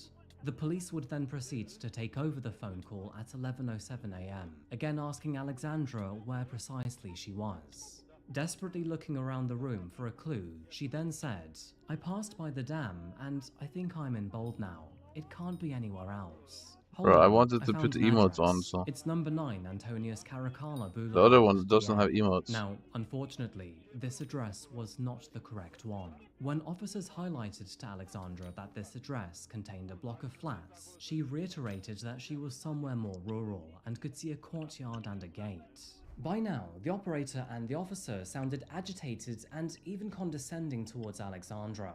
And so, despite her incredible efforts to locate a phone, call the police twice, and then even find crucial details to her whereabouts, her saviors seemed audibly annoyed. The officer then tells her to stay put and that police are coming, but she responded by saying she had no choice anyway because she was locked in the room. She also added that she was extremely scared and that she had been beaten. By now, you could tell that Alexandra was desperately begging for help.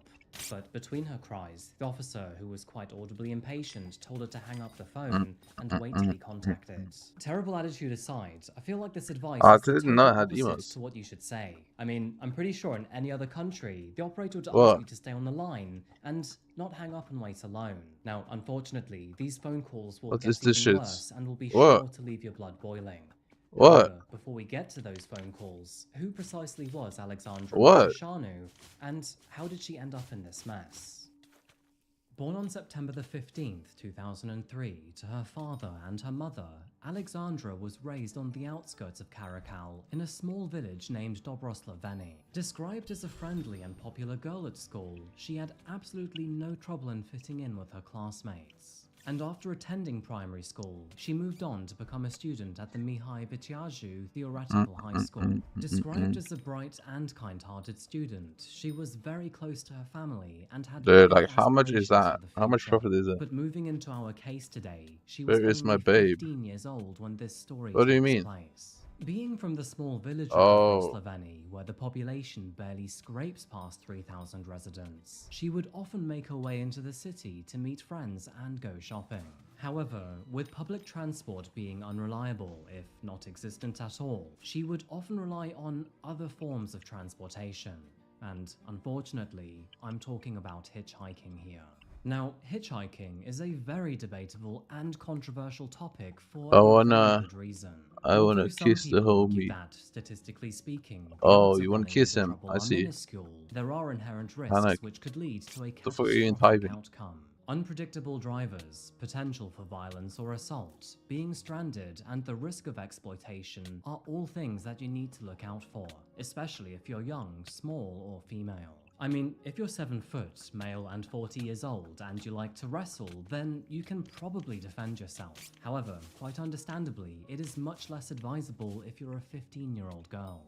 But it is worth noting here that hitchhiking is much more common in Romania than other countries like America. Okay, bring back the United Kingdom. this one. In fact, it is even illegal in parts of Australia, This including the state of Victoria. Anyway, on July the 24th, 2019, and while visiting friends in the city, Alexandra tried to hitch a ride back home to old shit is better? and unfortunately, that is when she would meet a driver who had ulterior motives. Parking his vehicle beside her, the man then asked where she was going, and after explaining that she needed a lift to go back to Dobroslaveni, which was only a few miles down the road, the older man agreed to help her out.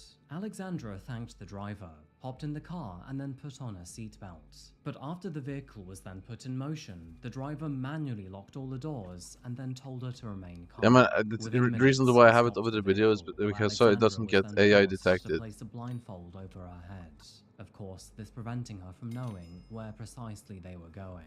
Her abductor then took her to his home, where she was then tragically assaulted. Because if I just have the video raw, I mean, it might get detected, and I get a strike, and I don't want that. She stopped responding to text messages and phone calls. Because for some reason they're very strict about you playing other videos while being live on YouTube. Was able to make contact with the police. And this was after her abductor had foolishly left his phone with her while leaving the property. So, but if you just upload it, then there's no issue. Initial phone calls made by Alexandra to the police. Streaming it, However, no. There would be a third and final call made only several minutes later. No sense. And guess what?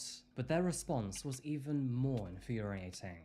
I would just listen to music, but like there is no good music, bro. After the phone call was terminated, Alexandra then called emergency services yet again. The operator picked up the phone to say, "Hello, what's the emergency?" Like I just want to listen to music.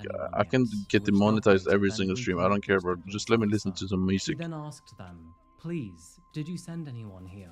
I am terrified. I am scared of the man. He beat me." The officer then responded with, "We did. They cannot fly over to you in 2 minutes, young lady. Stay there, yes? Who are you scared of? Who is he?" Alexandra replied, "I think his name is Popescu Lucian Gabriel. I don't know. I found this. Okay, you can. What do you mean you can? His card, but I don't know if it's him." The officer no, replied, I can't. "Ah, so you don't know that either. Okay, I can. There's literally no good music, no copyrights. Hold on. There's like a few songs from NCS. I don't know. Pleaded for the officers to stay on the phone with her, but that is when he said, "Miss, I cannot stay on the phone with you. We have other calls too.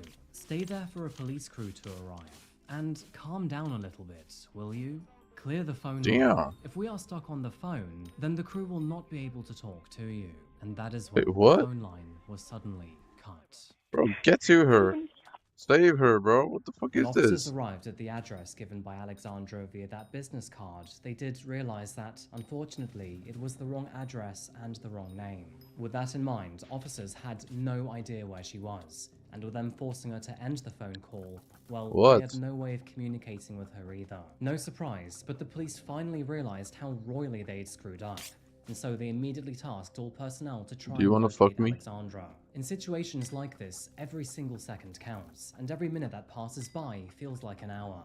And tragically, it would take 15 hours to trace her corpse. The police asked the special telecommunications service to help locate the phone calls, but unfortunately, the coordinates given by the STS covered an area too large to analyze. However, police officers were able to find a car in that area which did seem to match the description given by Alexandra, which was further corroborated by finding this surveillance footage. 60, With that said, this is they would you. eventually This is track you. the vehicle to a property which belonged to a man named What? Gheorghe Dinka, who at the time was a 65-year-old mechanic living in the area. And unfortunately, his other job seemed to I don't fit see the it, bro. story too.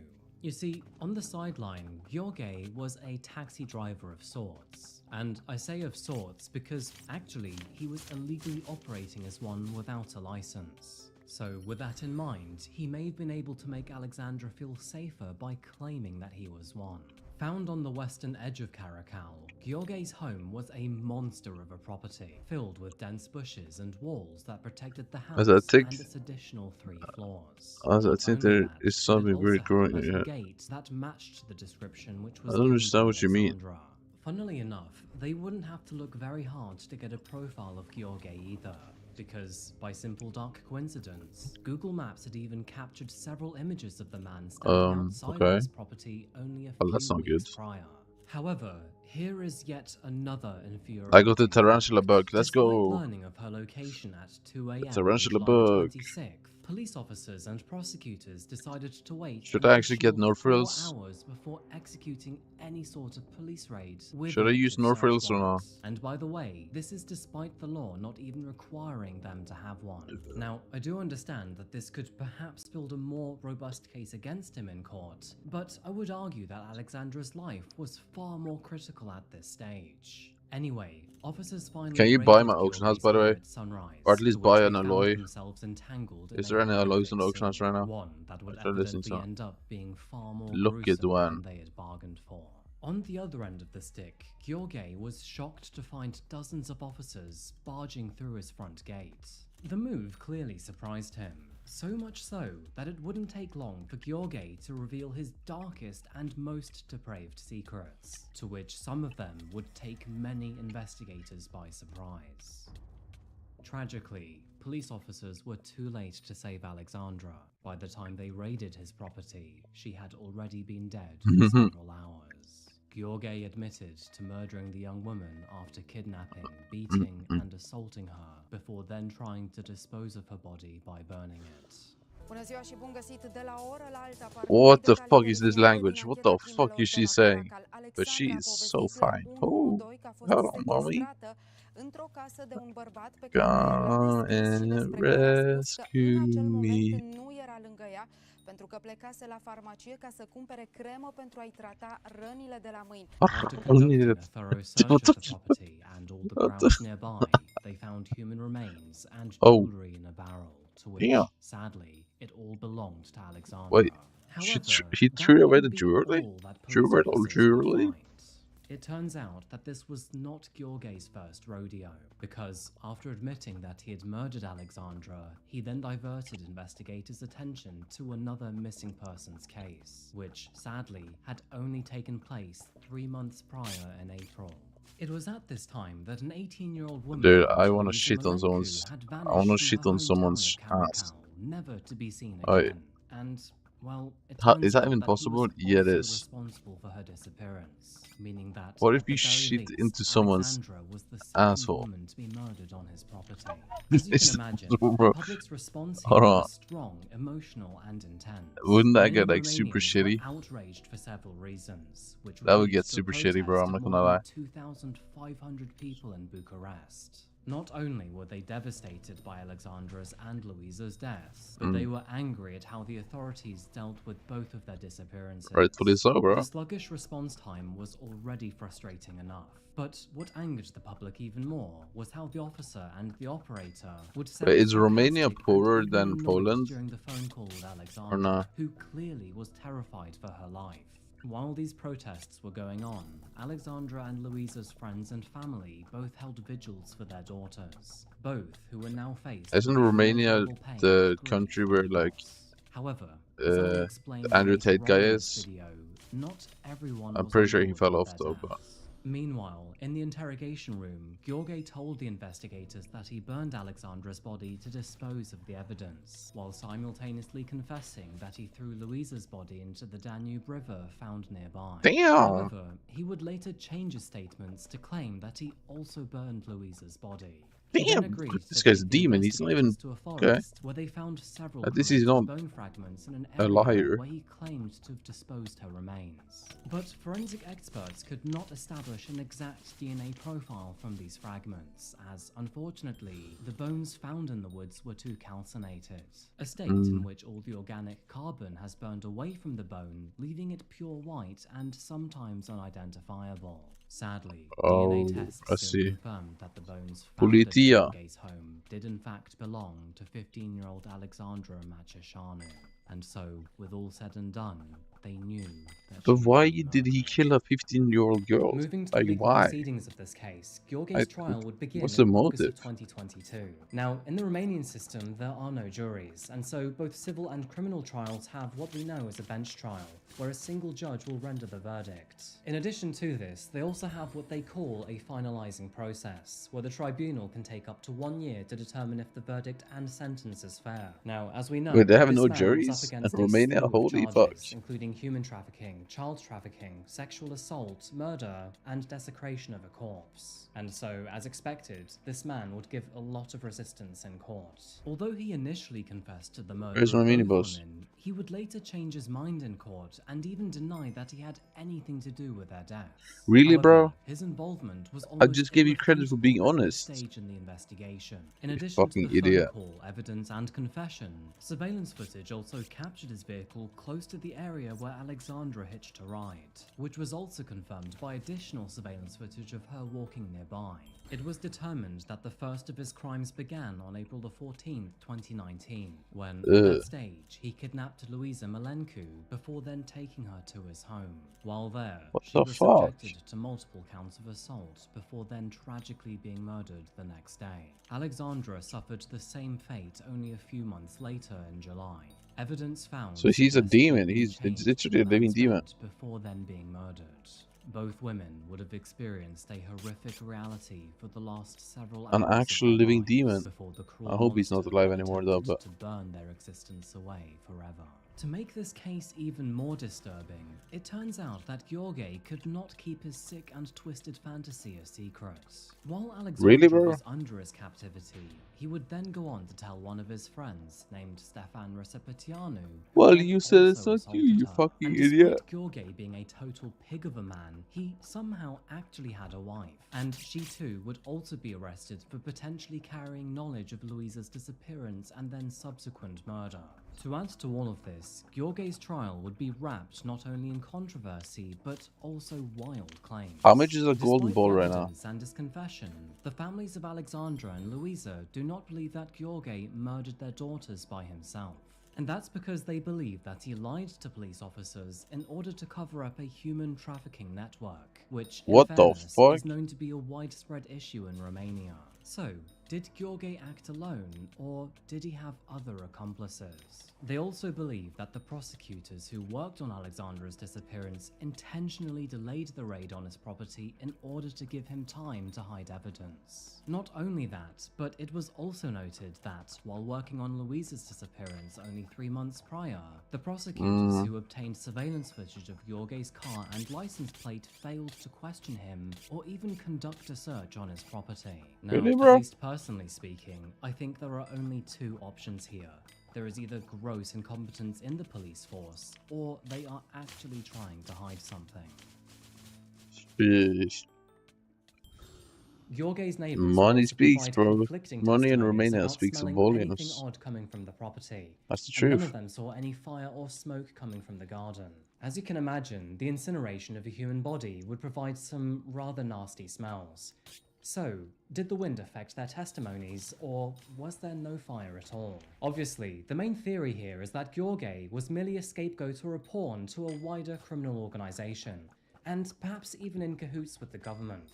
It is also noted here That's fair. that DICOT, which is Romania's homicide agency, made multiple mistakes with the evidence available. And that's because Well, yeah, they made although a fucking Alexandra's huge DNA was mistake. confirmed to be identified Like, wait, in some what of the the dental fuck? pieces inside the burn barrel, some of those results were deemed to be inconclusive. And that's because some of the teeth found in the barrel did seem to exhibit dental work that Alexandra did not have. However, the forensic specialists failed to note this, he hadn't and been to the furthermore, they dentist, or examined does the it, teeth as a whole, or is it using a incorrect destructive match? method that would Oh, render yeah, individual hold on. analysis of each tooth He to hadn't be been to the impossible dentist? afterwards. Despite the uncertainties of these results, DICOT would issue a death certificate for Alexandra, to which her family refused to recognize. Rumors and controversy aside, the judge who was working on this case was absolutely furious, and of course, he had to act on the evidence available. So it's no surprise that Gheorghe Dinka was ultimately found guilty of all charges, and was therefore sentenced to 30 years behind bars. Now, according to Romanian law, a 30-year sentence is the maximum that a person over 65 years of age can receive, which is good enough in this case, because he's considering dead. his age, he will never walk a day free again. In addition to his sentence, the court also ruled that he must pay moral damages of 700,000 euros, which is the equivalent of $722,000 to the two victims' families. Yours really Although his shitting on sentence was dollars not right yet now. final and could theoretically be appealed, I the actually Court want of to search this Appeal up. would ultimately rule that 30 years was not only valid and Is it justifiable, shitting even but hard on it also now? final. Or In no? addition to I'll this, have to his check. accomplice, Stefan Resepetiano, How bad is the was dollar also doing? sentenced to 12 years in prison. It should have been more, in my opinion, but with other inmates knowing why he's there, I am sure his time behind bars will be total carnage. And so we conclude the fate of Gheorghe Dinka. That's Not that he the matters most anyway. His valuable. despicable behavior and actions, which were fueled by disgusting lust and assault, would ultimately end the lives of two young women who were forced to experience pure horror in their final hours. Alexandra Machishanu His right and to Louisa subvert most Malenko valuable were currency bright with young one souls activity. whose lives were lost far too soon. Their dreams, laughter, and love for their families were tragically cut short, leaving behind a nation in mourning. Alexandra's bravery in the face of unimaginable fear stands out very prominently in this case to me. She was abducted, beaten, assaulted, and then kept caged in a room. But despite all of the pain that she experienced, she managed to find a phone, call the emergency services, find clues hidden around the room, and ultimately help solve her murder. It is a terrible shame that the operator and officer were not more helpful during these phone calls, and the least they could have done was provide support and comfort to Alexandra in her final conversation with a human. And I'm not counting Gheorghe here, because that man is an absolute monster. May the memories of Alexandra and Louisa serve as a reminder that no Low one should inflation and suffer as high. they did. And this is precisely why Romania continues to fight for better laws and rights to protect not only its women, but its younger generations too. Sadly, Louisa's grandmother does not accept the tragedy, and to this day, she believes that her granddaughter will eventually return home. As a measure of good faith, she continues to look after her pet dog and anticipates giving him back on her arrival. In the aftermath of this case, Gheorghe's home has since been abandoned, with overgrown weeds covering every fertile corner of the garden. This case would also highlight the serious problem of public transportation, or the lack of it, in the Romanian countryside, and how essential hitchhiking can be to get around. Again, hitchhiking is much less frowned upon in Romania, and this is in stark contrast to some countries which have even made it illegal. Oh For the my record, god. Lucian Popescu, who was the man identified in that business card, was completely innocent and not related to this case. It turns out that he met Gheorghe once when he was a retail estate agent and never even knew the man. By the way, after this case, several officers, including Romania's national police chief, were sacked as a result. Unfortunately, I couldn't confirm if the operator was fired or not, but I certainly hope so. Another side note, but this is yet another case where I've witnessed strange remnants of the story being hidden behind Google Maps. I have to say, there is something deeply odd seeing Gheorghe on screen, ominously staring at the camera a mere few weeks before Alexandra was murdered. To make matters worse, this was after he had killed Louisa.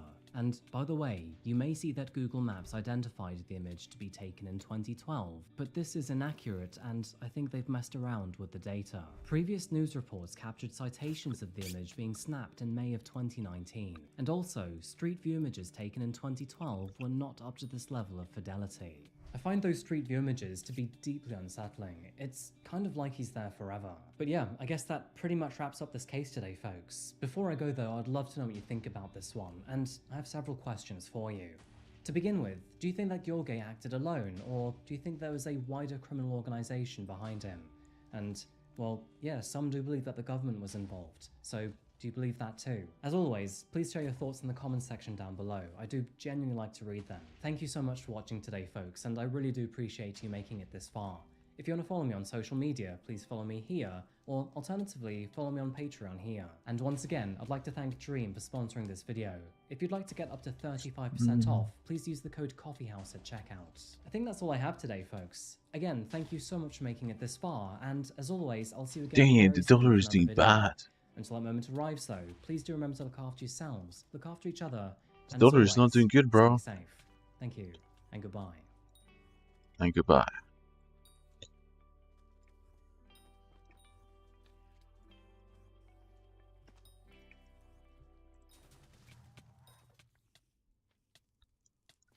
You're under arrest on suspicion of murder. You don't say anything but how many defense don't mention one question. Something What? Yeah, you guilty.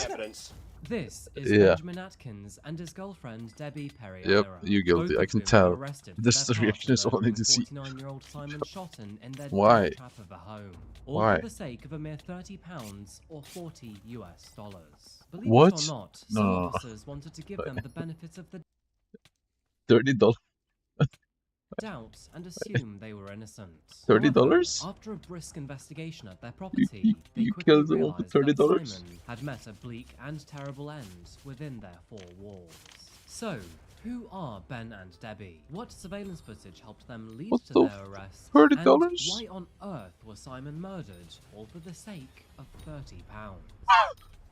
Welcome back to Coffee House Crime, folks. My name is Adrian, and today we're traveling to England's southern coastline to look at a gruesome They must have been story that happened only feeding last year. for the Now, last it's not that hit. often that we come across a case that Bro, seems they to must be have been so feeding senseless and brutal. for the last shot We'll of see what I drugs, mean bro. in a short while. What the fuck? These two really did go to prison for a mere few bucks. By the way, I post true crime, strange, and chilling stories here on a weekly basis. So if you That's like that insane sort of to thing, me. please consider subscribing. It really does help me out.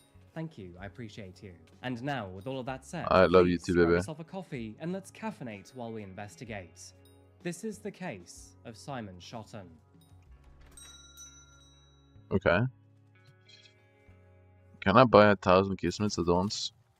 In today's case, we'll be making the most of the British summer by heading down to the southern coast of England. It is an Do I even area have brimming stacked with messages? history, spanning recent scars from 2 world wars right through to the Jurassic era.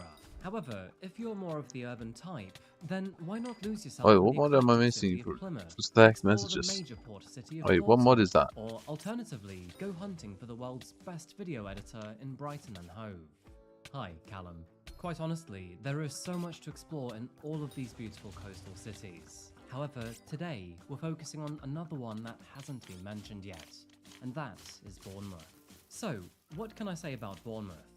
Well, it's a seaside resort town in the heart of Dorset, and with a population I actually don't of understand. 100,000 So residents, it's not a why small am I? Is my settlement by message just any not means stacking? either. With its Is mild climate, a sandy beaches, mod amusement issue here? parks and streets filled with restaurants and entertainment venues, it is appreciated by all who visit. However, despite being a peaceful beach town where many come to relax, Bournemouth was thrust into the spotlight last summer under some pretty horrific circumstances. It was on Explain. August the 26th, 2023, in the Boscombe Beach area of East Bournemouth, that families shied away from their busy Do I schedules go to and enjoy get the British Skyblock? summer sun. Dozens made their way down to the beach via its zigzag trail of manor steps, seeking comfort in the gentle coastal breeze. I'll try and enable some more mods, Decided to take a break including the from the tarantula trees bug nearby. fix. That is when, suddenly, 2 wrapped-up bundles tumbled down the cliff beside her. And, What? as you can imagine, this was highly extraordinary. Curious about what was inside, but also not too worried, she decided to take a look and check them out. Uh-oh. But as soon as she Uh-oh. unwrapped the first package, she was hit with the terrible stench of decay, and what she saw inside was an indiscernible mess. Trusting her instincts, she decided to call the police, who responded by quickly cordoning off the area. And after investigating the tumbled packages, they found that what they contained were the partial remains of a human body. More precisely, a pair of severed legs. The discovery thoroughly baffled Bournemouth police, but outside of the victim's suggested height and shoe size, the legs alone did not provide much more information. As we all know, human remains often come with the chance to recover a person's DNA, and if the person has a criminal record, well, they then might be in the How bad police is my database. FPS gonna get with no Fortunately, friends after only and 5 that days of analysis, Skyblock mode? forensic officers and detectives Oh my, matched it's this gonna be DNA bad. to a man named Simon Shotton, who at the time It's gonna be was so a bad. 43-year-old who resided in the local area. So, what do we know about Simon? Well, the authorities knew him as somewhat of a drifter, and one who struggled to get by, and often lived wherever he could find shelter. Simon had recently served a sentence for drug possession with intent to supply, but was later released on license and monitored by the probation service. Of course, this eventually assisting with his identification. Before the grim discovery, Simon was seen squatting in the rundown Mon Bijou Hotel found on Manor Road. The security guard who spotted him, named Lee Guagualeni, described him as somewhat of a decent guy. In fact, they'd even exchanged Wait, phone what numbers did I so just that Simon download? could avoid the out-of-bounds areas. He didn't want to be a burden on society. It's just that, Right. at the time, he didn't fit in very well. Excuses It was noted and, that just a few weeks before his remains were found, overlook. Simon told Lee that he had moved to a new address on Aylesbury Road, and that, apparently, things were looking better. However, that would be the last time that anyone heard from him. Unfortunately, Simon seemed to struggle from substance abuse from a very young age, but despite his rough childhood and academic struggles, he did turn out to be a rather hard worker as he grew older. Moving into his adulthood, he would take agency, warehouse, and fairground work wherever he could, and would routinely keep in touch with his family, mainly through his mother. To add to that, he engaged in several relationships with women, many of which would eventually result in children. Now, he did do his best to keep in touch with What all happened of to them, Novers? but, put quite Why simply, can I no his longer issues have with it? alcohol and drugs made him a bad father to be around. And that's because his addictions led to a rather chaotic and unstable lifestyle, where he owed money to many people, moved in and out of housing quite regularly, and could never hold down a job. Eventually, general labor was no longer good enough, and he found himself working for the same dealers who fueled his addictions, creating a very vicious cycle. And so, feeling ashamed and powerless to all of it, he decided to shield his family and friends away from his ever-worsening situation, isolating himself far away from their reach. Despite everything, one of his Overlib. sons, named Wesley, remained particularly close to him. And now, at the tender I age never of heard of 19, this in my life. he was to be Overlib. alerted of his father's death. Why Even did I though he need this wasn't now and always not before? around, the time they spent together was special I'm and confused. filled with fun memories. Wesley and his dad shared a passion for everything motorsports related, whether it was cars, motorbikes, or anything else and in between. I Wesley feel also so knew his bad dad for having desperately wanted overlib to turn his life in my around, game. not just for the family, What's that but overlib also from? for himself. But these addictions can be extraordinarily difficult to curb, and it was simply too tough for Simon. His dad was used as a runner for drug gangs, controlled by the higher-ups, and working 12-hour days dealing on the streets. This would eventually lead to his arrest and then his probation, which, as we know, he vanished from soon after in early August. The police did not have much to go on. Unfortunately, You just heard what I all said, they right? had was a phone number and a text message that contained the name of the street that he supposedly moved to. Okay. That being Aylesbury Road. So, the next Aylesbury step Road. was to cross-reference these clues and hopefully find their suspect or maybe suspects. Meanwhile, a thorough investigation was underway to track and locate more evidence, most notably the rest of Simon Shotton's. Well, I actually want to learn something. What if I search up Hero Guesser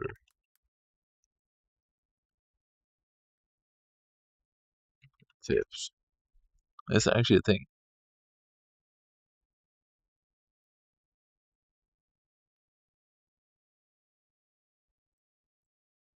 Yo, what's good everyone, it's Zigzag here, welcome back to another GeoGuessr video. It's my first video in a long time which is targeted at new GeoGuessr players. Essentially this is going to be for those who have just started the game and want some really high yield tips for identifying countries which are really easy for experienced players to identify. Before I get into specific country tips, which I have 15 of today, I just want to show you two maps which are very, very important to learn before we get into things. So, first one is which countries drive left and which countries drive right hand side of the road. As you can see in the red, most countries drive right, but those countries which were colonized by Britain and a few others do drive left hand side of the road. That is very, very useful to know. Of course, Southeast Asia is probably the place that is most useful to learn because the pattern is not so easy to identify. Anyway, you can check out that yourself. Also, we have where official coverage is, so basically all these red lines. So this is map making app, a great way to make maps on GeoGuessr, but it also shows you exactly where the official coverage is. All the red lines are places with official coverage. You can see every country in South America minus the Guineas. App, a great way to make maps on GeoGuessr, but it also shows you exactly where the official coverage is. All the red lines are places with official coverage. You can see every country in South America minus the Guineas and Venezuela have it. Central America's a bit mixed, and Venezuela Africa doesn't and have it. Asia are quite sparsely covered, so you just have to learn which countries actually have official Street View. As you can see, there are some countries with tiny bits like China. You shouldn't really worry about guessing those, whereas those countries with a lot of red lines, such as India and, you know, all of Europe, those ones are very much worth knowing that they're in the game. Okay, so with those two out of the way, let's get through to some country-specific tips which are very important to know. Tips which will never fail, which are basically always going to work. So first one here is Iceland. Without looking at this background landscape, which is super Icelandic, there are two tips which really help. Number one, you have this yellow bollard. I think Iceland's the only country that has full yellow bollards like this. So these are super useful. They show up basically in like maybe 70% of Icelandic rounds. Super useful. And then combine that with the kind of dark gray soil, which is very Icelandic, and the white car with a long antenna. Now you can see the brake light here and this little bit of white. The white peeking through can also be seen in the blur. You guys can see the dirt around it kind of appears like a white ghost, and then a longer antenna with ribs on it. This one is Icelandic, and you can find it in many other countries, but in Iceland 100% of frames will have this one provided they're on a road. So very, very useful stuff, and Iceland becomes super recognizable, not to mention this landscape, which is quite simply like nowhere else. But yeah, guys, you should never fail it once you know these four things. Okay, next one here, we have Ghana. Ghana is a country which is already pretty easy to identify. It's very green, it has all white road lines, you're driving right-hand side of the road, and you're in Africa. However, one tip that literally encompasses 99.9% of Ghanan rounds is that you have a roof rack with a tape, a black tape on the end of the roof rack on the top right here. So the front right roof rack has black tape on it. The only other place you can find a black tape on a car is in Reunion Island, and trust me, the two places look very different. If you see a black tape on a car, strongly consider going Ghana, because it's only in those two places, and most times you see it, it will be in Ghana. And I'm telling you guys, every Ghana round will have this, so if you think you might be in Ghana, do look down, because, you know, as much as we don't like car meta, it is very useful. Eventually, you'll be able to recognize Ghana with no problems without the car, but when you're learning, it's very useful to know. You don't want to miss out on those easy points. Okay, next one here is Nigeria. Now, Nigeria has a bunch of different Google cars. You can see this massive blurred one here. However, the most underrated tip, which I see new players missing on Nigeria, is that you always have a police car following you. I would say at least 95-ish% of rounds include the Toyota Hilux follow car in some regard. It's sometimes white, it's sometimes black. However, it should always have this red and blue light on the top of it, and yeah, it's going to be following behind the Google car. So if you pan this way to the front of the car, you're not going to see it. However, behind, you will see the Toyota Hilux. It's super useful stuff, and honestly, if you're considering Nigeria, look for the police car because most times you will see it. Next one here is Guatemala, another country where the coverage is stuck back in 2016 or in that kind of earlier Generation 3 camera era, and so therefore we have a roof rack again, and we have the silver car with rear view mirrors. So this car has some similar equivalents such as Kyrgyzstan, which I'll show next, and also Laos. However, this specific design with the kind of thick black rear view mirrors is very much only found in Guatemala, and if you combine it with looking at the landscape, you should always be able to get Guatemala with this. It is unique, you just need to learn the slight differences between the other two. However, the main point is that 100% at this stage of Guatemala rounds include this Google car, so it's super useful to learn. Next one here is in Kyrgyzstan. You can see the Google car is relatively similar. I think the front blur should always be perfectly round like this, but in any case, you can see more of the silver car here, and the rearview mirrors definitely are a little bit less chunky. So yeah, that is the car that you'll always have in Kyrgyzstan as well. Basically, these two are countries that are just stuck back in 2015, 2016 coverage and always have this this roof rack car. Super useful to know, super high yield, so definitely remember those two.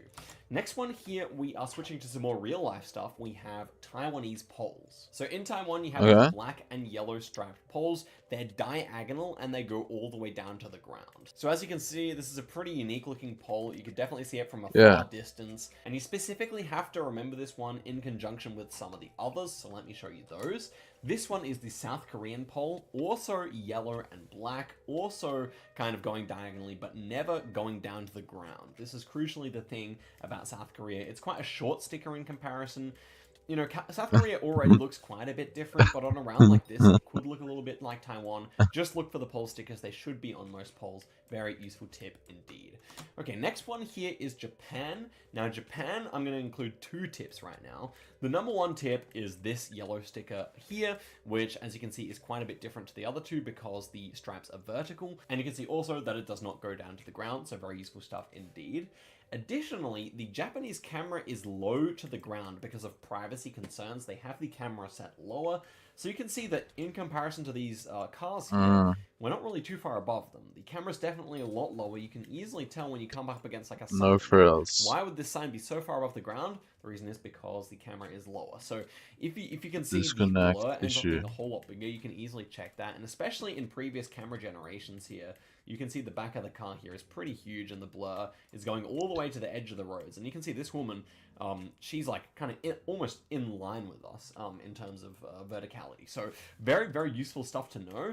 Now there are other countries that also use low camera as well. So let's talk about those. Switzerland also for privacy reasons uses it, and you can see it. Wait, no, I'm kind of missing out on what he's saying. Specifically have to remember this one in conjunction with some of the others, so let me show you those.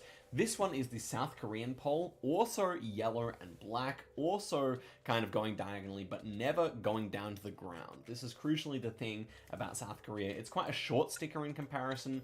You know, South Korea already looks quite a bit different, but on a round like this, it could look a little bit like Taiwan. Just look for the pole stickers. They should be on most poles. Very useful tip indeed.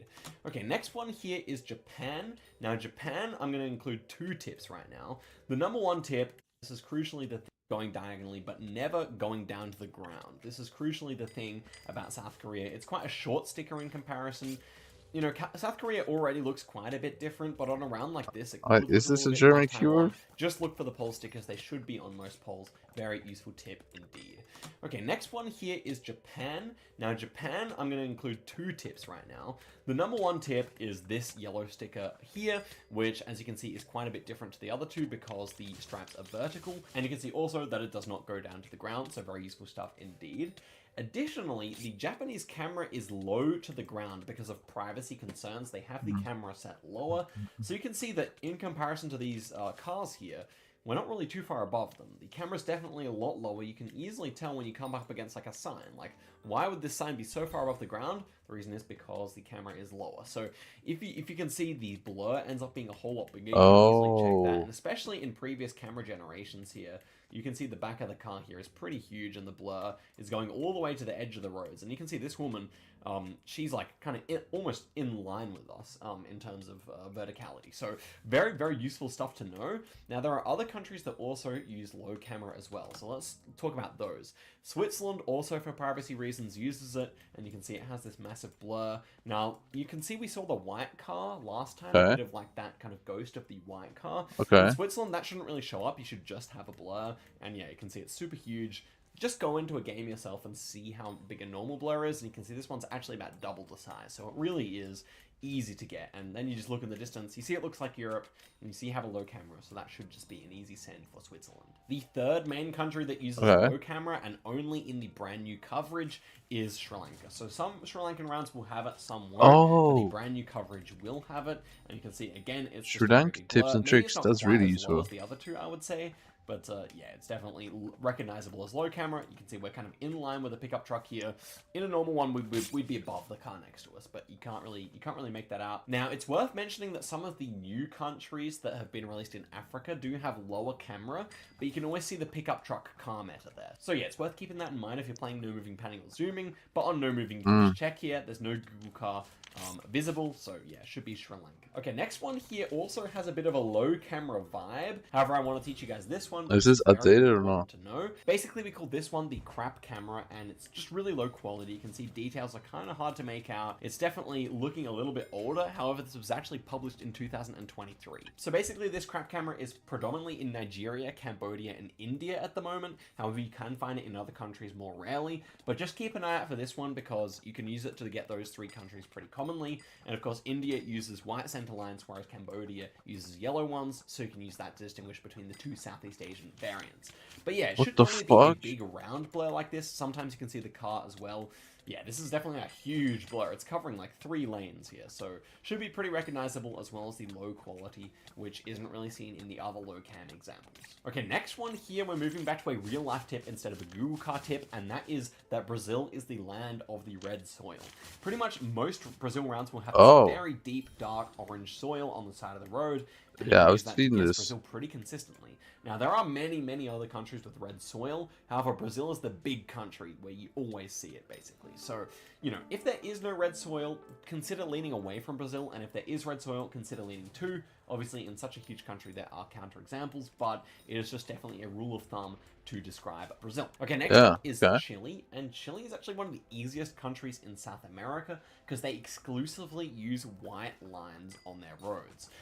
There are a few counterexamples. For example, sometimes they'll use all yellows, as in yellow in the middle and on the outer lines. But basically, Chile should be using all white lines most of the time, and that is unique for the Americas. Indeed, in Brazil, in Argentina, in Colombia, in Mexico, they're using a yellow center line, whereas here in Chile, they distinctively have this scheme, which looks more European. So very useful stuff. Can get you a lot of free points if you're cognizant of it.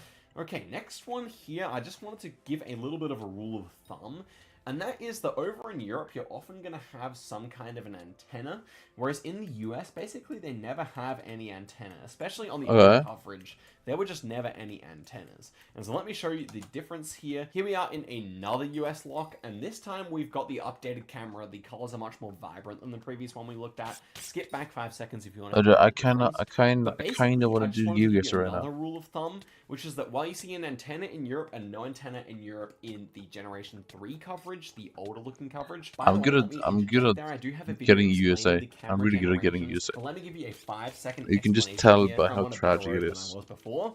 But basically, you can see that back in 2011, they were using this kind of coverage where there is no Google car and everything's a little bit less vibrant. If you skip forward to Generation 4 coverage, then you can see that the sky gets a lot more blue and everything becomes a lot brighter. There's higher contrast. And yeah, this is what Generation 4 camera looks like. And so yeah, that is what I meant by Generation 4. So in this new coverage in the US, it's a ludus. What the fuck are you saying? Africa, you can see that there is the bonnet or the hood of the car visible here. So when we see this little smudge here, we can deduct without seeing anything else that we are driving right-hand side of the road because we see the center lines here and we see the front of the car, meaning the car is driving this way. Whereas in Europe, we can see the back of the car. So here we can tell basically that we are driving right-hand side of the road because the back of the car is more so on the left-hand side of the road, meaning in the front, we are driving right. So yeah, this back is what I was talking about for Europe and Africa, namely South Africa and all of Europe have this one. And yeah, I mean, there are exceptions, but 98% of the time this should be consistent. Interestingly, it's something that was kind of discovered quite a bit later on, but it is very, very useful indeed. Just keep an eye out for that. Look for the back or the front of the car once you get a little bit better, and it can really help you out. Okay, that was a bit of a tangent, but let's move back to some real life stuff again, and here we have Dutch yellow plates. The only ones you need to worry about in Europe, apart from Netherlands having yellow plates, is Luxembourg, which has all yellows.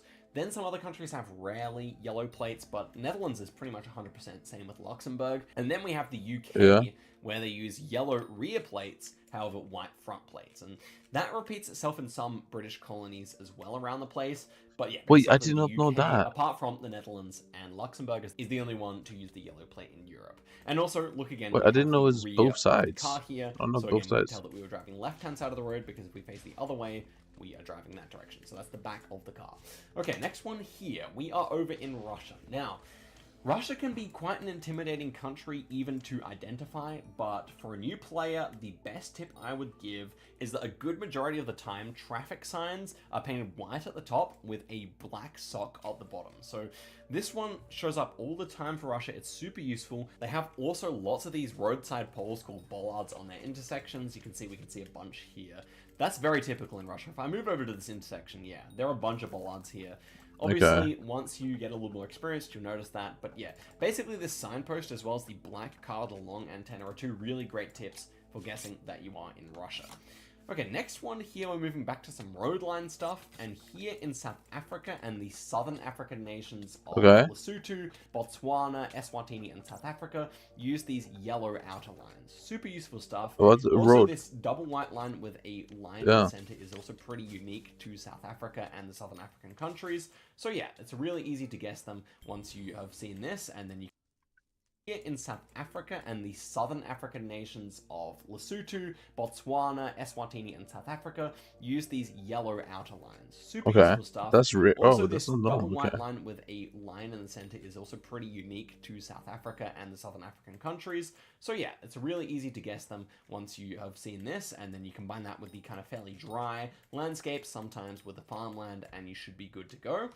Also, in addition to that, in countries like Jordan, the UAE, Israel, and Palestine, you also have yellow outer lines. So that's what you have to watch out for. However, the landscapes tend to be pretty different, so you should be good in that regard. Yeah, 100%. Also, Jordan, for example, always has this black car with no antenna at the rear, so you can definitely guess Jordan based on that. Here is a better example of it. So yeah, definitely keep that in mind for guessing Jordan specifically. Coming up to the final tips here, but another country you can really easily identify by the Google car is that of Mongolia. Mongolia either has this white one with the roof rack. Yeah, that one is super telling. That's the less common one, but you can definitely see that more so towards the capital city.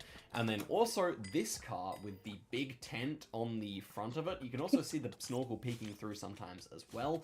And yeah, and also has a spare tire at the back as well, yeah, worth keeping in mind. And this one is the Mongolian Google car. This is the main one, and super easy to remember, right? This tent, one of the first things I ever learned about GeoGuessr. In fact, one time I'd been playing GeoGuessr a little bit recently, and I went to dinner with my friend who still, like, plays a little bit of GeoGuessr now and then.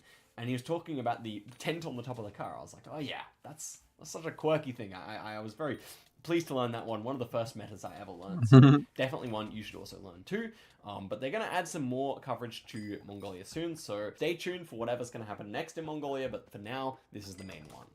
Okay, and I think this is my final tip for the video. I don't know if we may have gone over 15 a little bit, but here we are at Italy, and we have the Italian license plates. Wait, so I Italian see license that. plates have blue on both sides. Now, you can see that in France as well, pretty commonly. But the Italian front license plates are notably shorter than their back ones. So if we compare this one, it's definitely like only 2/3 the length of this one on the left here. So definitely keep that in mind. It's one of the only short plates in the whole of Europe. Now, Europe tends to love using these longer plates with the blue strips on them, obviously, from the EU. So you got to keep those in mind. And definitely over in North America, US, Canada, Mexico, they use these shorter style of plates, obviously without blue strips, so you can definitely keep that in mind. And yeah, the length of plates is something you learn as you go along, but that rule of thumb of longer ones in Europe and shorter ones in America is definitely useful. And again, here we have the back of the car, meaning we're driving right-hand side of the road through this parking No, lot. I need to test. I need to test me a game now with my new knowledge. Please, you guesser. Hold on, pull up this. I got new knowledge. Surely I'm gonna be good. Surely, right?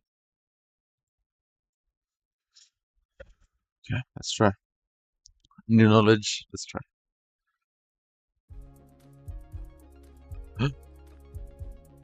Did I just learn about this? No, I didn't. Double white. No, I don't think I did. Red sand, though.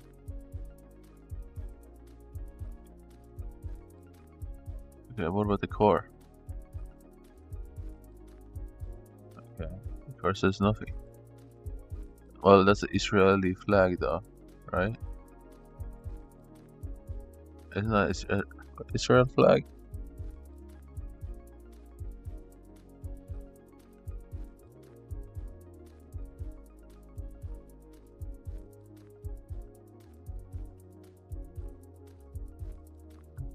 Wait, what? That is not an Israeli flag, baby.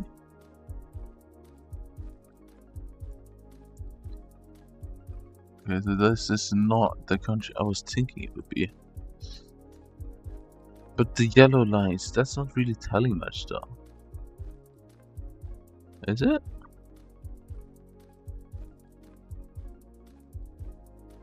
Oh, no, really. I'm gonna just put Canada because I don't know.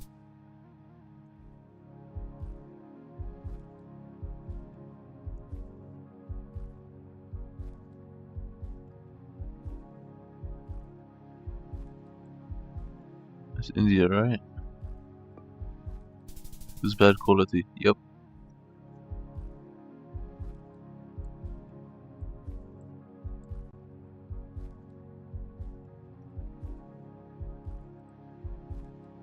It looks like the US. What? How old is this picture? What the fuck?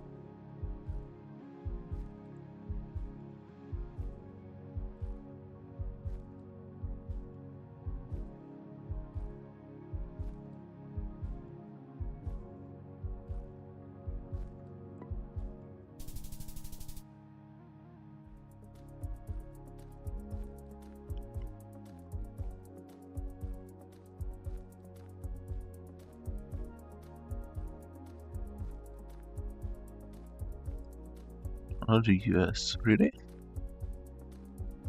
Wyoming. No, it's not. Australia. Perth. Okay, that was actually a very beautiful place. That makes sense. Okay. I get that somewhere, yeah. This is really low down, though, isn't it? No, it's not, actually. That's pretty normal. Alright.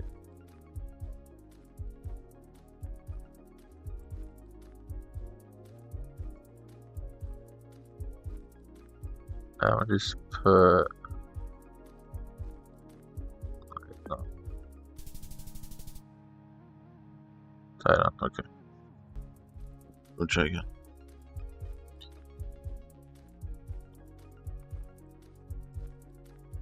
Oh. Uh-oh, uh-oh, uh-oh. It's one of those cars. Oh, uh-oh, uh-oh. Does that mean Ghana? Was that Ghana then? I think there was other countries that did the same though. Right. I'm gonna put it in there and see. Yeah, what was Guatemala? Guatemala, that's right. Guatemala.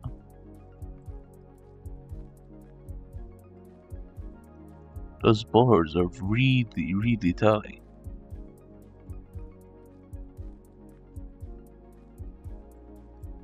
Right, are those borders? Yeah, those have to be country specific.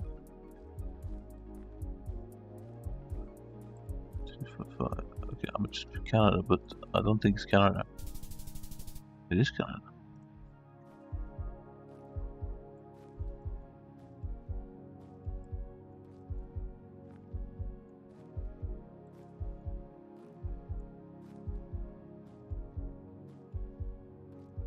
Quality is really bad too, though.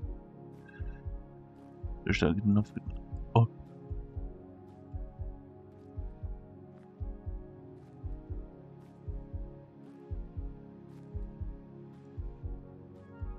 But I actually don't remember.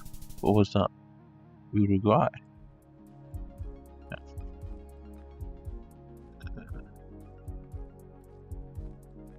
Wait, is it that much? Wait, how much is it on the auction house? Is it doesn't it insta sell right now? My pan.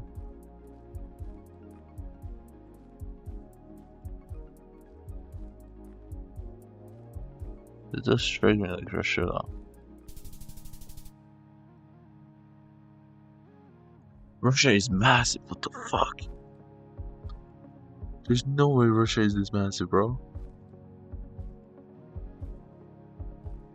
How is Russia this big?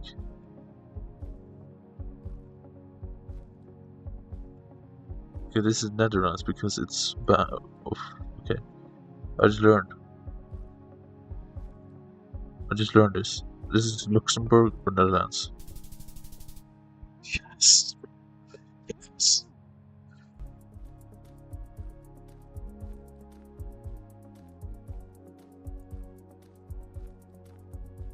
There's blue on that though. Is there any tips and tricks here? I'm guessing like 1.2 bill. Is it actually that much? Is it selling for that or not? Poland. Thanks for learning something. Yeah, you were right. I'm just kind of if I don't understand, then I'm just picking something and then to learn. I see. What is this road, bro? Right.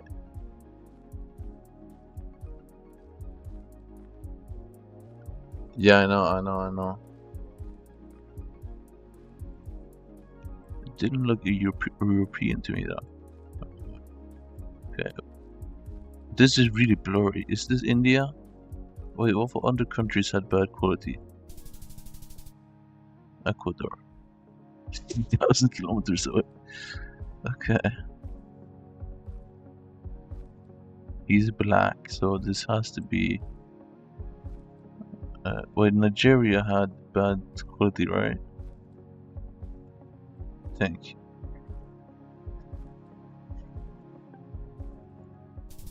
Yeah, Nigeria has bad quality, right? Okay, Ghana.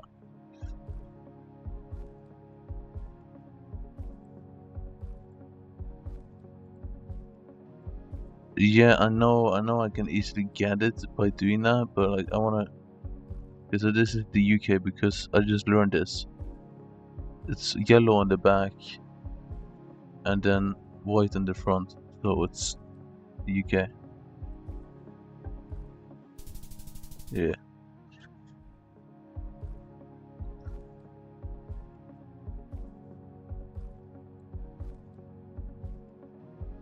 This is Europe. This looks. Wait, this looks like a big city. Wait, is this France? Oh, what is that?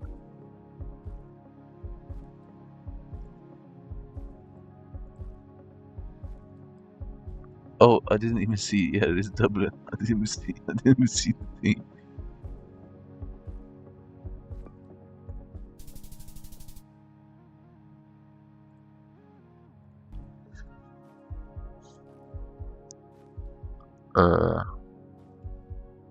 Helsinki? Oh shit. Where is Helsinki again? Is that in Greece? I don't think so, right? No, it's not. Oh, wait, Helsinki. I mean, that is a massive place. Where is this? Helsinki.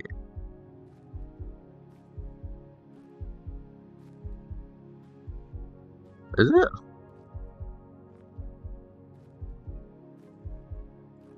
It is. Should we find that building too?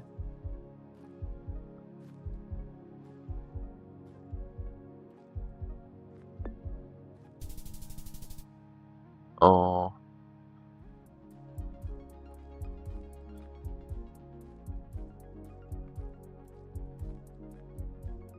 This road is trash, bro. This has to be a trick. Wait, concrete poles. Wasn't that Peru?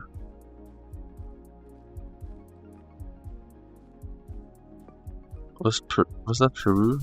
No. Romania. Wait, what?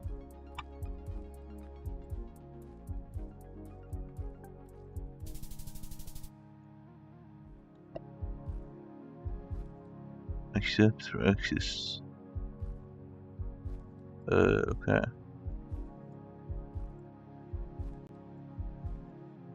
Okay, so that is not. Oh, yeah, it is, right? This is the UK again, right? Because the sign for the car. Let me see again. It looks like the UK anyway. What just happened? Wait, what just happened?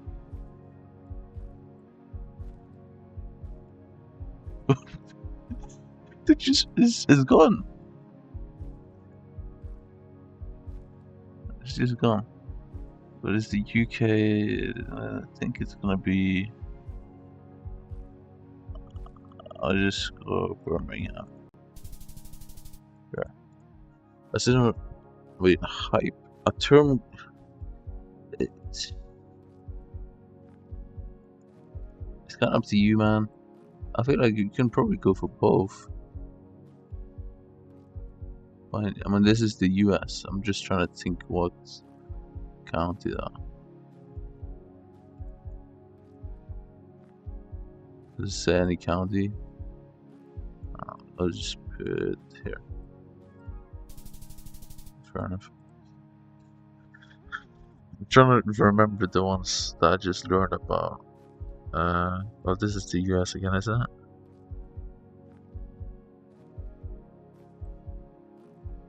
Is it the US? Or Yankees?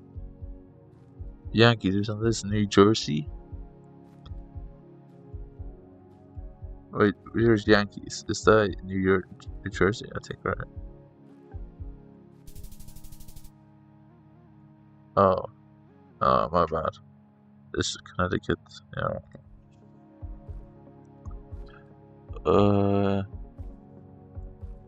Okay, so this is either. Is this Jordan? Where is that?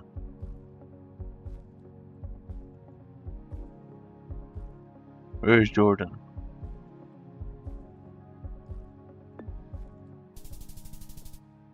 Wait, what? Bolivia? That did not look like Bolivia. Okay, so this is Sweden, I think. Sweden?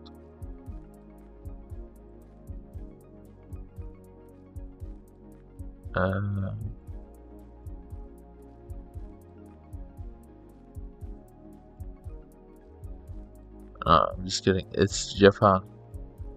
It's Japan because you can see the low camera. I just learned this again. Yeah, it's so far down. Camera. Is there a big place in Japan? Because this looks like a public attraction. Is this Tokyo? I don't think so. I don't think this is Tokyo.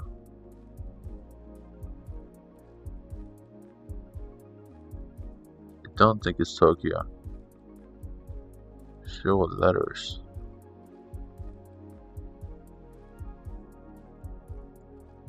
I mean, this has to be some big place, but it doesn't even say English here. Yeah, it is Japan.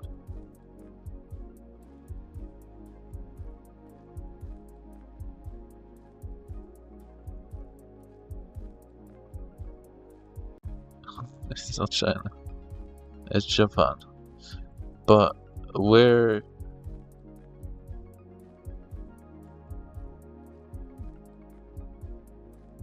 Did I just guess Tokyo? I mean, did I just be a basic bitch? I guess fair enough. Not bad. What is this island, bro? What the fuck? What island is this? We really just left on the island right now, man. They left us there.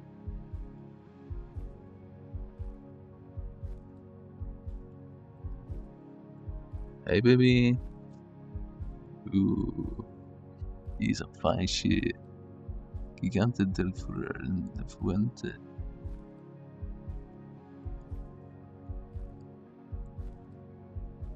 Hey, Ank. Is there...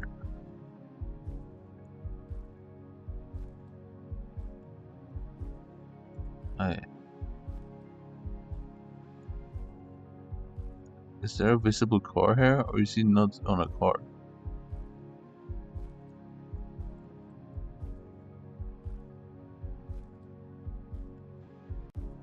This is definitely not Iceland. There's no way this is Iceland. It's so deserted though. There's literally no hints.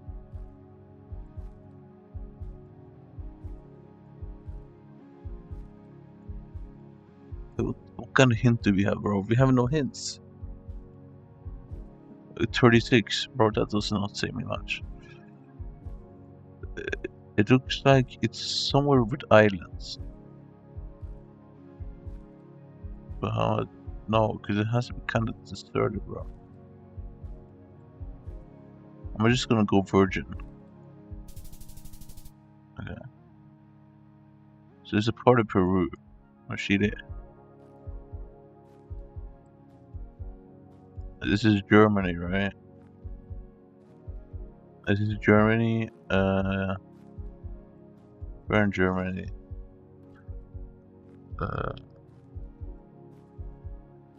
Let's see.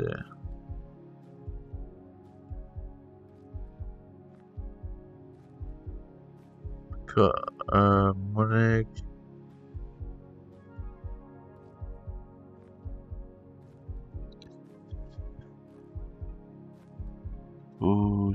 Munich.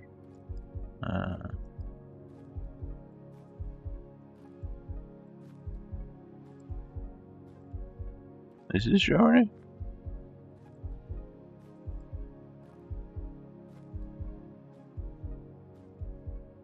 American? Excuse me? American? What do you mean?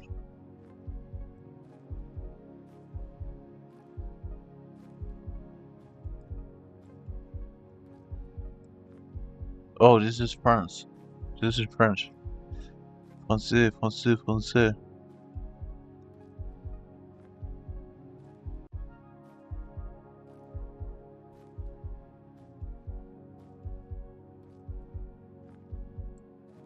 Wait, wasn't that what I just saw? So where's the bridge?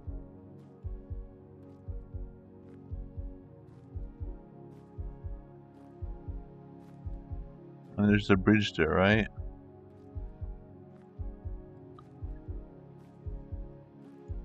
That's the road that leads down to here.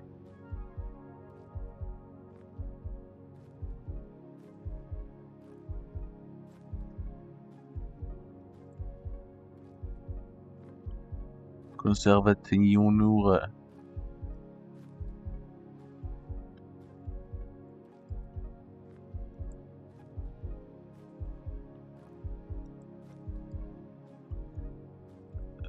Yeah, basically.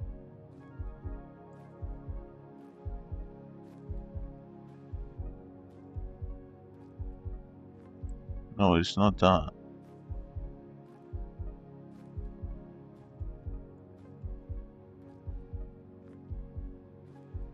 Is that?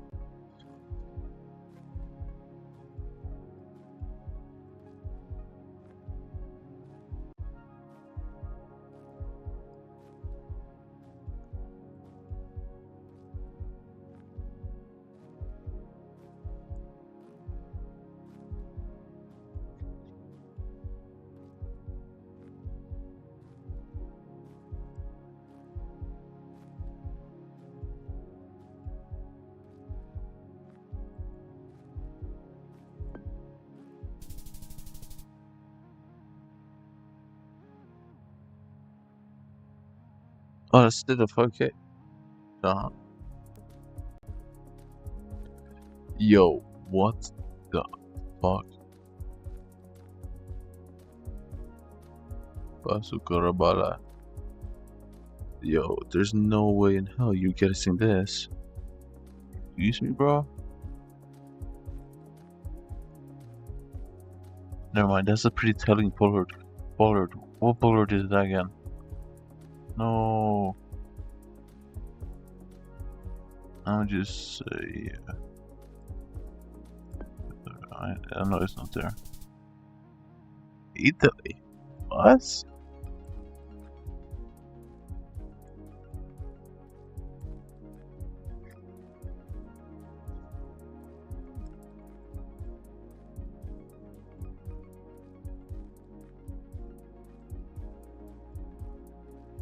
Oh, that guy is dead end private road.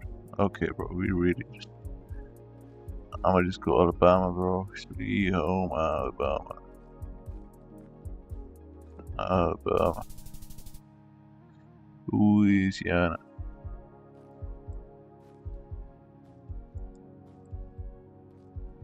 Fly? Buzz?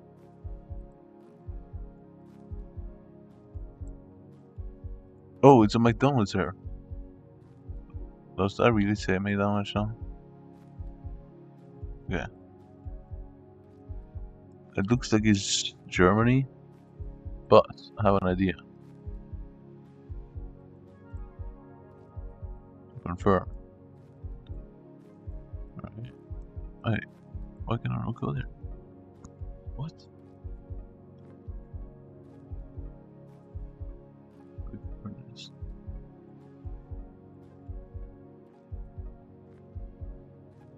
Wait, what was the way to confirm again in Germany? I know it's Germany, who cares?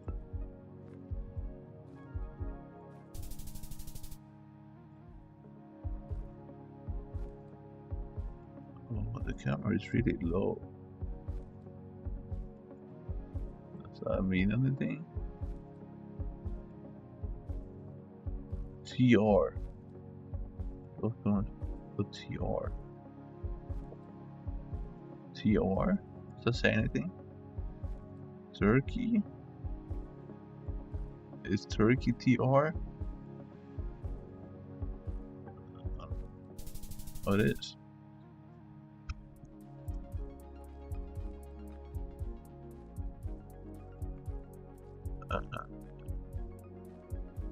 Yo, this is a crazy type of road setup. What the fuck? Is this Japan? No, it's not, because the cars. You, right?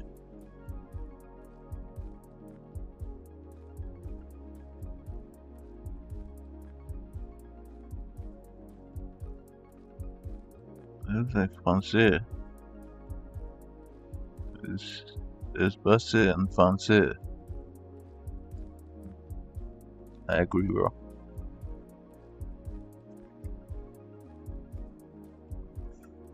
Let's say...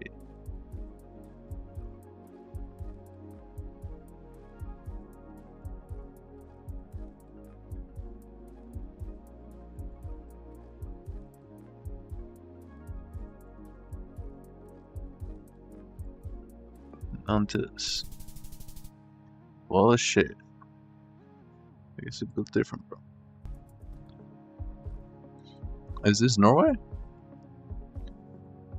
Yeah, this is Norway for sure. This is definitely Norway. You can look how bright it is, how clean and everything, bro. It has to be Norway, man. Look, bro, it's so Norwegian. What flag is that? That's a Norwegian flag. I knew it, bro. Oh, you are not making it. He's not making it to Tour de France. Bro, you're not making the gang. What just happened? What? If I had to guess, I'm actually gonna go South Norway. This. Am I? I don't think so. I'm gonna go.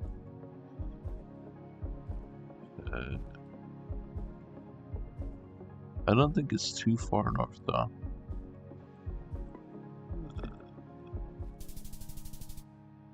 Oh, I should have gone south. Fuck you, game. I'll be on an island, so.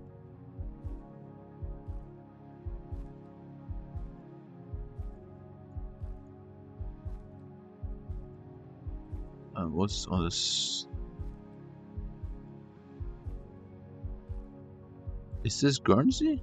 Whatever the island was?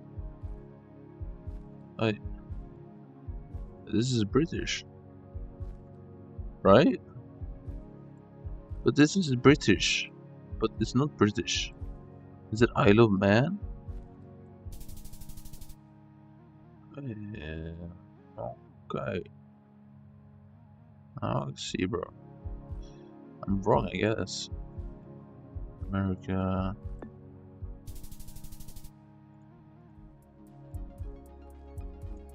Let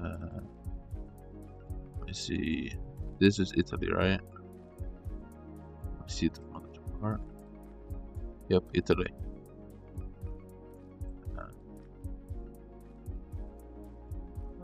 Really nice place too, though.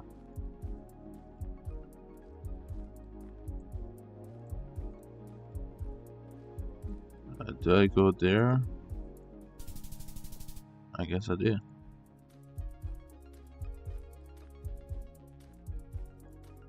Something here is really telling. I don't know what it is. What is it?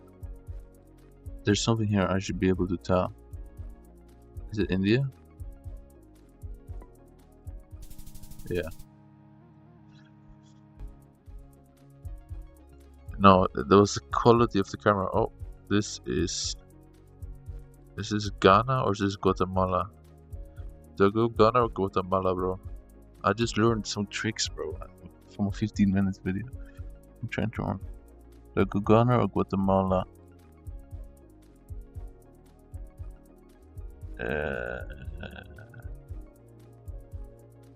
I would probably lean more towards Ghana.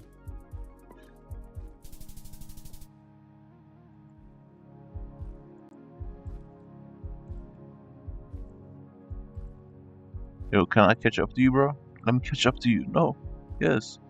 But he actually drove past him. Hold on. Marbeiten. What the f... Did they kill someone here, bro? I guess this is just Germany, right? But... Right? Has to be.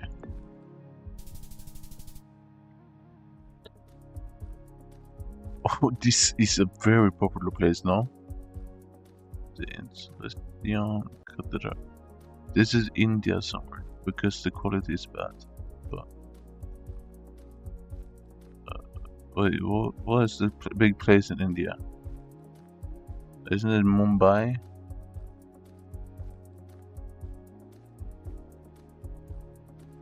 I think it's Mumbai, right?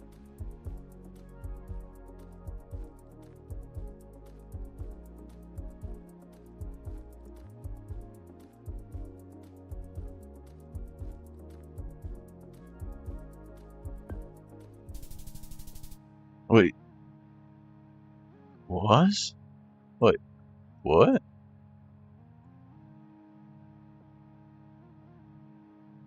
Really?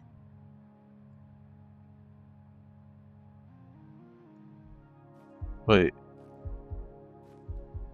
Why is that in Moscow? That doesn't look Russian at all. That doesn't look Russian at all. What?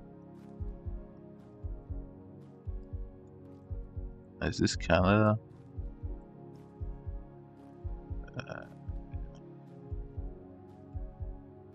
I still don't really understand the coverage points of Canada. I'll just go Montreal. Where is it? I like me Montreal, I guess. Slowly Montreal. Oh shit. That must probably. Bro, it doesn't look Russian though.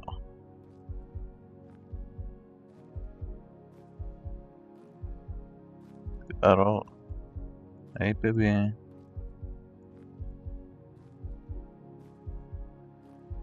Mission. I'm actually kind of clueless on this. I think there is something though.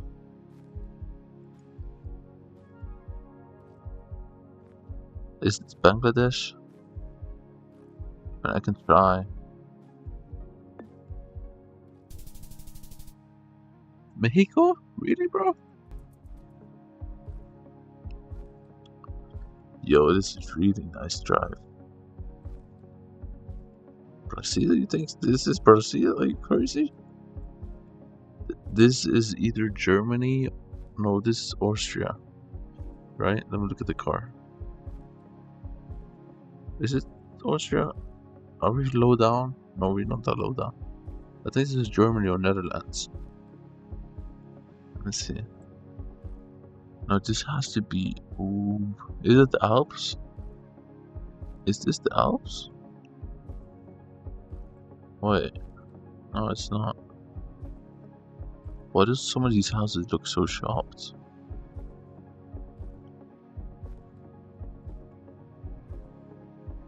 Genslik.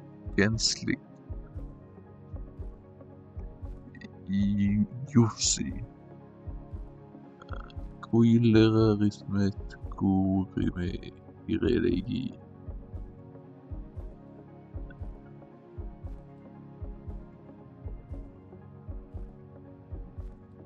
It might be Brazil. It's red sand. There is red sand. Actually, you're right. I'm just. You're not right. You're not right. You're not right. I hate you.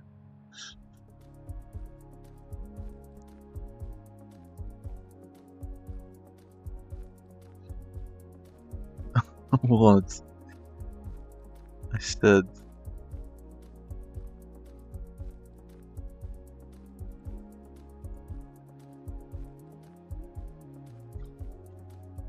Isn't the quality here quite bad? Is it? Is the quality bad? It is kinda. I mean, we can try India. It's the quality. Nah, I kinda forced it. I'm not gonna lie.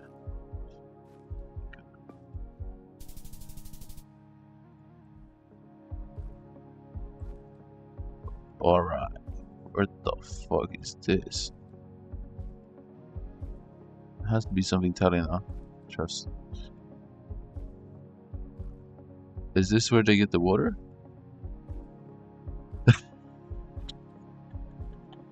Ah, nice.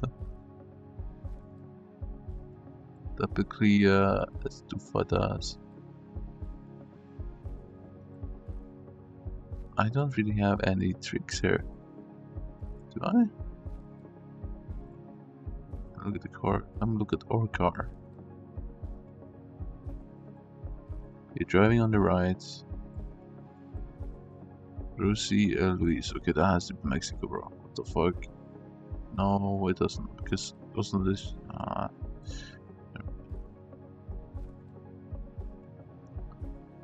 Oh. Hey. Oh, I think this is Mexico, actually.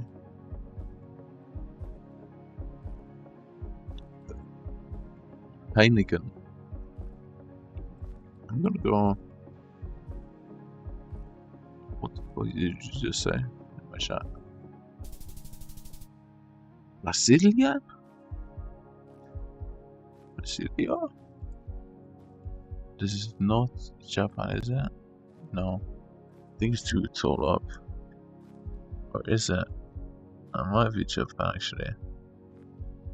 I'll give it a shot. No, there's no way because there's tagging. They don't do that in Japan. Come on. They don't do that.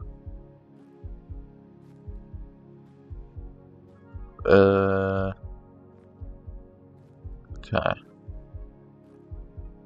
Let's see.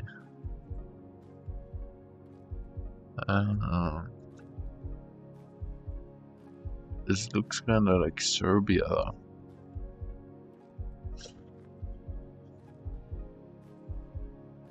think France? Yo, this is a massive building. What the fuck is this?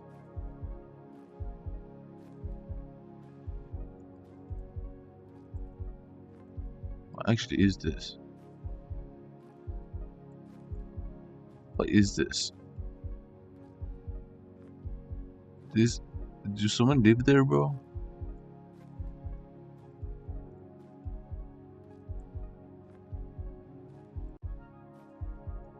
You can't get a station Deedroot. Get to the Deedroot. Station Deedroot. What the fuck is Deedroot?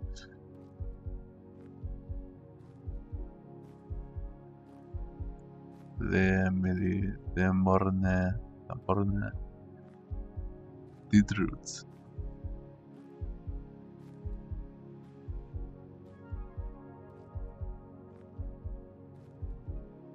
Isn't there like a lot of trains in France? Deedroot.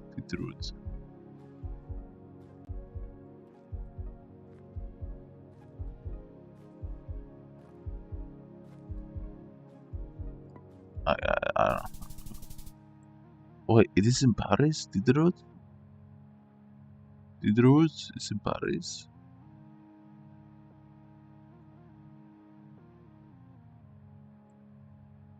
Was? Andorra? Is this Andorra? Let's have a look. No, it's not. Well, no, the camera is very low. You see, yeah, very low camera. Takayama Kamikushi. Okay. Kamikushi. Takayama Kamikushi.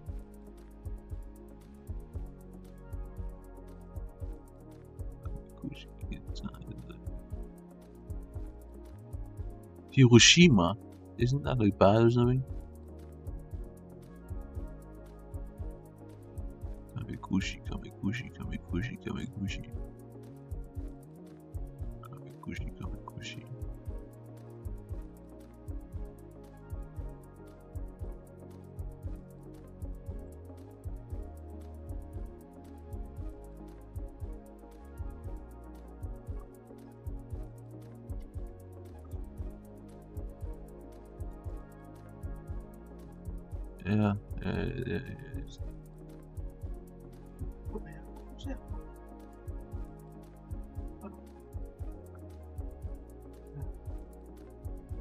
Yeah. Yeah. Kashibi Yamanikiza Kamikuchi Katapatata Kamino Leshimana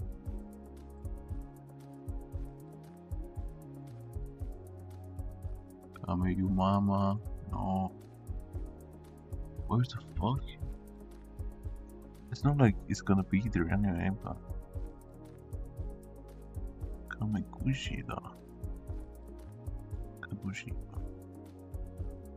Am I tripping, bro? Where is this?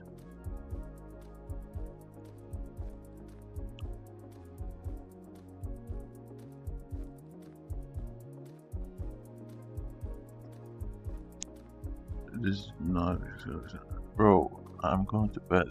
I just had to practice one of these skills.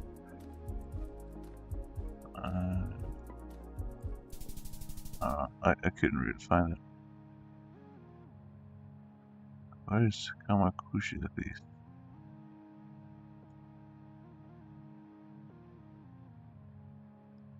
No, it just doesn't show up, okay? Yes.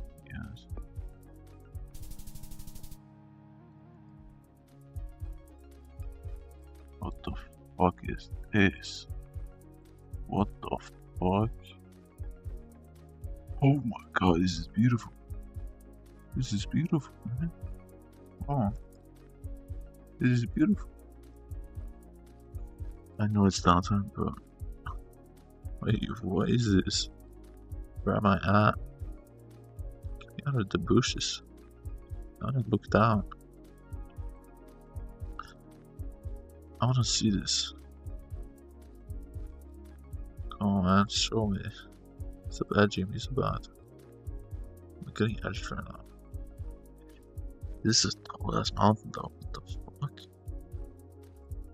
What mountain is this?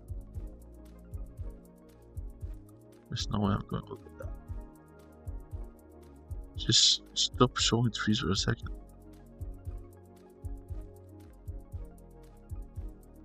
This is just all this. What is this? Finally, because I'm just seeing how tall it is. Yeah.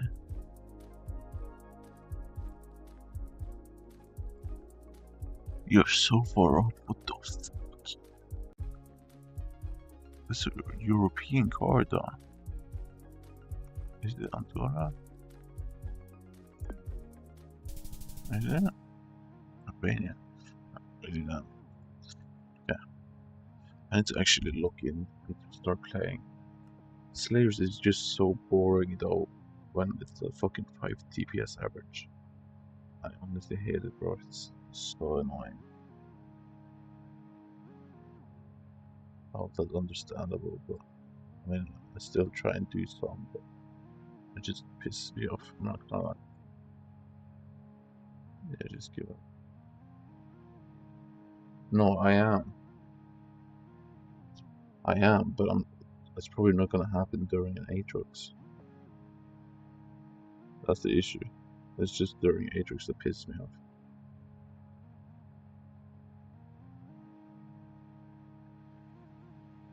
I'd rather do it outside of Aatrox with the worse rates.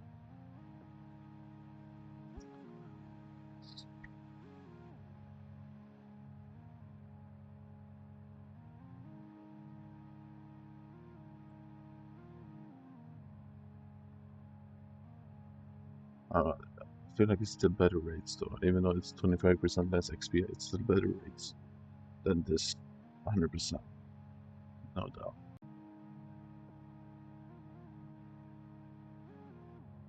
Alright. I would go and fuck some guys right now. I could fuck some dudes. Good night, Sean.